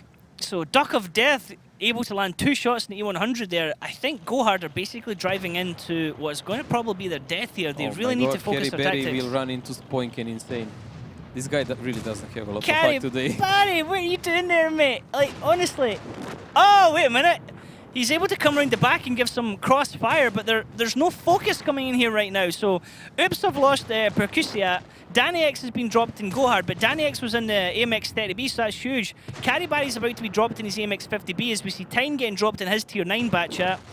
On the return, we have Duck of Death being dropped in E100. Now, Percusia was in T57 for Oops. That was vital. Mainland's been dropped as well. He's in an AMX 50B. But Insane will finish off Diplomat here, and we have Camille, who will have shells really soon. Spoink has to run away really fast so he can do some cross shots. Kaizu doesn't know that Camille is in reload, so he's trying to cling here for his life. Silence coming from around the corner, and this will be, I think, a final blow. Silence is going to farm damage here in what's left of Gohard as he's able to get shots after a shot into Annihilator, who's the last tank left for his team. So a very strong win there from Oops, who have finished with 4 tanks alive compared to 0 from Gohard, able to see that one out. And again, Mojo, a nice strong play from Oops. It's really a brilliant game. I like how they did this. I must say, I really expected stronger play by Gohard here. I mean, I can't say I'm not satisfied. Like, this is really good games, high quality games by both teams. But it does look that one thing that Maylan said, like they're a bit longer here, and this kind of aggressive play is something they practiced for a while, it looks. Yeah. Yeah, I mean, both of these teams are going to be practicing like crazy. I know it's something that Niall was saying in an interview with Dekilzor. He said, we expected to be higher. We wanted to be higher, and their goal is playoffs. They're not saying like, oh yeah, we just want to survive after the first. We want to get up to Gold League. It's really tricky to say something like that for a newcomer team. Honestly, it sounds like something like that. Don't say, oh, we're gonna beat them 5-1, and then they lose 5-2. Yeah, I mean, I like the confidence, and they've certainly so far been showing that they have what it takes. But they're also showing. I mean, Oops are like, hey guys, like we're not like the lower teams. We've been around here for a while. We have very good players. So let's have a look at the stats here and actually see which team or which player, sorry, did the most damage. And Annihilator doing what he can, but he was one of the last tanks alive for his team. So Duck of Death, 3k damage. I know some people are really longing to hear stats and see them. Silence here, really, and Camille, Spoink. I mean, come on, look at this. 5 of these guys are from Oops. It kind of looked one-sided. From the moment they had a really good plan, spot with Spoink, position other tanks to deflect Gohard where he want them, boost Insane on that position. Yeah, it was an insane boost, wasn't it? And then they had only one option, to push in. And that's exactly what Oops actually wanted. I mean, and like you said that the lineup... Did you see, just in a moment, did you see that by the time the fight started, Insane was already far down and going around with Spoink? So he was not waiting. Yeah, Caribari. Caribari. You're carrying the rest of the players right now, dude, on the post-battle damage statistics. That's why he's called Caribari, because currently right now he keeps coming 14th on the table with everyone above him. So Caribari's not going to be having fun in this one right now. If the lad's streaming tonight, go and drop by to Swift Lotion and say hello to him, because I think he's going to need a good couple of cups of tea there to perk him up right now. That's not going so great for him. Spicy cup of tea. Spicy cup of tea. So now, like we said, you said at the start, the lineup from Gohard there was a very combat-focused lineup. It wasn't a lineup that lended itself to a lot of potential cap tactics. If this doesn't work, we can cap. No, these guys really played it out well. I mean, Oops, and I really like their lineup for the fight. I mean, at this stage, it's still in anyone's... I mean, just look how quickly the health's dropping on both teams there. But it's not like we already said, Spoink and Insane were coming in from the back. Yes, Caribari took a good chance, took 57 out. That's something that I think Oops didn't count on. But it costed them a lot, because then Spoink came, clipped him out, clipped the next out, tank out, and they just kept going. Yeah, I mean, this one, Silence gets the kill on Scarium, then he's getting the shots into Annihilator as well.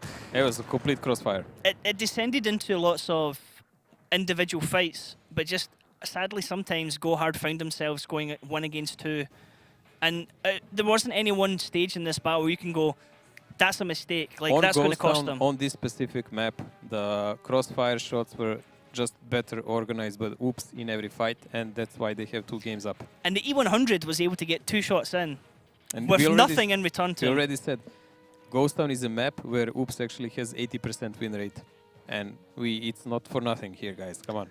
So strong showing there from Oops on Ghost Town there.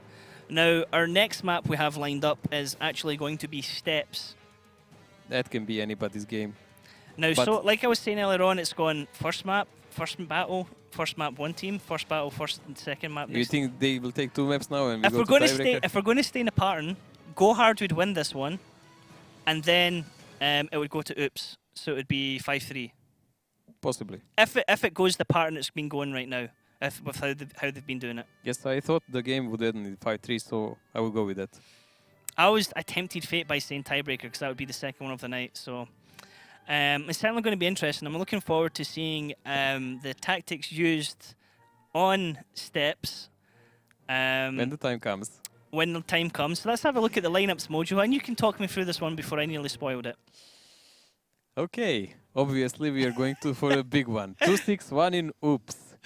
Now they're in attack, and we've already seen, I mean, some of us have seen this used in a match between Hellraisers and Navi, which Hellraisers actually magnificently lost 0-5, and they did use the 2-6-1. Now I guess Oops thinks they can do it better because Insane really likes to play those artists, and he tried in every game against Ding. But on the other hand, really kind of rotational build by Gohard. The only thing here is that they have 2 1-1-3s and they're perfect targets for this object. Okay, so we're going into map number 4 of the evening in exchange between those 2 teams. Gohard on the defense on 2 points. Oops on the attack on 4 points. Is it going to be 5-3 or is it going to be 4-3? Let's go 5-2, 4-3. Let's find out who's going to Steps.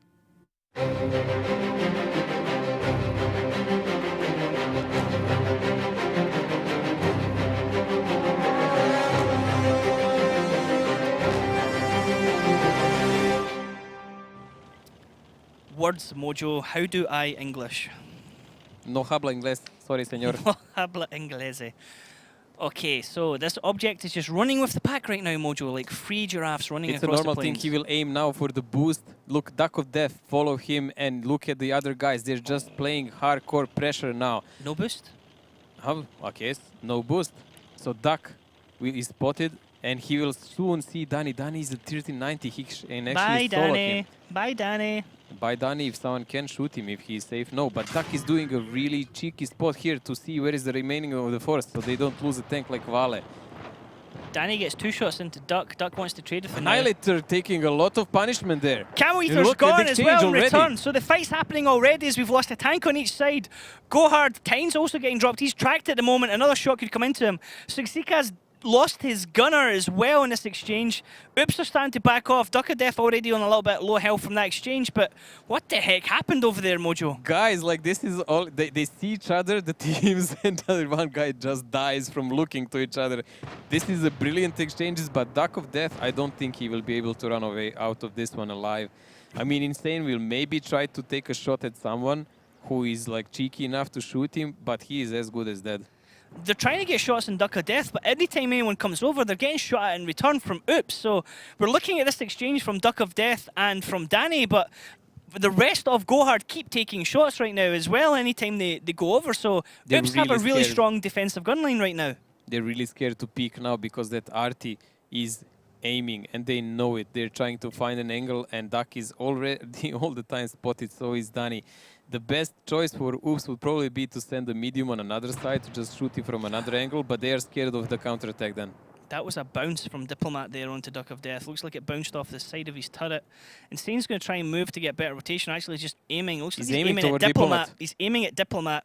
Will Diplomat get wrecked by the pain of the Artie? Is the shot Ooh, a lot of shot coming from the mediums on him. Nice And Artie shot. He gets it! Diplomat takes 2 hits there. Diplomat took a huge hit from, looks like 2 back shots at the same time. Then also the artillery as well coming in there from Insane. So absolutely great play and getting Diplomat out of that area. Scarium's going to come up and try and get a shot. Finally, Duck of Death drops to the flank from Kaizu, who went all the way around the top to get the crossfire in there. Outstanding play from Insane to be able to get the damage onto Diplomat there in Object 140. Now, Oops still have 5 tanks left and they're all on full health. Gohard have 6 tanks left, but everyone bar Scarium has taken damage. Scarium's in the 113. So advantage with the firepower of the guns to Gohard, health pool advantage to Oops right now. It's a really slight one, and also let's not forget they have an arty, and Gohard still has 6 tanks in a play. But this arty can make such a difference, like one or two more connections, and Gohard is pretty much done. Because all of the Oops tanks, all 4 of them, are at full HP. Gohard have themselves penned in this corner. Now, Gohard are the defending team. Normally, the defending team on steps usually has quite decent coverage and vision. There's no rotation coming in quite yet from Oops around the bottom, but Gohard have got themselves penned in down to this valley on the northeast of the map. And how are they going to get out of this, Mojo? They're not even trying, as you can see. Like slowly, maybe they'll move away. The interesting thing is now they have Dani in 1390. 1390 cannot climb up like a Ru. He doesn't have a strong enough engine. A Bachat cannot climb on his own. He would need assistance. So they're pretty much stuck a bit there. Now they can only rely on their superior firepower, because though lower on HP, they still have those 6 guns compared to 4 of Oops, because Oops relies on arty hits. That's why they are doing everything they can just to avoid getting spotted, because time is ticking then, and it will force Oops to do some reckless move. Now, Arty is aiming right down at that corner where you would expect perhaps enemy tanks to be, so Kaizu and Suksika have to be very careful that they don't have a shell coming down right on top of them, because the minute they're spotted by someone, you can almost bet that Insane will be taking a shot. Those 2 are right on top of each other, so that could be absolutely devastating. Now, Gohard, to their advantage, are on the defense, so they can wait out the clock until Oops has to make a move. But they just have to be very careful it doesn't get to desperate situations. If there is, they're worried about...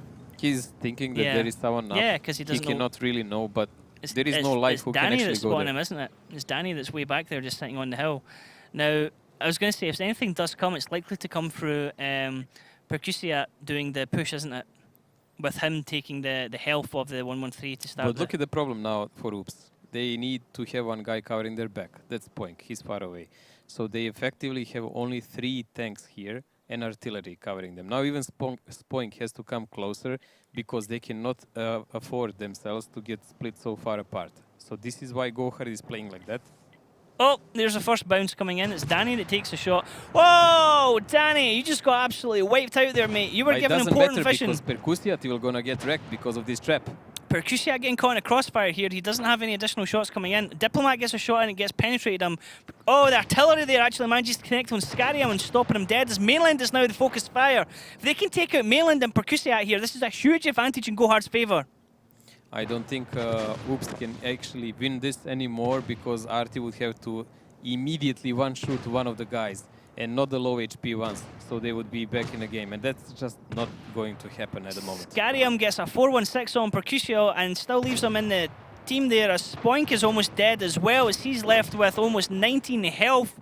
Scarium doing what he can here, but he was also getting shot at from Silence, as Kaizu's coming in from the back, just about reloaded. He's going to jump onto Silence when he's reloaded. Spoink's going to get taken out by Suksika the minute he's reloaded. This one's going to go to Gohard Mojo, and my prediction was correct. So we are going to a 4-2-3, and Oops still has a match point. It still might end up. Look at all the guys that Scarium pretty much lost all of his crew there. He had so much damage, so he got wrecked by the HE shells there of artillery, but as predicted by me, these teams are just like swapping first battle every time they go to a map. But if we follow the pattern, Oops is going to win this next one. Well, what pattern if Oops already took one map for 2 points? It means I can't count. Slight hiccup. Okay. So we'll just edit that. It's okay. We'll just It's live broadcast. We can't. Oh well then. So let's go and think what went wrong here. 2-6-1. It was a nice thing to see, but it requires you not to lose tanks so early. So that early exchange that looked like interesting to us, it was actually a big loss for Oops because they need all their tanks to be alive, spotting, covering, and doing gradual advancement during the field. So the RT does damage, damage, damage, and then you come with the tanks. So in a moment when you don't have enough guns, RT is just a liability. Okay, let's look at the stats then, so you can see who came out top damage there for their teams. Kaizu doing what he can there in the back chat. Silence there for Oops coming in second. Diplomat coming third in the Object 140. Insane there with the Object 261. I mean, it's switch each time, Mojo. It's go hard, Oops, go hard, Oops, go hard, Oops. Yeah, it was pretty equal game in that fashion, but still, go hard was just better this one. Okay, so we go into the next one. We see Scarium there. I mean, Danny and Duck are not really damage dealers, so we're not going to go there. Yeah, unlucky it's to them. Not really important. So it was a really even fight as usual on most of these maps we've seen. A good exchange, a brutal, fast one. Annihilator and Mainland were down in seconds. I think Mainland managed to get a clip off, though. Annihilator managed to get 3 shots off. He got a kill as well, so he took somebody out before he went down. But that exchange at the start was absolutely madness. It was just like Camille and Annihilator. I think they were the ones who died in the start. So that was the exchange. Absolutely wiped out. So let's have a look at the highlights. We can actually see who was dropped there, Mojo. So Annihilator down already. Yes, like you're correct. Camo was down as well. So Duck of Death gets taken out here, but then I mean, watch how quickly Danny goes. Dunk. It's not really important because he already served the purpose. They left these butchers specifically here if someone pushes like that heavy that's expected that they will clip out on him. So Danny dying, completely irrelevant.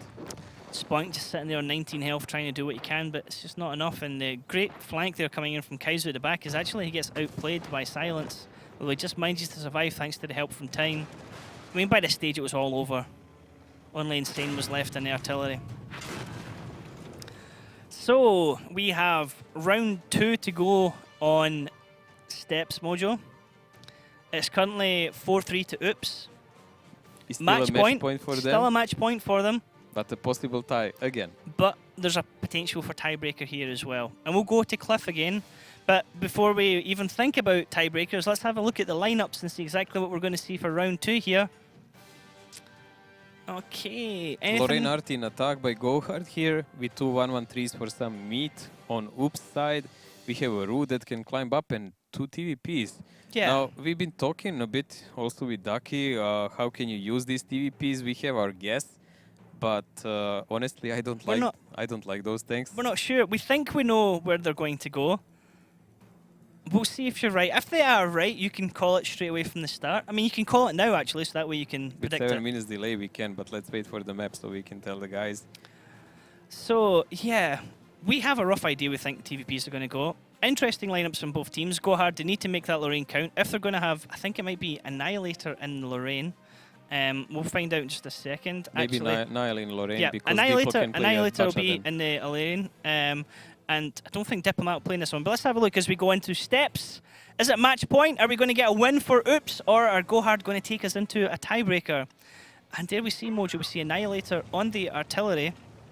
And we've had a swap out. And Diplomat's not actually in the lineup here for Go Hard. It's really interesting. But what we were thinking is that the TVPs will maybe go on that B1, C1 and try to cover someone boosting on A2, A3 that you can commonly see by butchers, but it's definitely not going on. We were wrong, and there is a completely another ball play coming here, and Spoink, the mountain goat, Spoink, as usual. Spoink pretty much never fails the climbs. We jinxed him once, he did actually once. So Insane getting up a good position here as well, giving his team additional cover. Silence is further forward ahead of him. Yeah, because the only weak spot for Insane spot here is that middle ground. So if he needs to get an info, someone is coming from the middle, so he can run away on time. So Go Hard likely to get himself all spotted out here. Oops have very good coverage of the map as Camo rolls over, gets himself shot at once, but he spots everyone there from Go Hard, Mojo. Everyone now he has to go here. They, don't forget, still have that Roo up on a hill, which is something that Go Hard expects, but they're playing really aggressive and all out here. Lots of shots missed there from Go Hard as they were trying to get the shots on Camo backing off. Now you have Percusia up on the hill there. You have Spoink on the hill. Spoink gets a shot into Carry Barry. if Gohard do this, they really need to focus fire. They really need to make their shots count as they roll over the hill here, but they're taking shots before they can even engage right now. Silence is going to come sneaking in the back of them as well, and Insane's going to come around as well. Oh my god, Gohard, you are taking shots from everywhere right now. You really need to start focusing your targets. Percusia at the back there is getting 3 kills. Camel Eater kills Time first. Gohard have already dropped a tank. Gohard have dropped 3 tanks in quick succession. Oops have lost 1 tank, 2 tanks, 3 tanks now, so it's 4-4 right now. Sorry. Carry Barry's just about dropped. He has 40 health. This is a absolute stramash right now as the teams are fighting out. Oops still have 4 tanks on full health. Gohard have only 3 tanks left, and of that, Danny Zek is on half his health left. Suxika's taking a damage as well. He's backing off. Oops, strong with the advantage here. This is looking, it's going to be game to them, Mojo. It looks like really that, because they had all the time that Object 140. This is so old school play that you can't believe it. Object 140 in that cooldown position, Ru above him for a double snipe position and a lot of clippers down. It looks like Oops even anticipated this kind of a play, because they were already positioned to counter it. Gohard, 3 tanks left, 2 tanks and an artillery left realistically. Annihilator can't contribute much unless he can get spot someone stationary, and he has a line to him, which might happen here. No, actually, don't think he's got the shot from where he is. We'll find out in just a second. Don't think he can get up over the train. He's shot. Oh! He does. 1, 2, 3, 4 is the damage going into Silence there. As he backs off and saying, oh, heck, that hurt a lot, guys. I'm out of here. Now, Percusiak comes rolling over here in the Object. He's already done a heck of a lot of damage for his team as Danny's getting caught out by Insane. Insane's going to ram him and trade with him. He has the health to do this. He can even afford to miss some shots. Down goes Danny. Suxika's getting surrounded by Percusia and Silence. He's not going to last very much longer here. Annihilator's doing what he can. He gets a shot and misses Silence there. Annihilator now the only one left for Gohard. This is going to be Oops. 5-3, taking the match from Gohard, getting some much needed points to get closer to Gohard, but Gohard are still going to remain in 3rd place on the table here, Mojo. This is a brilliant game we've witnessed so far. I mean, a lot of guys are happy that this ended actually in win and not in a tiebreaker, but it's a well-deserved victory also for Oops, because they've shown us a great plays. I mean, if any of these teams won, it would be a good, because they really played aggressive and all out all the time. I haven't seen them camp. I haven't seen them do any kind of cheese. This was all out fight all the time, and just Oops was better, and that was it. Yeah. And it's interesting because these 2 teams are playing. So you had Gohard were sitting on 19 points and Oops were sitting on 13 points. Yes. So Oops now move up to 16 points. Gohard stay in 19 points, but it doesn't affect a league at all right now, because it makes Oops more safe, but they were already safe. Interesting is that Oops actually has a match less, so they might actually even up with Gohard. That'll be quite interesting. I mean, like we said, it's going to be these teams that are going to fight for the top 4 spots. It's going to be Ding, it's going to be Utopia, it's going to be Oops, it's going to be Gohard.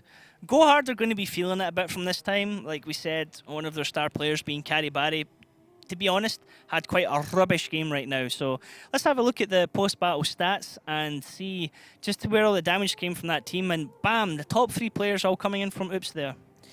Really good game by them, a good read what will happen, and when the Gohard decided to do that kind of push, it was just a one-way street down to hell, because there was no way out of there. Yeah, Suxika, Danizek and Annihilator are doing what they can there for Gohard, but 4 players in the top 7 damage there all coming in from Oops.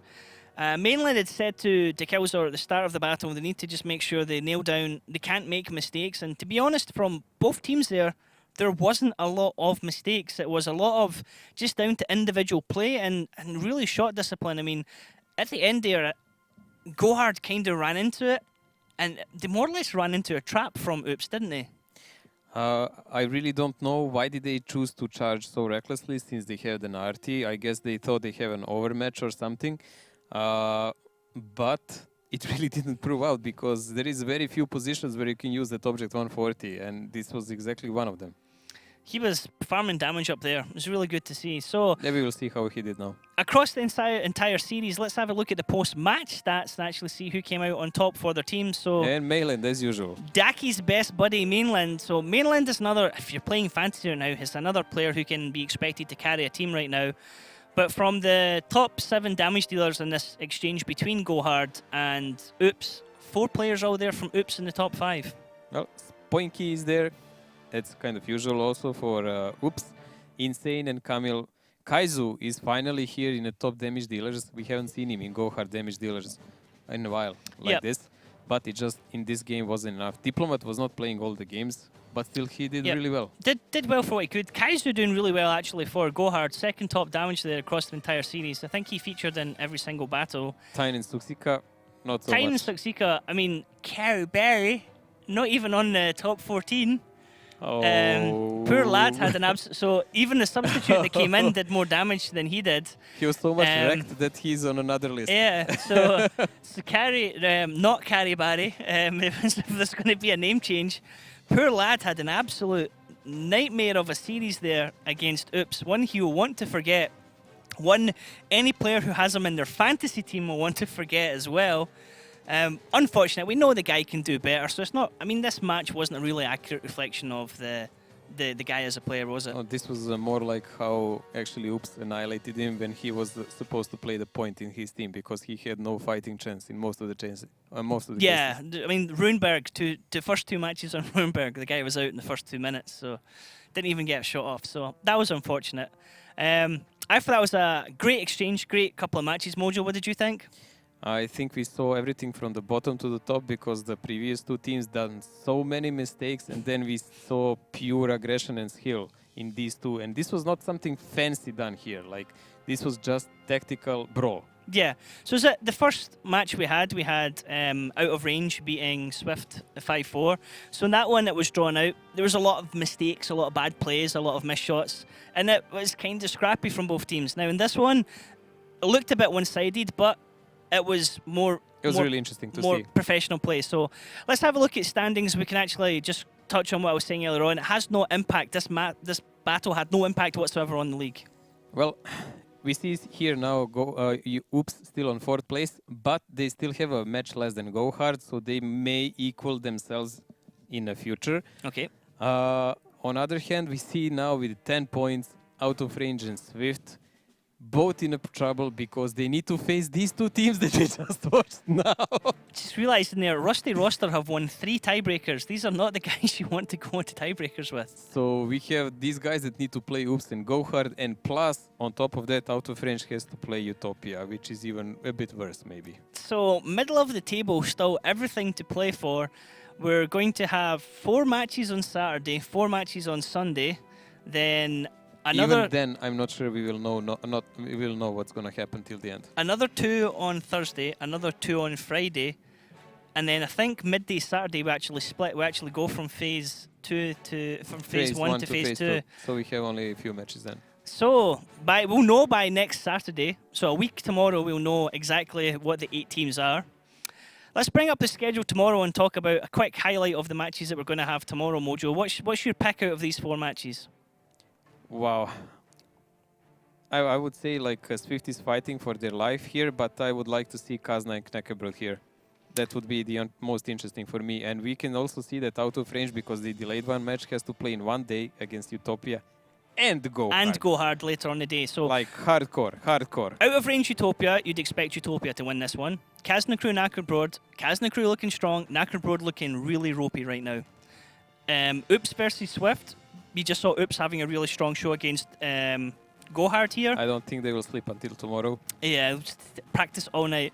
And then Out of Range versus Go Hard. Go Hard are going to be looking for someone to take their anger out on, and Out of Range are going to be the ones who are desperate to get that, desperate to get more points again. Theoretically, only surprise can happen between Kazna and KB. Kazna also needs those safety points and to move on. KB needs those points to just survive. So we'll see how it goes. That match could be an absolute slobber knocker, ladies and gentlemen. So it's been an interesting evening. We've had a tiebreaker, then we've had what was almost a tiebreaker, as we saw Go Hard losing sadly to Oops 5-3, and we saw Swift getting defeated by Out of Range 5-4.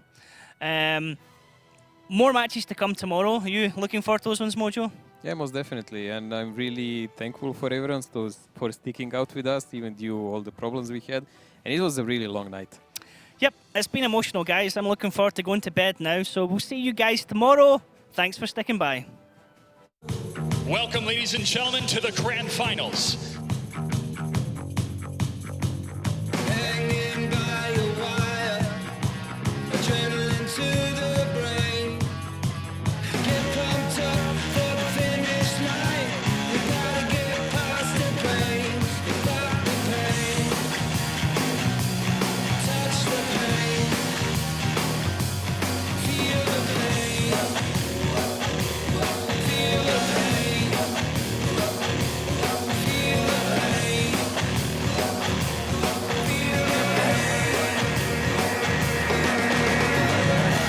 this comes down to is who's got nerves of steel and who's got the better strategy on this.